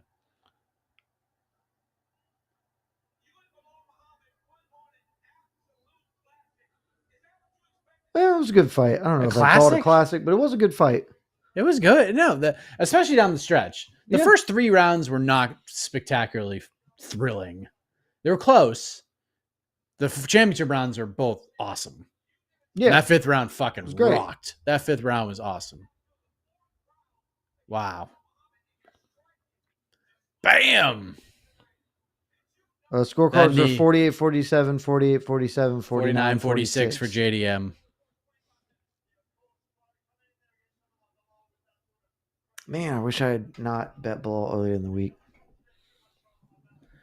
Well, if I knew he was really going to stand there and not try to take him down in the early moments of the fight or try to at least pressure him against the fence, I wouldn't have taken the point spread bet.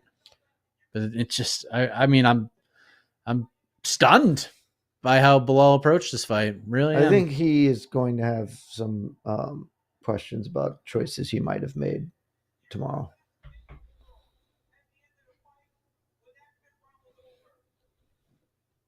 Where's his rank in the fight of the year conversation? I'm not even sure it's fight of the night. Oh, okay. Probably is, but like Jose Aldo's a hobby is real fun. I agree. This is 5 rounds. It's probably fight of the night, and that's okay. It's gonna get it. Yeah. There's no way Aldo's a hobby's gonna get it. Wow. Hello. We spoke about the great Australian champions. There are 2 of them. Now there are 3.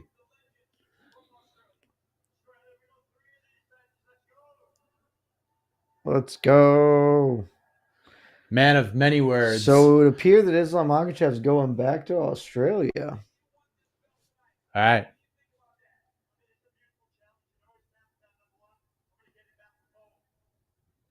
Oh, okay. Nice and simple. Getting it back for Volk. That was his setup pre-fight too. It's like, look, man, if I win, they're clearly setting it up. Hell yeah, I'll avenge Volk. I was like, that's terrific storytelling. Because the last time it was Islam the new champion, giving the number 1 pound for pound guy. Now we get to book in that story. Islam, the number 1 pound for pound guy, gets to go up. How about Tim Simpson? What a day for him. Jesus Christ. Paul Hughes and now Jack Della Maddalena. Wow. This guy is just living the damn dream right now. What a day. Big, big day. What a day. Folks, listen. We ain't done. We ain't done. We're going to take a little breather. We're going to take a couple minutes. We're going to reconfigure. Well, we're not going to really reconfigure anything, just maybe our brains. And then we're going to react to all this. We're going to have a live post-fight show. Think what I think. I don't even know what I think yet, Mike. I got to think about my thinking. I got to think about my thinking. Plus, of course, because MMA Fighting is a terrific website, we'll be live streaming the post-fight press conference at the same time. It's 2 for 1. Usually you have to pay double for that action. Which means Dana White is going to show up to that press conference. And he's going to have some things to say. He's going to have some answers to some questions. He's just going to have some fights to announce. Well, yeah. International Fight Week will now be headlined by Charles Oliveira versus Ilya Topuria for a lightweight belt. We don't know which one. Any chance he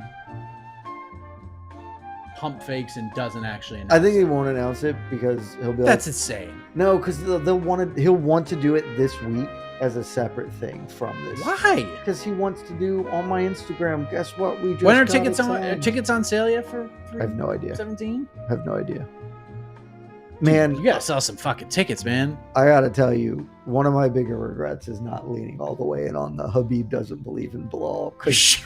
That's such a good take. And now incredible. It looks genius. It was such a good take. All right, we're taking a breather. Casey already put the freaking logo up. Thanks for watching. Love y'all. We'll be back soon. Yes, don't leave the stream. We're not done. We're taking intermission. All righty. Hey everybody. While those guys are doing their bathroom break, I will keep you occupied and just put your comments up there, and we'll listen to some fine tunes.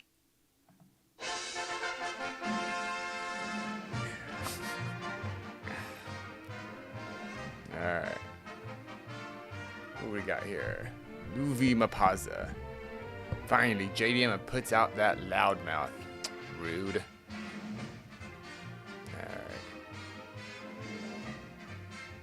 John W. Peace and love and violence. See y'all on the post show. Thanks for sticking around, John.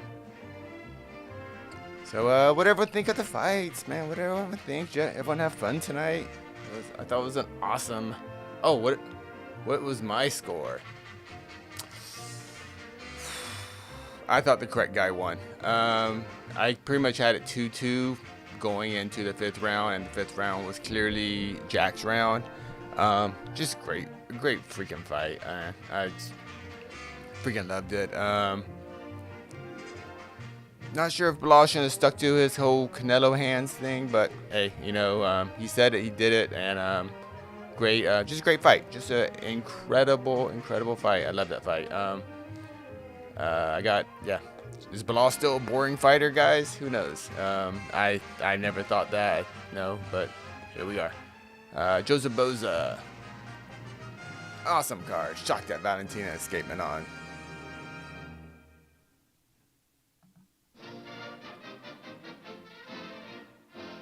Cool. I hope everyone enjoyed the card. A lot of decisions, but hey, the fight of the years are always decisions. That's what I keep telling people, So, I thought the main event was awesome.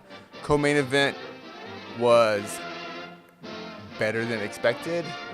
I think it could have been. Well, it was kind of a gritty fence fight. I kind of hate. I mean, that's why I hate cages, because you get fights like that. But I thought Manon fought a great fight. But Val just proved why she's freaking the champ. Why she's one of the best ever. Put some respect on Belal. Dark Sagan. Talking to me? Dude, I love Belal. I picked Belal in this fight. Hope you're not talking to me, Dark Sagan. Alright, what else we got here? Solid card fights were fun. Good. Real champs defend. Alright, sure. What else we got here? You like this jam? It's a good beat. I like it. So stick around, guys. Oh, are they ready? Hold on.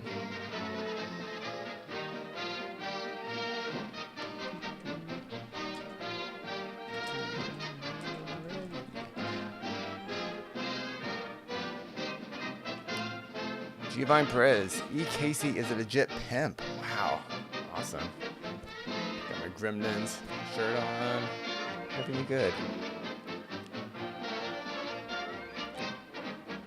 I am getting a little more boxing in. You know, I'm pretty much grappling nowadays, but Oscar Willis, you know, you want these knuckles. You want these knuckles, you know? Send me a contract. Oh yeah, the Aldo fight. Yes, I did have it for Aldo. Great fight. I did score for Aldo. I thought he won the fight.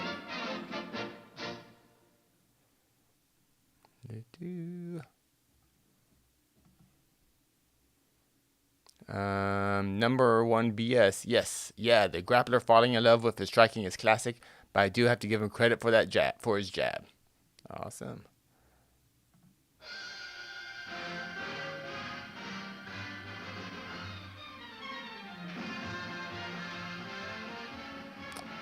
Yes, Don Harden. Belal did lose. He did lose. His first title defense, and he lost. But I suspect with that very exciting fight, I think he can work his way back. Probably a couple wins. It's gonna be tough, but I believe he can work his way back to a title shot. But he is what, 37?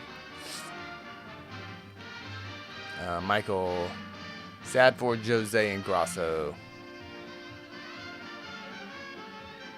Stephen Dawson is Benoit somewhat back. Yeah, I'll say so.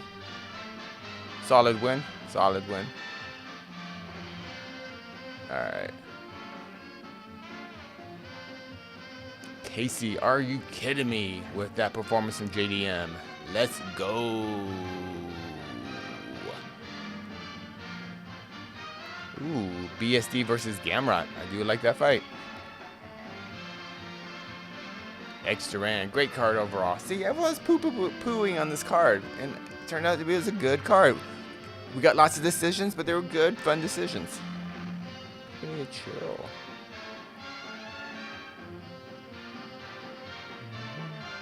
Super chat here from Terrence Leverett. Belal from GOAT to Nope.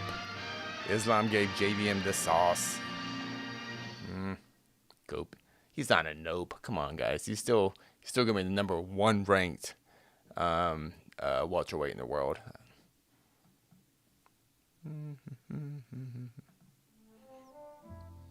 Alrighty, what do we got here?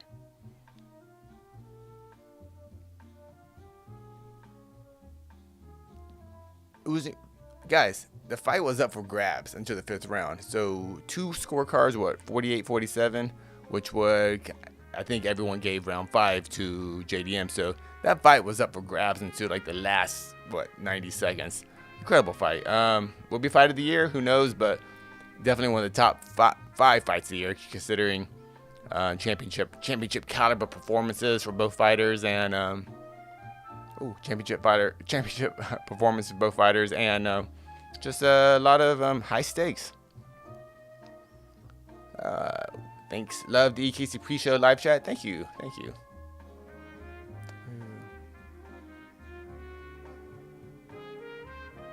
Oh, was Belal on the cover?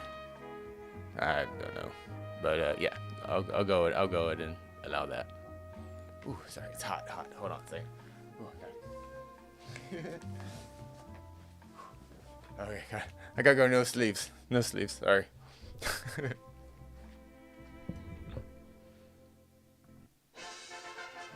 All right, we're still waiting for our Mike Heck and Jed. They'll be here just a few moments. Ooh, super chat. Yeah. JDM versus Islam Makhachev. Who could have saw that fight? Like, yeah, at the beginning of the year, would you think that was the fight that we were gonna get? But most likely, we're getting it. One of the top 5 fights of the year. All right, I agree. It was a great fight. It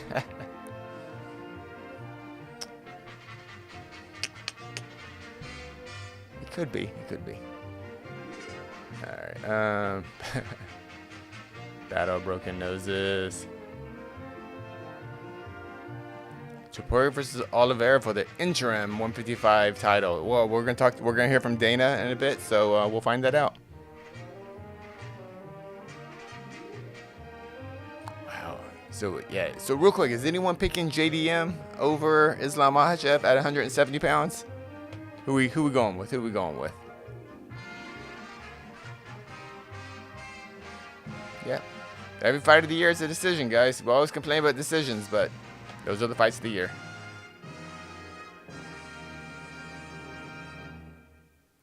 No, I'm not gonna put that comment up. I'm not gonna put that comment up here. Belal did not let Palestine down. Belal fought a great fight tonight, and sure his fans and over there are disappointed, but they have nothing to be upset about. I mean, they have a great ambassador fighting for them at the highest levels.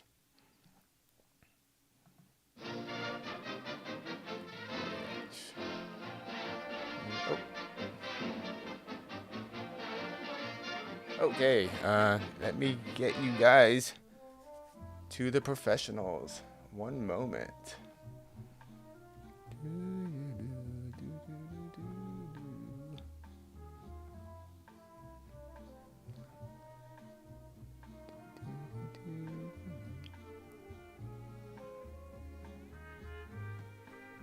Alrighty, and now your host Mike Heck and Jed Meshew. Is on Casey. Incredible job talking to the peeps and answering the questions and setting the table for us as we welcome you to the UFC 315 live post-fight show and reaction special here live from Command Center 4.0. I am Mike Heck. That is Jed Meshew, the Baron of Boop, and we are coming off a roller coaster ride, if you will, of a pay-per-view event, capped off, Jed Meshew, by chaos, absolute chaos. We have a new welterweight champion of the world. His name is Jack Della Maddalena, and that, we assume, has flipped things upside down in multiple divisions. Unfortunately, and we'll actually divulge this information in a moment, but Jed, welcome back. It's been a moment. It's been a long time since I haven't seen you in so long. It's been so long, Mike. I'm going to be doing several victory laps tonight. One of them will be, hey, remember when all you people were trying to fist fight me and say this card sucked? Wasn't that bad. Wasn't great, but nobody said it was great. But it was big stakes, meaningful fights. And I had a pretty good time tonight, Mike. Like, I certainly exceeded what my expectations were for coming into this. I thought we were in for a slog. At times there were pieces of that, 100%. Not saying it was all roses, but I had a much better time watching tonight's fights, in part because the fights did deliver, but also because they were meaningful. Even in the Grasso-Natalia Silva fight, which I think was probably, sort of surprisingly, the least fun fight of the main card. It's not how I would have thought going in. Really? Like, I would have thought that would have been more fun. That fight was not that fun, realistically. But very impressive, and it mattered. And so I was still invested, even if I wasn't that invested in it. And then the main event, that was the other thing to it. The main event had so much story tied to it. Not just who is the best welterweight on earth, but all of the downflow effects that come from this. And now even the most chaotic part of it has now happened, of Jack Della Maddalena defeating Belal Muhammad, opening the door for Islam Makhachev to move up, which in turn seems to very likely create some sort of. We don't know whether it will be an interim or a undisputed lightweight title fight, which is probably going to take place International Fight Week based on all the reporting and the stuff being talked about before. So just a whole lot of stuff just happened, and it was pretty fun. Yes. Unfortunately, we are not going to get any decisive answers because MMAfighting.com is a terrific website. Great one. If you want to watch the UFC 315 post-fight press conference, don't blame you. Go ahead, check out the winners and losers. Bad news for you, though. If you are going over there looking for Dana White, you're not going to get him. He will not be there from what we understand. So maybe, but who knows? That doesn't actually 100% mean we're not going to get an announcement. We could get Dana on the phone doing the Instagram thing, dropping some news. It's very, very possible. But as of right now, as it stands, if we are playing the game of assumptions, and Dana did say at the press conference, but didn't 100% confirm it, Jack Della Maddalena versus Islam Makhachev will fight. It's not going to be International Fight Week. There's no way JDM's bouncing back that quickly. No, they're going to Australia in like the early fall, late summer, aren't they? I believe my understanding was they're going back to Australia, and this August, is maybe? Yeah, this is the determining factor between whether they're going back to Australia with a pay-per-view or a fight night card. Because there was talks about maybe going to Chicago as well. Correct. Around that same time frame. But now JDM's the champ, so you go to Australia. It's honestly like Islam in Australia it's again, a perfect story. Like it's so perfect of Islam back to Australia. Last time he was the new champ, giving a shot to the pound for pound number one fighter in the weight class below him. This time he is the pound for pound number one fighter going up, getting his title shot against the new champ. And, as JDM said, he wants to get Australian, wants to get that back for Volk. It feels very, very symmetrical in a sick way. And I know people couldn't have been more excited about a possible Islam Ilya fight. I gotta be honest, y'all know I liked the fight, but wasn't nearly in the same vein. I'm stoked about Islam versus Jack Della. I think that fight is going to be sick. And I'm also equally, if not more stoked about Ilya versus Charles Oliveira. We're getting two sick fights that I'm very, very pumped about. Hopefully we'll get an announcement sooner rather than later about Ilya versus Charles.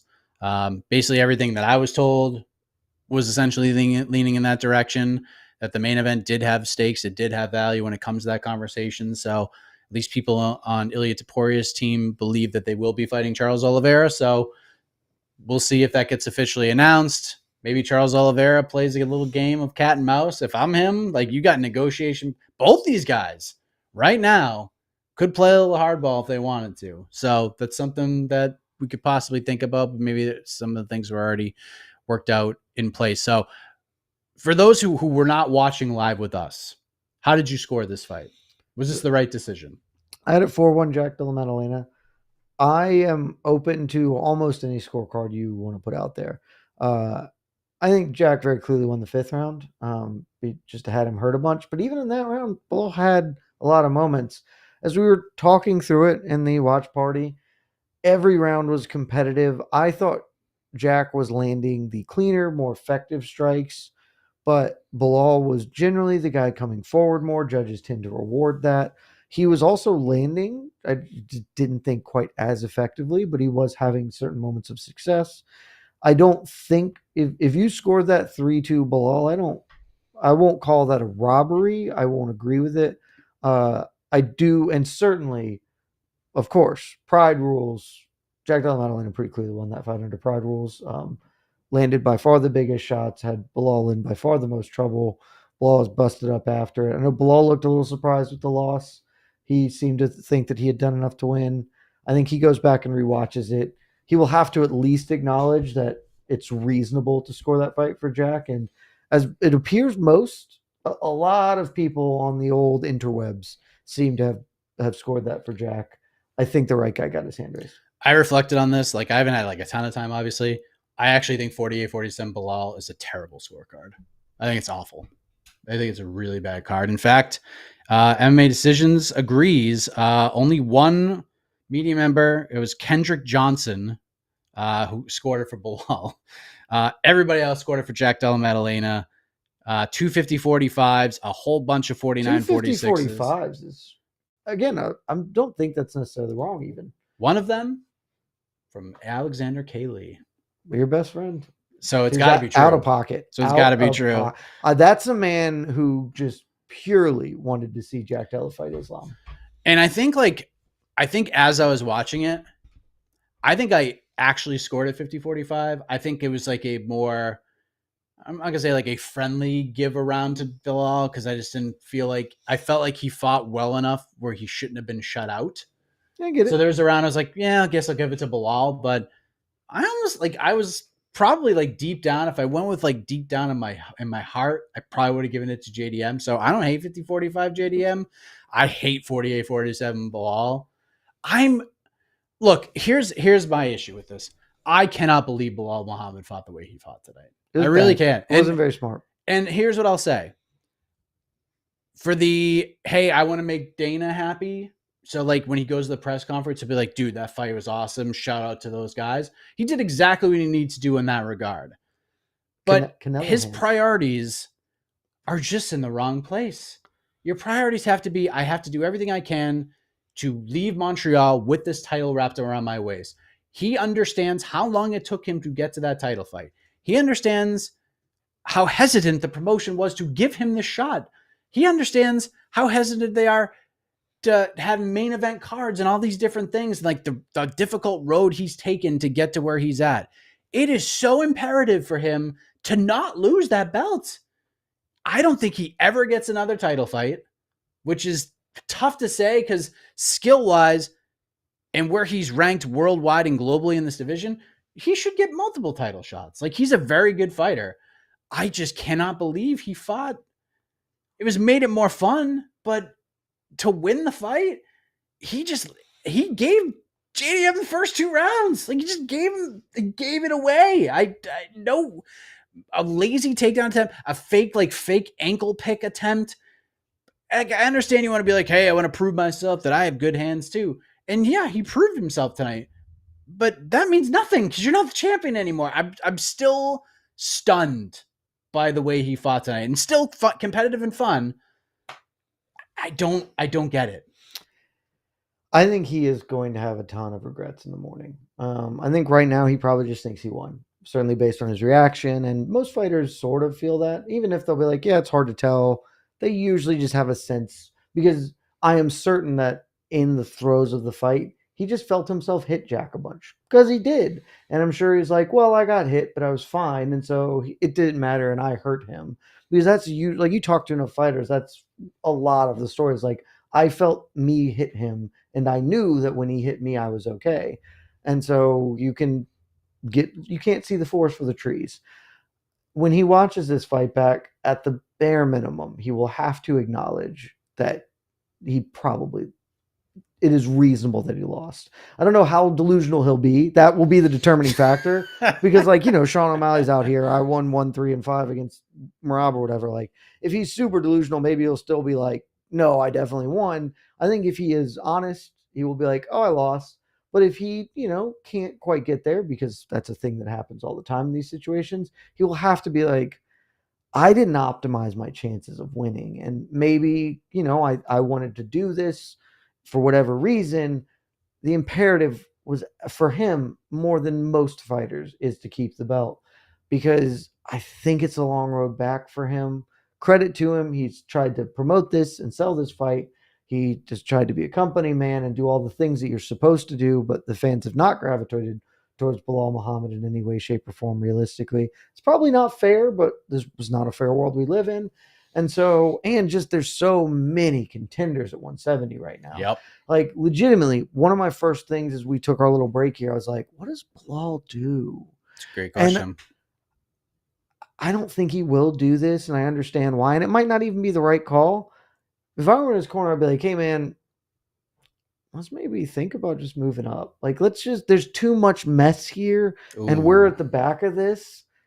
Maybe we just try and fire into middleweight and be like, hey, like, I'll fight Kyle Braulio. Nobody wants to fight Kyle Braulio? I'll do it. Cool. Like, just try and throw yourself right into the mix. And if it doesn't work, you can come back down. And then you're no worse situation than you would be. Right? Like if you go up and fail immediately at middleweight, it's no worse. Be like, all right, I'll come back down. You're still a former welterweight champion, big name, big cachet. You'll get big fights. But I don't know, man, to like go for, I guess maybe you could try and fight Kamaru Usman if he loses to thing. But if Usman loses, I mean, I honestly think that's his best bet. But right Usman's now. probably going to retire if he loses to Buckley. It's still a big fight, man. I mean, it is. Do you think Usman will take it? I don't know. But man. honestly, dude, I understand. Like, I understand this now that Islam is in the mix. That Islam is there because, like, with Belal, if he had won, then the Usman thing like could make sense. There's a story there. He's fighting Buckley a month later. Mm-hmm. There is no like that. There was no fight booked for the champion. Champion's got a fight booked right now. And so now it becomes like a race to the belt. And I understand that Usman is a long-reigning former champion. I get that. The man does not want to fight in 4 years. So even if he beats Joaquin Buckley, as much as the promotion likes him, I still don't think it's better than Shavkat or Gary or any of these guys or Sean Brady or any of these guys in front of him. So I think win or lose, you do Usman Belal. Like that is the fight you make. That is a big fight. That is a fight with some heat on it. Podcast, whatever will drop. Beef. Like that's a big fight. I think you do that win or lose. That's it. We got this is entirely off script, but we do have to time out for this. Did you see Buckley either last night or today? Buckley, credit to Buckley, man. This kid, he looked the career turnaround. He came out, tweeted, was like, "Hey, man, I want to get on that pound for pound podcast with Usman and Cejudo." I was like, love that. That was a great tweet. That's dude. The turnaround for Buckley. I love when fighters like say they don't listen, but they listen. Dude, he lit. We're taking full.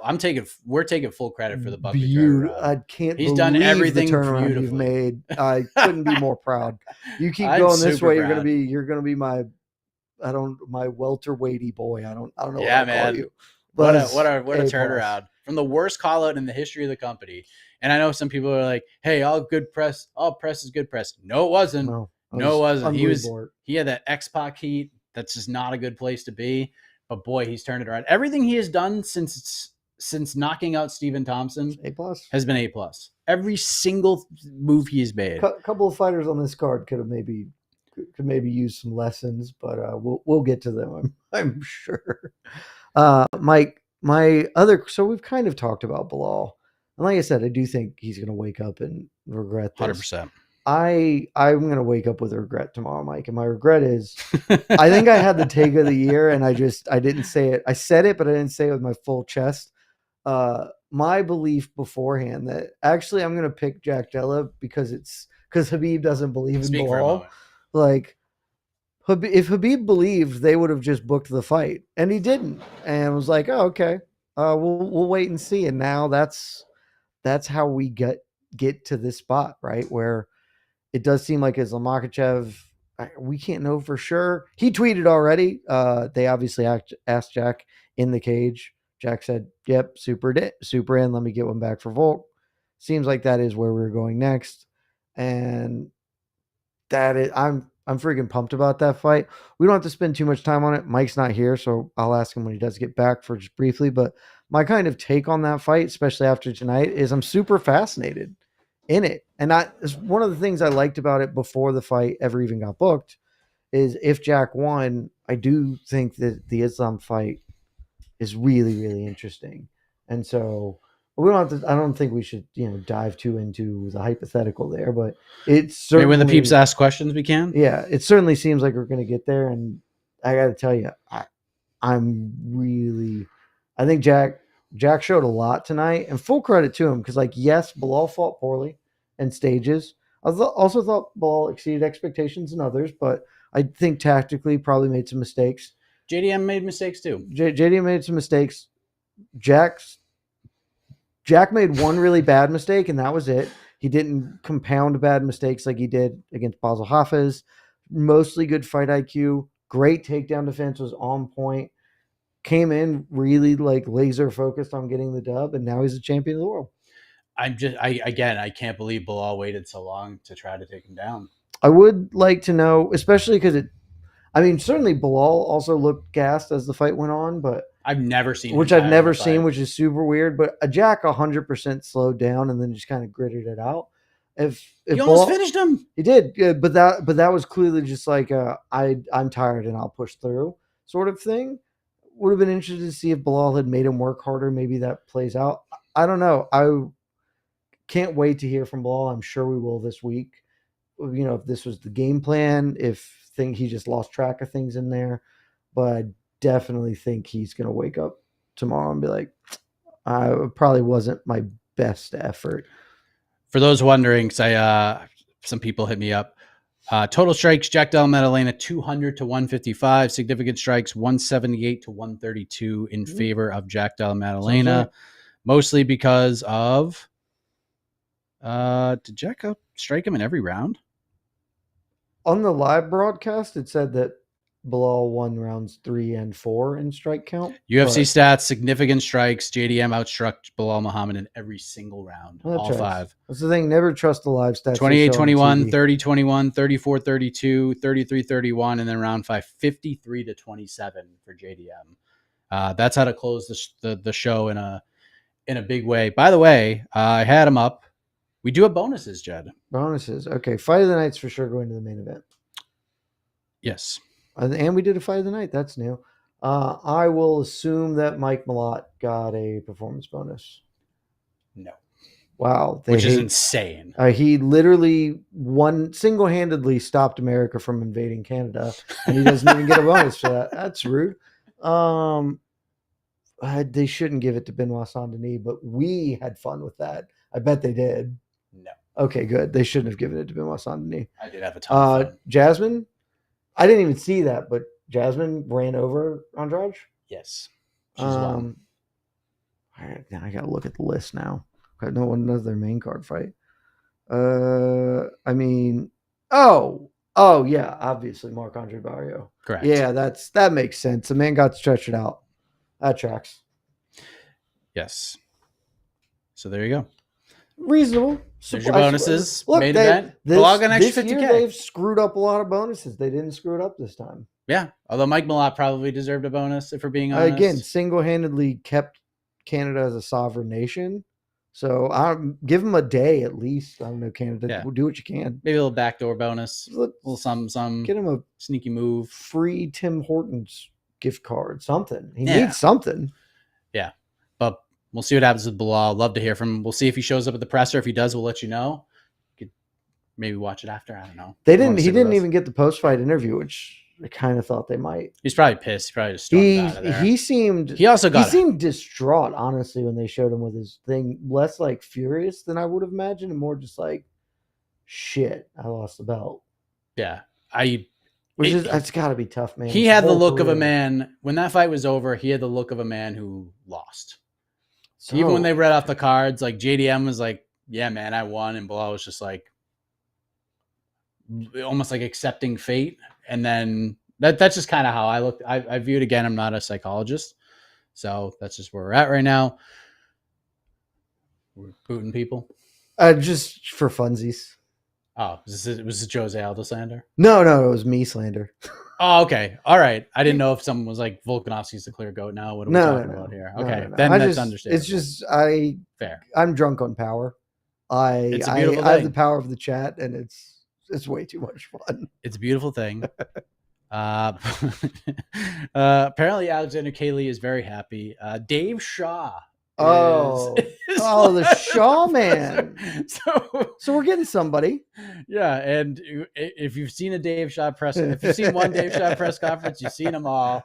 Again, it's a wheat slack. I do not have specifics on this, but sounds like a fun idea, kind of a thing. You're gonna get nothing out of Dave Shaw. You can get outside less than zero. So we're talking about the gate tonight. Oh man, let me tell you, biggest gate we've ever had. Money, all that stuff.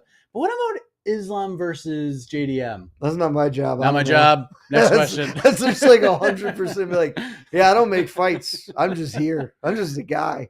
Yeah, not really my scene. We'll have to wait till Tuesday for the matchmaking meeting. Next question. It's going to be incredible. So if you want to tune in for non-answers, Dave Shaw has you covered over on the press conference team. You can watch them both at the same time. So we talked about the main event. I'm sure we'll talk more about it. Let's talk about Valentina Shevchenko. Grits it out. Starts off the fight with Manon Fiorot. She is light. Looked like $100 million. Manon Fiorot on fire with punches. Looks like she hurt her. On that one. Hurt her badly at times. You had the climb bet over 3.5. You were not feeling that really first good round about had it. me concerned. But then Valentina, then it was stress-free. all the things, yeah. Then it was stress-free because Valentina's just like, you know what? The thing that made me so successful in round 1, I'm just not going to do it again until round 5, and that's exactly what happened. Or she did get a knockdown win. Round 4? Was that knockdown? She got the knockdown in round 4. That's correct. Round 4. So she knocked her out right round at the 4. end. Basically stole round 4. Which Yeah, could have that's easily been going to Fiorot. Like that. That won her the fight. Could have very much won her the fight. Yeah. And then she wins round 5. And again, she knew immediately. It was a very close fight. But Valentina just had that. Just like I won. I won the fight. 72-71 significant strikes. Over 5 rounds. An advantage of Valentina Shevchenko. She also has the knockdown. Fiorot did have 7 minutes of control time versus Val's 2 minutes functionally. Fiorot went 1 for 12 on takedowns. Shevchenko 2 for 9. I think that tells like a pretty decent picture of the story. Very competitive, competitive in all rounds. Not thrilling, but tense. Shevchenko just took some rounds off in the middle there, which was weird. Yeah. Like Fiorot made some good adjustments, but again, very much like the main event. If you already said you're less open to it. I'm open if you want to argue a Belal Muhammad scorecard. No argument in who wins Pride rules, and the co-main event same way. Like if you want to argue a Manon scorecard, I'm open to the concept. Pride rules very obviously. Valentina Shevchenko wins this fight. Yeah. Just had the bigger moments, had more success writ large. I thought she was going to blow her out after that first round. The first round was really a welcome to the big leagues kid. Despite the fact that Manon has unbelievable wins in her resume, it was like she just kept running headlong into the counter right hook of Shevchenko. Nose got bloodied almost immediately. Gets the takedown, gets the control. Like it was vintage Valentina Shevchenko. And I was like, oh shit, she's there. This is just a levels fight. Credit to Manon. Made some adjustments, battled back, showed her grit and her mettle. But it was, one of these women is quite possibly the greatest female fighter of all time, at absolute stone worst, number 3 on that list. And the other is a very good fighter who's not one of the 3 greatest fighters who's ever lived. Yep. Yeah, championship experience matters. You could see it early on, but shout out to Manon. She hung on. So great. She got hurt in round 4, hung on. She got dinged up in round 1. If she had got hurt a little earlier, I would have been interested to see if she had survived. She did not look particularly good when she got jawed there at the end of the 4th. There's just so little time that it was okay. And then the start of round 5, Valentina just like, I'll hang out and not do anything. Didn't put the wood on. It was very bizarre, some of the game planning and fight IQ, but it did work out for Valentina. Didn't work out so well for Belal Muhammad, although Belal may get some more fans coming out of this one, even though he lost the belt. You got to do Valentina versus Zhang Weili, right? Like Natty Ice deserves a title shot, no doubt about it, but Zhang, we got to do this fight now or never. This is one where if I was trying to be hipster Jed, I'd be like, actually, Werner Jandiroba deserves to fight Zhang Weili because that is true. Yeah. And Natty Ice deserves to. Like both of those are true. This was the outcome. If Manon wins, I would have said you should just do Natty. Yeah, it'd be cool to have Zhang do it, but like that's not a big fight doing Zhang versus Manon. It's okay. Let her beat Verna and then whoever's there. But no, this is the second biggest fight that can be made in women's MMA. This is 2 of the 4 greatest fighters of all time. Valentina's already fought one of the other 3 greatest women of all time. So you got to do it. Like more so than the Islam versus Jack, more so than any other fight, that you got to do this one now. 100%. You want to do Manon versus Jasmine? I'm down with that. I think that fight makes a ton of sense right now. I would like that better. I think they're going to do Manon versus Alexa Grasso. I could do that. I would like it better because you're getting more movement instead of, now the numbers 2 and 3 women fight. And when they win, they'll be like, I'm number 2. I should. But I would like that better. I think I'd be pretty surprised if it's not Manon versus Alexa Grasso next. That just feels such a layup. Yeah. We shall see how that all plays out. Jose Aldo, we saw his final fight, I guess. I hope so, because he's had an exceptional career. And I thought he won that fight. I thought he won. I thought he's won most of his fights, so it's fine. That's true. But like super fun. If that's the way he goes out, like if he's, I would like him to retire sooner rather than later in general. I was happy with his previous retirement. I was really happy if he just retired after the Montreal Hell yeah. win. That would have been terrific. I think that he said it, but this is also, he just got, busted up in that last round. He clearly thought he won that fight. It's a really heartbreaking, it's the second loss in a row that he definitely does not believe he deserved. Whether you agree or not, that's up to you. But I can understand being frustrated of being like, hey man, I'm literally one of the greatest fighters who've ever fucking done this. And you guys are booking me like shit. And then I'm not even getting the decisions I deserve against these people. F it, I'm out. I think there is a decent likelihood that a couple of months go by, he has some time to think it over. UFC says, hey man, if you want to stay, that's cool. We're going back to Rio. What if we give you a retirement fight? You versus Patricio Pitbull. It's the fight everybody's talked about for years. Pitbull's coming off a loss. You can do it at 145. You said you wanted to go up there. Just a farewell. We'll do it at Rio. It'll be the biggest fight in Brazil in a century, the two of you going. And that would be a chef's kiss, A+ send-off. So if he's going to fight, that's the only one I want. I don't want us booking him against Marcus McGee because they suck at this. Oh it's my God. Pitbull in Rio, farewell, boom. Or nothing. Or nothing. Fight. I saw a man who regretted returning to the UFC. That's the thing is, I genuinely think he will rethink this because he loves fighting. And to me, that felt very much that felt like me when I'm on the golf course and I'm having a good round going and then I shank one into the lake and I'm like, I should probably just throw myself into the lake because this is bullshit and it's a stupid game and I hate it. Yep. That was it. Yeah, that's like you going up, you're like, I should really hit 3-wood right now, but I'm going to hit driver. And then you're just like, shit, I should have hit the 3-wood. Man, I was 4 over at the turn and now suddenly I'm 12 over and I would like to go lay on railroad tracks. That's it. That was my read. I could totally be wrong. And if so, farewell to literally one of the greatest fighters to ever do it. Aldo, after the Martinez win, was free and clear of the UFC. Did it in Rio. Massive moment. Electric. It was incredible. What a time to leave. And then you could have gone and boxed. Could have boxed Jake Paul. Could have been on the Jake Paul card.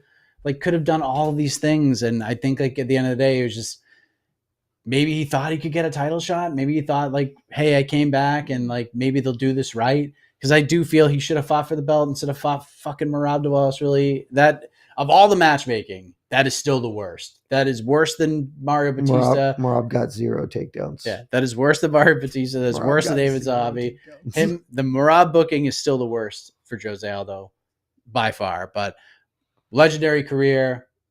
It was cool to see him back and at least get a win. In my opinion, he's 3-0 in his return. I genuinely believed he won all 3 of the fights. Yeah. You don't believe it? That's also fine. But yeah. It will be, it's not a bad retirement. It's mostly just, I was honestly quite impressed by Zahabi. 100%. And I said this during the watch party and in the lead up to this fight. Zahabi has wildly overachieved my expectations for him.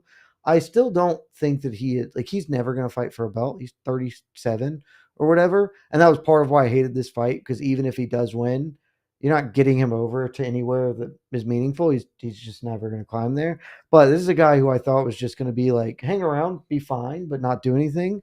He has consistently improved. And in this fight, I thought he lost the first 2 rounds. I thought it was clear. I'm open to being wrong on round 2, but I thought it was pretty clear to me that he lost the first 2. And in the 3rd round, I thought he was dead. He got knocked down 3 times. And then he just dogged it out, just dug deep. And like, it was great. It made it a super fun fight. It was a gritty ass performance from him. I frankly did not know he had that sort of grit to him. Yeah. And so if he was a younger guy, I'd be like, man, this guy's really, he has got a way to win. He finds ways to win. And that's a really good skill. It's just that he's 37. So there's no future here, but awesome performance from him. Yep. So good for Eamon. Even if he lost, I think he would have gained some fans and some stock because this is a really fun fight. Best fight of the night up to that point. We mentioned Natty Ice gets the win over Alexa Grasso. Benoit Saint-Denis just kind of runs over Kyle Prepolec. That's what we expected to happen. Screwed me by 5 seconds. Am I under 1.5? I genuinely think that's the best thing we've done this year on the watch party. It was so electric of me desperately wanting this fight to clear the half mark and you desperately wanting it under 5 seconds. Like, especially because he's in the arm triangle and like, oh, but he's not going to have enough time. And it's just seconds later.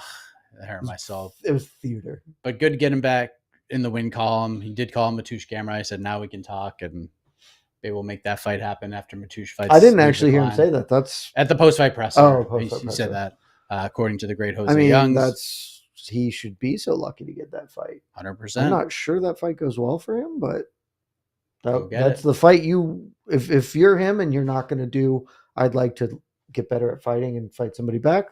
That seems like a really good fight for him to call for. Yep. Big win from Mike Malott. Big win from Jasmine Jasudavicius. Still haven't seen it. Apparently she slaughtered Jessica Andrade. She sure did. It was one of those fights where you're just like, okay, like I know you want to fight and stay active, but you should never fight at 125 again. I don't know why we're still doing this. This has literally been what's happened since she killed Sermonara, basically. It's like, hey, you killed Sermonara, that was pretty cool. And then every other time it's just like, oh, you're pretty clearly not a flyweight. Yeah. And you're getting older and worse. So it's like really bad for you, in fact. Let's go to the peeps. Let's take some questions. I did see some super chats are coming in, so Casey's gonna throw them up on the screen, and we'll get to as many as we can. It is 2:17 a.m., so we will do the best to get as many as possible. So let me use my old man vision. The bad guy. Thank you, Casey. I am more excited about Islam JDM than Ilya now. How about that? So this was a take I've been sort of soft launching. I understand people being really excited about Islam versus Ilya, and it would have been a great fight. And we still may get it. Like, that fight's not off the table now. One of my big issues with it is it felt really unfair to Islam to be like, hey, what if we just throw every featherweight at you, eventually one of them will get you, or your whole career will you be beating featherweights. This feels more just, and it is fun. And if Ilya goes and kills Charles Oliveira, the Islam fight's still there. Like, if Islam beats Jack, maybe suddenly it's a lightweight champ versus welterweight champ, Ilya versus Islam. Ilya gets to fight for his third belt. Like, that's not outside the realm of possibility. Or Islam loses to Jack. All right, Ilya beat Charles. Now we can do it. That fight just isn't right now, and that's always been the thing I have said. I think that's a good fight. I think everybody demanding it right now is short-sighted and probably just like not necessary. And I think we will enjoy the ability, because I do believe Ilya is going to beat Charles, but I think that fight's very good. I think that fight's great.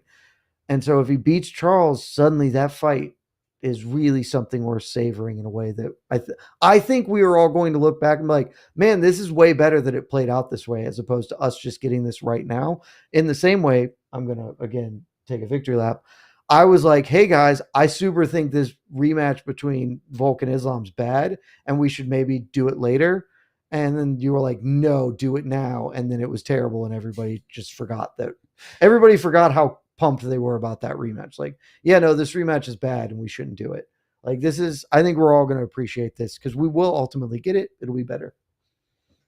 Next. And I am pretty interested in Islam versus JDM, especially after that Jack fight, man. Jack's good. Jack's a good fighter. That was impressive, man. Like, he used his time wisely. No doubt about it. Showed great grappling defense. The striking is he out hustled Belal in there. I just didn't see that coming. I really didn't. Really shocking. Interested in it. Giovanni, Mike Jetty, EKC, thank you for your unwavering passion and dedication. Main events like tonight make me so happy when high-level technique still results in an exciting fight. Everyone wins. Yep, great fight. I'm going to way rewatch. Better fight than I thought it was. Yeah, I enjoyed it, especially the last 2 rounds. I'm going to rewatch it again tomorrow at some point. Probably while I'm at the airport or maybe even on the plane, with just me and the screen and no distractions. to really get the full effect of it. But yeah, definitely a good one, man. It's probably the most, and I don't mean this to be a jerk, but I mean, it just is what it is. Belal had to win fights to move up the ladder. That was probably the most fun Belal Muhammad fight since his UFC debut against Aldo. Sean Brady was pretty fun. Yeah, well, the finish is Sean really Brady good. was pretty fun. Okay, Sean just kept getting stuffed and tuned up. Again, that was pretty fun. But Belal's style is just to like just maul you and just chip away at you until your soul falls out of your body. That's how he wins fights. He's not typically fight of the night fighter. Tonight he was, and good on him, man. But again, that was probably his downfall, was being the fight of the night fighter. That morning, I can't imagine his morning, man. Yeah. Like, because genuinely his rise to the belt is inspiring. It is powerful. It's meaningful. Of like, really did have to overcome a lot of doubt, a lot of hate to get here. And at least and Leon did the same thing, but at least Leon got to defend his belt, right? Like, he got to hold it for a while. And Belal, everyone said, well, Bilal's just holding it for Shavkat. And then he didn't even get to fight Shavkat because of circumstance. And now he loses it. And that's just got to be devastating for him. So head up, man. You're a hell of a fighter. You're still one of the 20 best pound for pound fighters in the world. Good performance. Just not what you needed tonight. Yeah.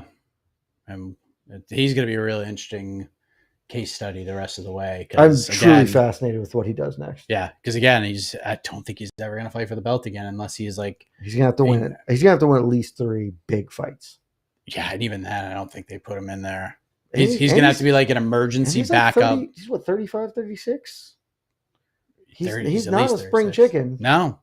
So tough, man. Yeah, and he had to win unbeaten in 11 fights to get a shot to begin with. But he got the belt, and that is like forever. He gets to be a champ. Like, yep, that's always the most important thing. He at least Vitor Belfort, who's going into the Hall of Fame, truly probably the most fraudulent like champion in UFC history. Certainly one of them is a UFC champion forever because he held the belt by hook or by crook. He held the belt. Belal justifiably held the belt. He is champ forever, and that is meaningful. Next.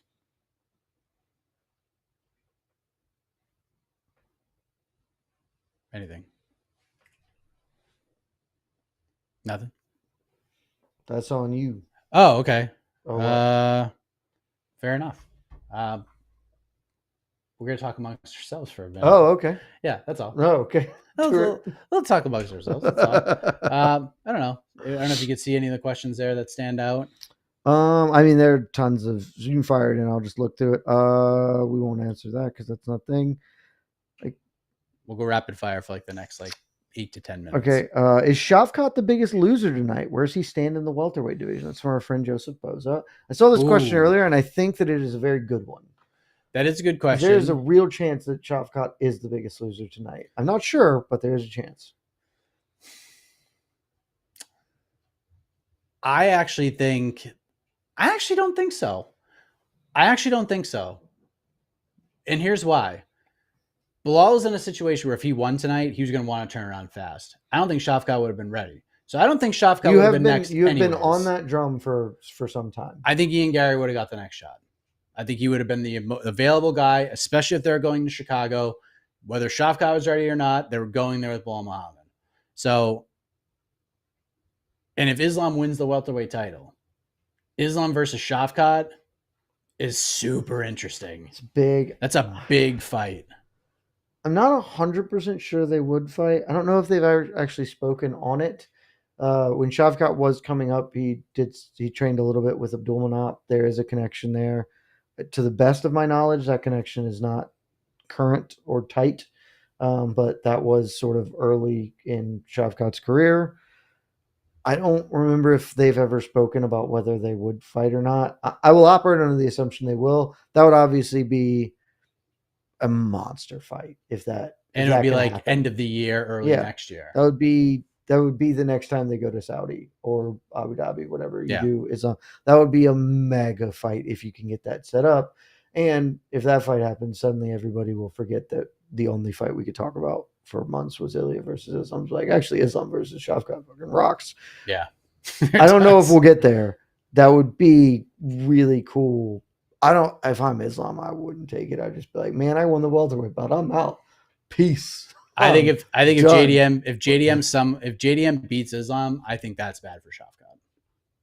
Because then JDM gets to call a shot a little bit, and I don't think he's gonna be jumping. Not that he's like afraid to fight Shafkat or by any stretch, but like he can go fight Gary, and that's like a different fun fight. I could be on board with what you're putting down. I'm not sure. I need to think about it, but yeah.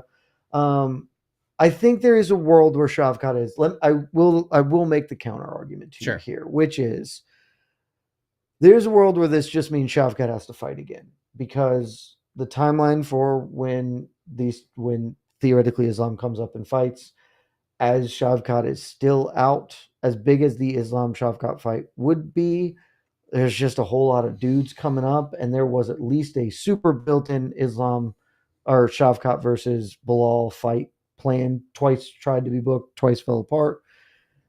The division might simply pass him by, and so he could be a loser. I think I side more with you on this, but I can absolutely see the argument for it. I do think if I'm picking biggest loser, it's mean. It's Belal, just because I think Belal's in a really tough spot right now, as we've gone over a bunch. So I would say Belal is the biggest loser tonight, but there's an argument for Shafkat, I believe. Now we've got one up. There we go. Spencer. King of Rio is retiring on a 3-fight win streak. You think if it was the UFC and not WEC for his title win in first 2 defenses, UFC and fans would give all the more respects to the best featherweight and top 4 pound for pound ever. So this is very it's very silly, but I 100% believe this is true, because there is just the way they code everything and put it up, there's like, oh, Volk has his one behind the title defense record. It's like, actually he's not. He's well behind it, but because you're not including the WEC ones, which count, like they were the UFC belts at the time. It thinks. Plus, like if Aldo's if you count Aldo's WEC reign, which again, by any reasonable definition you should, he's the youngest UFC champion. Like you get that stat instead of the John Jones is the youngest UFC champion. It's like, actually, no, Aldo was champion like 4 months younger than John Jones is. He gets these many other parts that are constituent to his legacy overall. And that sort of gets washed away unless you are an old school fan who watched WC or just like super in the weeds on this. Because the rest of it's like, UFC numbers, blah, blah, blah. And so I think more casual fans would at least be, maybe they would still favor Volk because Volk beat Max 3 times. People love Max. Volk did beat Jose, like they've also now seen Jose lose a fair amount. There are reasons to believe it, even if I disagree firmly with them. I think they would just have to, the same way I never once saw Bill Russell play basketball. I know he has 11 rings, so he didn't suck. Well, it's hard for me to be like, yeah, Shaq's better than Bill Russell. Like, Shaq was great. Maybe he's better.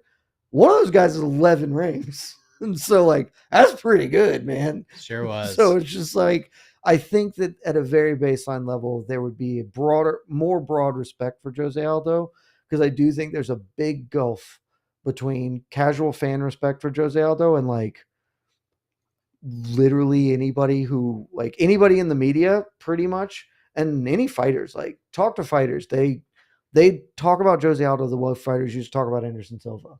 Like, he's one of that tier of like demigods there.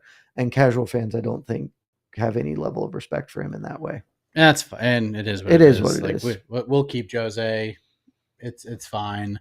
I do think if Volk fights Evloev and beats him, I think we're ready to have at least a real conversation about it. If not, it's a hard conversation. The conversation's over. The conversation gets weird. It's definitely not over. It gets weird at that point.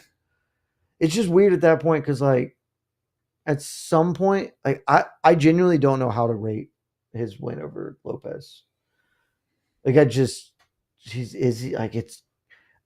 easy to do it now because I am giving it the exact same credence I gave Jose's win over Frankie Edgar the second time.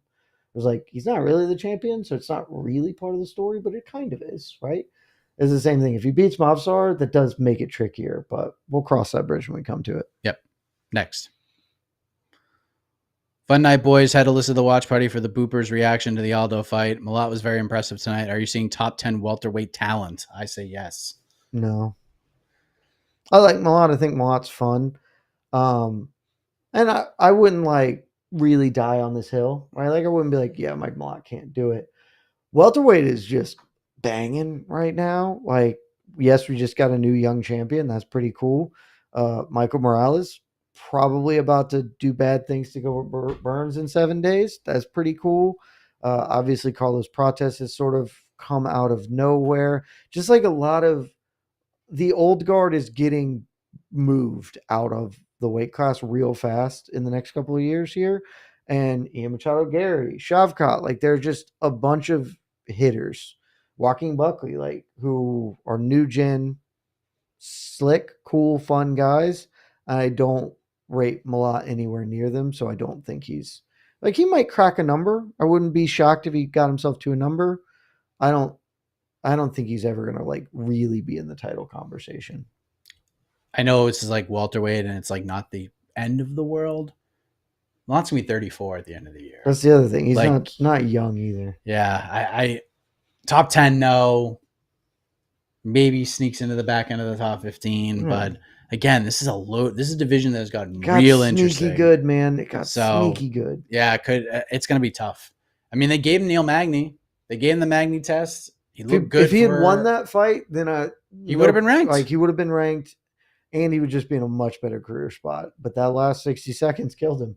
Yep, and now he's got to work his way back, and he could just be fun fighting Malott. Like, it doesn't seem like a guy who's like, I'm gonna be the UFC champion. It's just like, I'm gonna be fun fighting Canada and be a fan favorite. Like, you could make a great career doing that. Yeah. So, yeah, I don't see. Maybe, I mean, anything's possible, but if I had to guess, maybe he's like back end of the top 15. But yeah, who knows? That's the thing. I wouldn't shock me if he got a rank. Don't think he'll ever be a real challenger. He'll be Michel Pereira. You know, like Michel Pereira got ranked. Yeah, Michel Pereira was one of your children for a while. I did abandon him last fight. He put him up for adoption. I had to. He stopped. I mean, me and AK adopted him early. We adopted him long before the UFC on the regional because he was a kooky weirdo, and he got away from his roots. So we wish him the best, Amolador. Next. Angel, thank you for these watch parties. Have kept me entertained for years. What is Belal's future in the welterweight division if Islam wins the belt? If Islam wins the belt, I don't think it changes anything. It really doesn't. I don't suspect Islam is in for a long, sustained title reign at welterweight anyway. And Belal's too old. So if Islam wins the belt, Belal is just never fighting for it again. I don't think he's fighting for it again anyway. Anyways. Yeah. I think there's an outside chance, so I wouldn't bet on it. If Islam wins, we're done here. Get out. I genuinely think you should just go up to middleweight. He's going to be so undersized up there, though. I mean, he was getting pushed around by JDM. Yeah. He was getting hurt by JDM. I think it's just a free roll, man. You just got to be like, hey, let me go try. Because if he wins, if he goes and gets, Jared Cannonier and beats Jared Cannonier, he's free rolling up there. And if he loses, then he comes back. He's still a champion. Yeah, but then he's gonna have to fight Strickland or one of those guys. And Strickland's like, I want to fight Belal. Like, it's just not. God, that fight would be probably not great. You should not. Let's not put that fight into the world. Yeah, sorry about that. Just fight Usman, man. Go fight Usman. Make that money. How do you think Islam will do against JDM? He has the wrestling and grappling, but the stand-up, I'm not sure. Also, what do you make of BSD's performance? I think Islam's stand-up is actually fairly well suited to Jack's. I don't know where that's coming from. I could absolutely see Jack winning, don't get me wrong. I do want to just physically see them stand next to each other. Jack should be bigger. I don't know how much bigger he will be than Islam. I think Islam, because again, like, Jack had plenty of success tonight, obviously, against Belal. Islam is a much better defensive fighter than Belal is, like worlds apart as far as their striking defense goes. Islam, I suspect, will be the much quicker fighter, though I can't be certain of that. But Jack's never been like that fast. He's just got good timing. So I think Islam will be fast on the feet. I think his defense will be better than Belal's. He's got a great jab. He's got enough weapons to present real challenges to Jack. And while Belal did not have any success with the grappling, they're not the same kind of grapplers. Maybe Islam can mix it in a little more effectively. I think it's a really competitive fight. And I don't know. I'm excited to get to think about it more, delve into it. But it's a really, really cool matchup. Yeah, the more I think about it, the more fun I think it's going to be. It's really fun, man. Like Jack's fun as hell. He's Jack's such a dog, boring. man. He's such a dog. And Islam too. Like, I don't understand why he doesn't get credit for being able to go to that second, third gear. He can, man. He absolutely can. He did it in the Dustin Poirier fight. Did it in the Volk fight. Fifth round didn't go his way, but I mean, he already knew he had won that fight. Yeah, so it was fine. Pretty much. So this is reductive, and I might not even believe it by the time they do fight, assuming they do. I have always thought that Islam was better than Belal, and that if they had ever fought, I know they weren't going to. I always was like, I'm pretty sure Islam beats Belal. And then, so Belal was competitive, even losing. Some people out here arguing he won. I don't think he did. I suspect Islam will do better than Belal did against Jack. Could be wrong. Genuinely just super fascinated in that fight. I think nobody should underestimate the best fighter in the world. And that's what Islam Makhachev is. Deservedly the best fighter in the world. And I think people were wildly underestimating him against Ilia Topuria. Not that Topuria couldn't win. He certainly could have. But many people like, he's ducking Topuria. It's like, he is the best fighter on earth. I think you guys might want to consider that. And that's in this fight too. He's the best fighter on the planet. Islam wants his legacy to be defined by not defending his lightweight belt against featherweights all the time. And that's who he has fought in every single title defense. He has not fought the number one guy in the division. Again, not wholly his fault. In fact, pretty much the back end of his non-title run was not his fault, because he was booked against the Beneil Dariushs of the world. He's tried. And still stayed on the card, still fought who was put in front of him. He was booked against the number one ranked lightweight in the world, a guy who I'm still confident to this day will be UFC champion in Arman Tsarukyan. It's not his fault that Tsarukyan got hurt and all that happened and he had to pull it the day before the fight. It's not his fault he ended up fighting Hinata Moicano instead.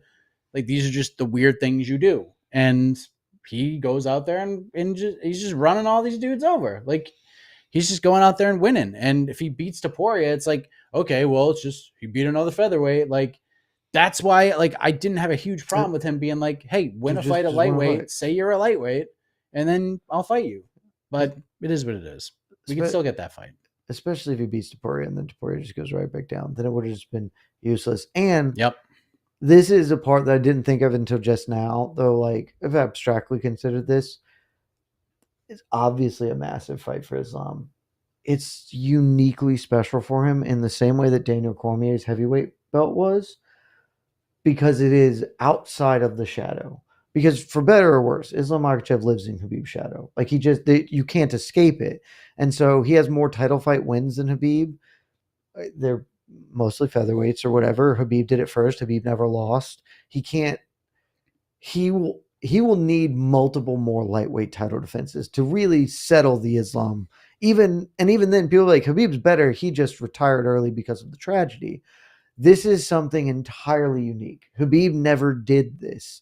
Khabib could have. I always thought Khabib would beat Kamaru Usman if they fought, but they didn't. And so this would be a way for him to truly and purely separate himself from Khabib, which I think is something that pretty clearly they wanted. Both of them wanted to. Because if Khabib said it after the Volk fight, like, I'm going to step back. He wasn't in the corner for a while. They wanted him to be his own guy. And it was hard to do.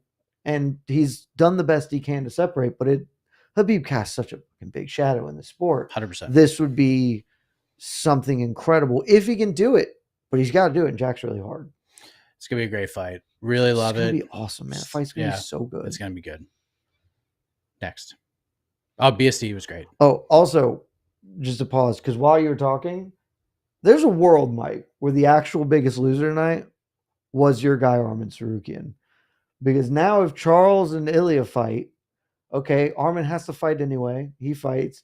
But if Islam now goes and loses, then Islam comes back to fight Ilya, and now Arman's still just waiting around to get in for a title fight. I actually don't think so. I think the biggest loser is Justin Gaethje tonight. Oh, well, because now Justin Gaethje, he's definitively not in the conversation right now. Justin Gaethje now is going to fight Arman Tsarukyan. And the truth is, you're right. I don't consider him a loser because he never should have been in the conversation. And Justin Gaethje is my small son, and it was unreasonable for us to be like, let's slide Justin in there. Yeah, and don't forget, Max Holloway goes out there and dusts up Dustin Poirier. He's now in this conversation as well. He's in the mix, whether it's deserved or not. He's a big star, and that matters. So Gaethje now has to fight Arman Tsarukyan next, and Paddy Pimblett's going to be right there. Somehow Poirier becomes the undisputed champ. It's a big deal. Steven, where did that Grasso shutout come from? All I can think is Islam kills JDM. Wow. Zahabi gets a splitty with 2 Canadian judges. Coincidence. Zahabi didn't get a splitty. He got a unanimous. Yeah, correct, right? Yeah. It's 29-28 across the board. It wasn't a splitty. Yeah. So there you go. Let me make sure that we're not totally insane. No, it wasn't a splitty. It's not. Okay. I was like, did we splitty. forget something? No, you're right. And yeah, we'll see. Thank you, Steven. I don't know I do know Natalia Silva's quite good, and Alexa Grasso is. I don't know what to make of her. In the watch party, somebody comped her to Matt Serra, and I think that might be a really good comparison of a fighter who's very clearly talented, very clearly good. Probably outkicked her coverage one time in a massively meaningful moment that will live forever, but probably that was the outlier, not the expectation for where we should see. Also, Natalia Silva's really good, and so she's really good. You've been on her forever. She's fun, man. She's a good fighter. Next, Ryan. This result gives me Strickland Izzy vibes. LFG. That was so beyond the pale. And honestly, the more that fight also looks better in hindsight. Maybe this one will also look better in hindsight. We'll see. But the more distance I had, I was just like, oh, I think Strickland, I just don't think Izzy ever recovered from getting knocked down in the first round. That's why that fight looked that way. Because he was winning the round until he got jawed, and then he never won a second of the fight again. Yeah. So, but I mean, certainly, like I said it on the watch party, very armchair psychologist, very bozo, analysis here. I did not love the Belal vibe. Not that it was bad, but he seemed pulled in multiple directions, whereas Jack was very focused. You saw Belal heading into whatever 304. Is that where he won the belt? 304. 304. Yeah. He was laser focused. I've been trying to get to this spot my whole life, and I'm here, and I'm going to do it. I'm going to shut all the doubters up. I'm going to shut up Leon. I'm going to kick his ass, and he did it. And then this week I'm Canelo hands, and Habib and Islam don't need to be worrying about me losing. I got this, and I'm gonna be great. And all like too many disparate things, as opposed to like I'm trying to chase down GSP to be the GOAT, as opposed to being like, I'm gonna go whip the shit out that dude and staying focused. And I think part of that is what we saw. He did not look super focused in that fight. Yeah. I mean, I've talked to pretty much every manager in the sport is all on the same page. Like, winning the belt is awesome, but then that's when the real work starts. Like, being champ is not easy, man. It's just not easy. It's the hardest thing to do in not the even sport. And not even just in the fights. Outside of it too, your obligations change. Everything changes. You're the fucking world champion. Everybody wants a piece of you. You're the world champion. Yeah. If UFC says, "Hey, you're the world champion," you're from Chicago. You just got a pope. Yeah, you represent. UFC is like, "Yo, we need you to fly to Australia to be at this pay-per-view." You say yes, and you get your ass in that plane and go, even though you don't want to. It's not easy being the champ. Next. Take a couple more, and then we got to get out of here. Boys, thank you as always for the excellent coverage. Favorite MMA media trio is easily the Mouth from the South, Boston Mike, and the Stash. Thank you, Spencer. You're the man. Thanks, Spence. What else we got? Boy, we got something in store for you, by the way. Fatty dude, I'm glad 3-name Jack won, but the number of keyboard warriors salivating makes me feel like I'm on the wrong side of history. Sort of like enjoying MMA on the whole. Oh, well, good fights. What do you mean? I Just don't know. people celebrating Belal losing? It might. Is that It what is that what probably. it I mean, means? people really don't like Belal. Yeah. Which that's you don't have to like anybody. That's fine. If people are just happy that Belal lost because they don't like Belal, I would suggest maybe do better. Like I'm pretty pumped Belal lost both because I did pick Jack, and because I just thought that this led us to more fun outcomes, and I think that it did, and I really like the outcomes we're in. But yeah, if people are just like, man, screw Belal because we don't like him, it's fine, I guess. Not great, but like there are plenty of reasons to not like people. So okay. Terrence, I know Zhang has gotten way better, but I think Val does her worse than Rose. What path to victory does Zhang have in your opinion? If Val beats I read Zhang that and wrong. Nat, I was like, okay, got it. Nat, if Val beats Zhang and Nat, should she go up? If Val beats Zhang, she's gone anyways. Like that's it. There's nothing more for her to conquer at 125. A billion, depending on the timeline, 1,000,000,000%, right? Like theoretically, I mean, basically all the things she said this week is this was her 8th title defense, I think. I mean, it's split up now to it's her 10th UFC title fight win. 10th title fight win, so eight defenses, whatever. But like she's one of, actually she might legitimately be the only fighter alive who has all the rubies filled in on one of the plates. I believe she is she definitely has one. She might actually be the only person who has that because other champions with multiple things split belts or didn't have all the things together.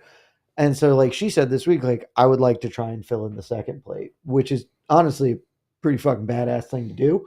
And so like frankly, she looked quite good tonight. I don't think she may in fact just be like, I'm comfortable continuing to defend my belt. I do think if she beat Zhang, depending on the timeline here, right? Like if Amanda comes back, if Amanda doesn't, if Amanda decides, that pump fake, not going to do it. I believe the UFC would be like, hey, either Pena or Harrison, they don't have anybody else. You already beat Pena or like Harrison, let's do that. And so I suspect that after Zhang, she will move up, but she may retain her belt. And that would, plenty of new names coming up at 125. Yeah. My early thought is that Shevchenko beats Zhang, but I'm not married to that idea. Zhang is obviously still looking unbelievable. I think she can have a big speed advantage. I think I'm picking Zhang. I don't think that's unreasonable. She's gonna have a big speed advantage. My concern is that, and it's slightly less because of the Suarez fight. Zhang, the undercurrent that really makes her game work is she is just an absolute hoss. And like even Tatiana Suarez was just like, oh, this woman is a tank. That's unfortunate. My gut says Val can still just hoss her, and if you take that out from Zhang, that might be like the bedrock. Her foundation is now cooked. But great fight. This is a great fight. Yeah, it's a huge fight. Love it. Anything else? Yeah. BT Dub, F the Knicks, go C's. Mike called it. I told you all. I had no worries about game 3 today. None. They just beat the living shit out of the Knicks. And they're going to do it again game 4. I don't think the Celtics are going to lose another game in the series. I really don't. Just wait. There's a new Pope. He went to Villanova. He was a little busy for game 3. I don't know if you know this. He's the new Pope. But now he's going to call in some favors with the big guy and watch out. I'm okay. Is that it? The climb continues. Shout out to the climb. Oh, my God. It was the best. 17 down, baby. Genuinely never thought I'd get this far. It was so stressful. Could have easily just picked Ty Silva over Alexa Grasso. That would have been the simplest climb I've ever made. Celts in 7, huh? Okay. Let's go. They're going to win. They're the better team. They're just better. Sure. Like, they're way better.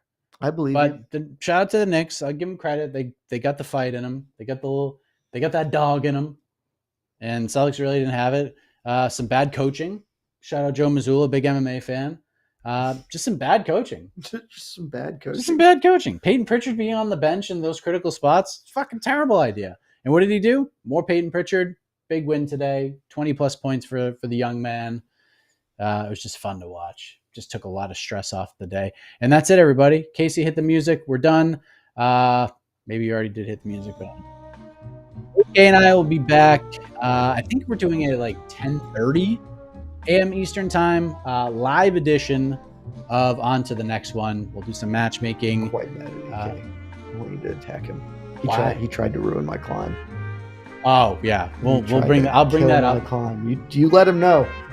Yeah, if I listened to him instead of me, I would be furious. I wish I listened to him for the BSD fucking fight. Oh my god, I still can't believe that under didn't hit.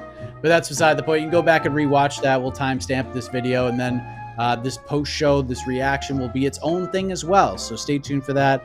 On the YouTube channel. You can go check out the post-fight press conference, which is wrapped and packed already. This might be a new record. You bring in Dana? Shaw's the closer, baby. You bring him in there. Let's get him out of here. JDM's a man of like 6 words. JDM's not gonna say a goddamn thing. No one had any questions for Raymond Zahavi, I'm sure. Shevchenko's not super loquacious, and Shaw just coming and be like, I don't know, not my job. Don't know. Ask Dana next week. See ya. Speaking of see ya, good night, everybody. Thanks for watching. Y'all.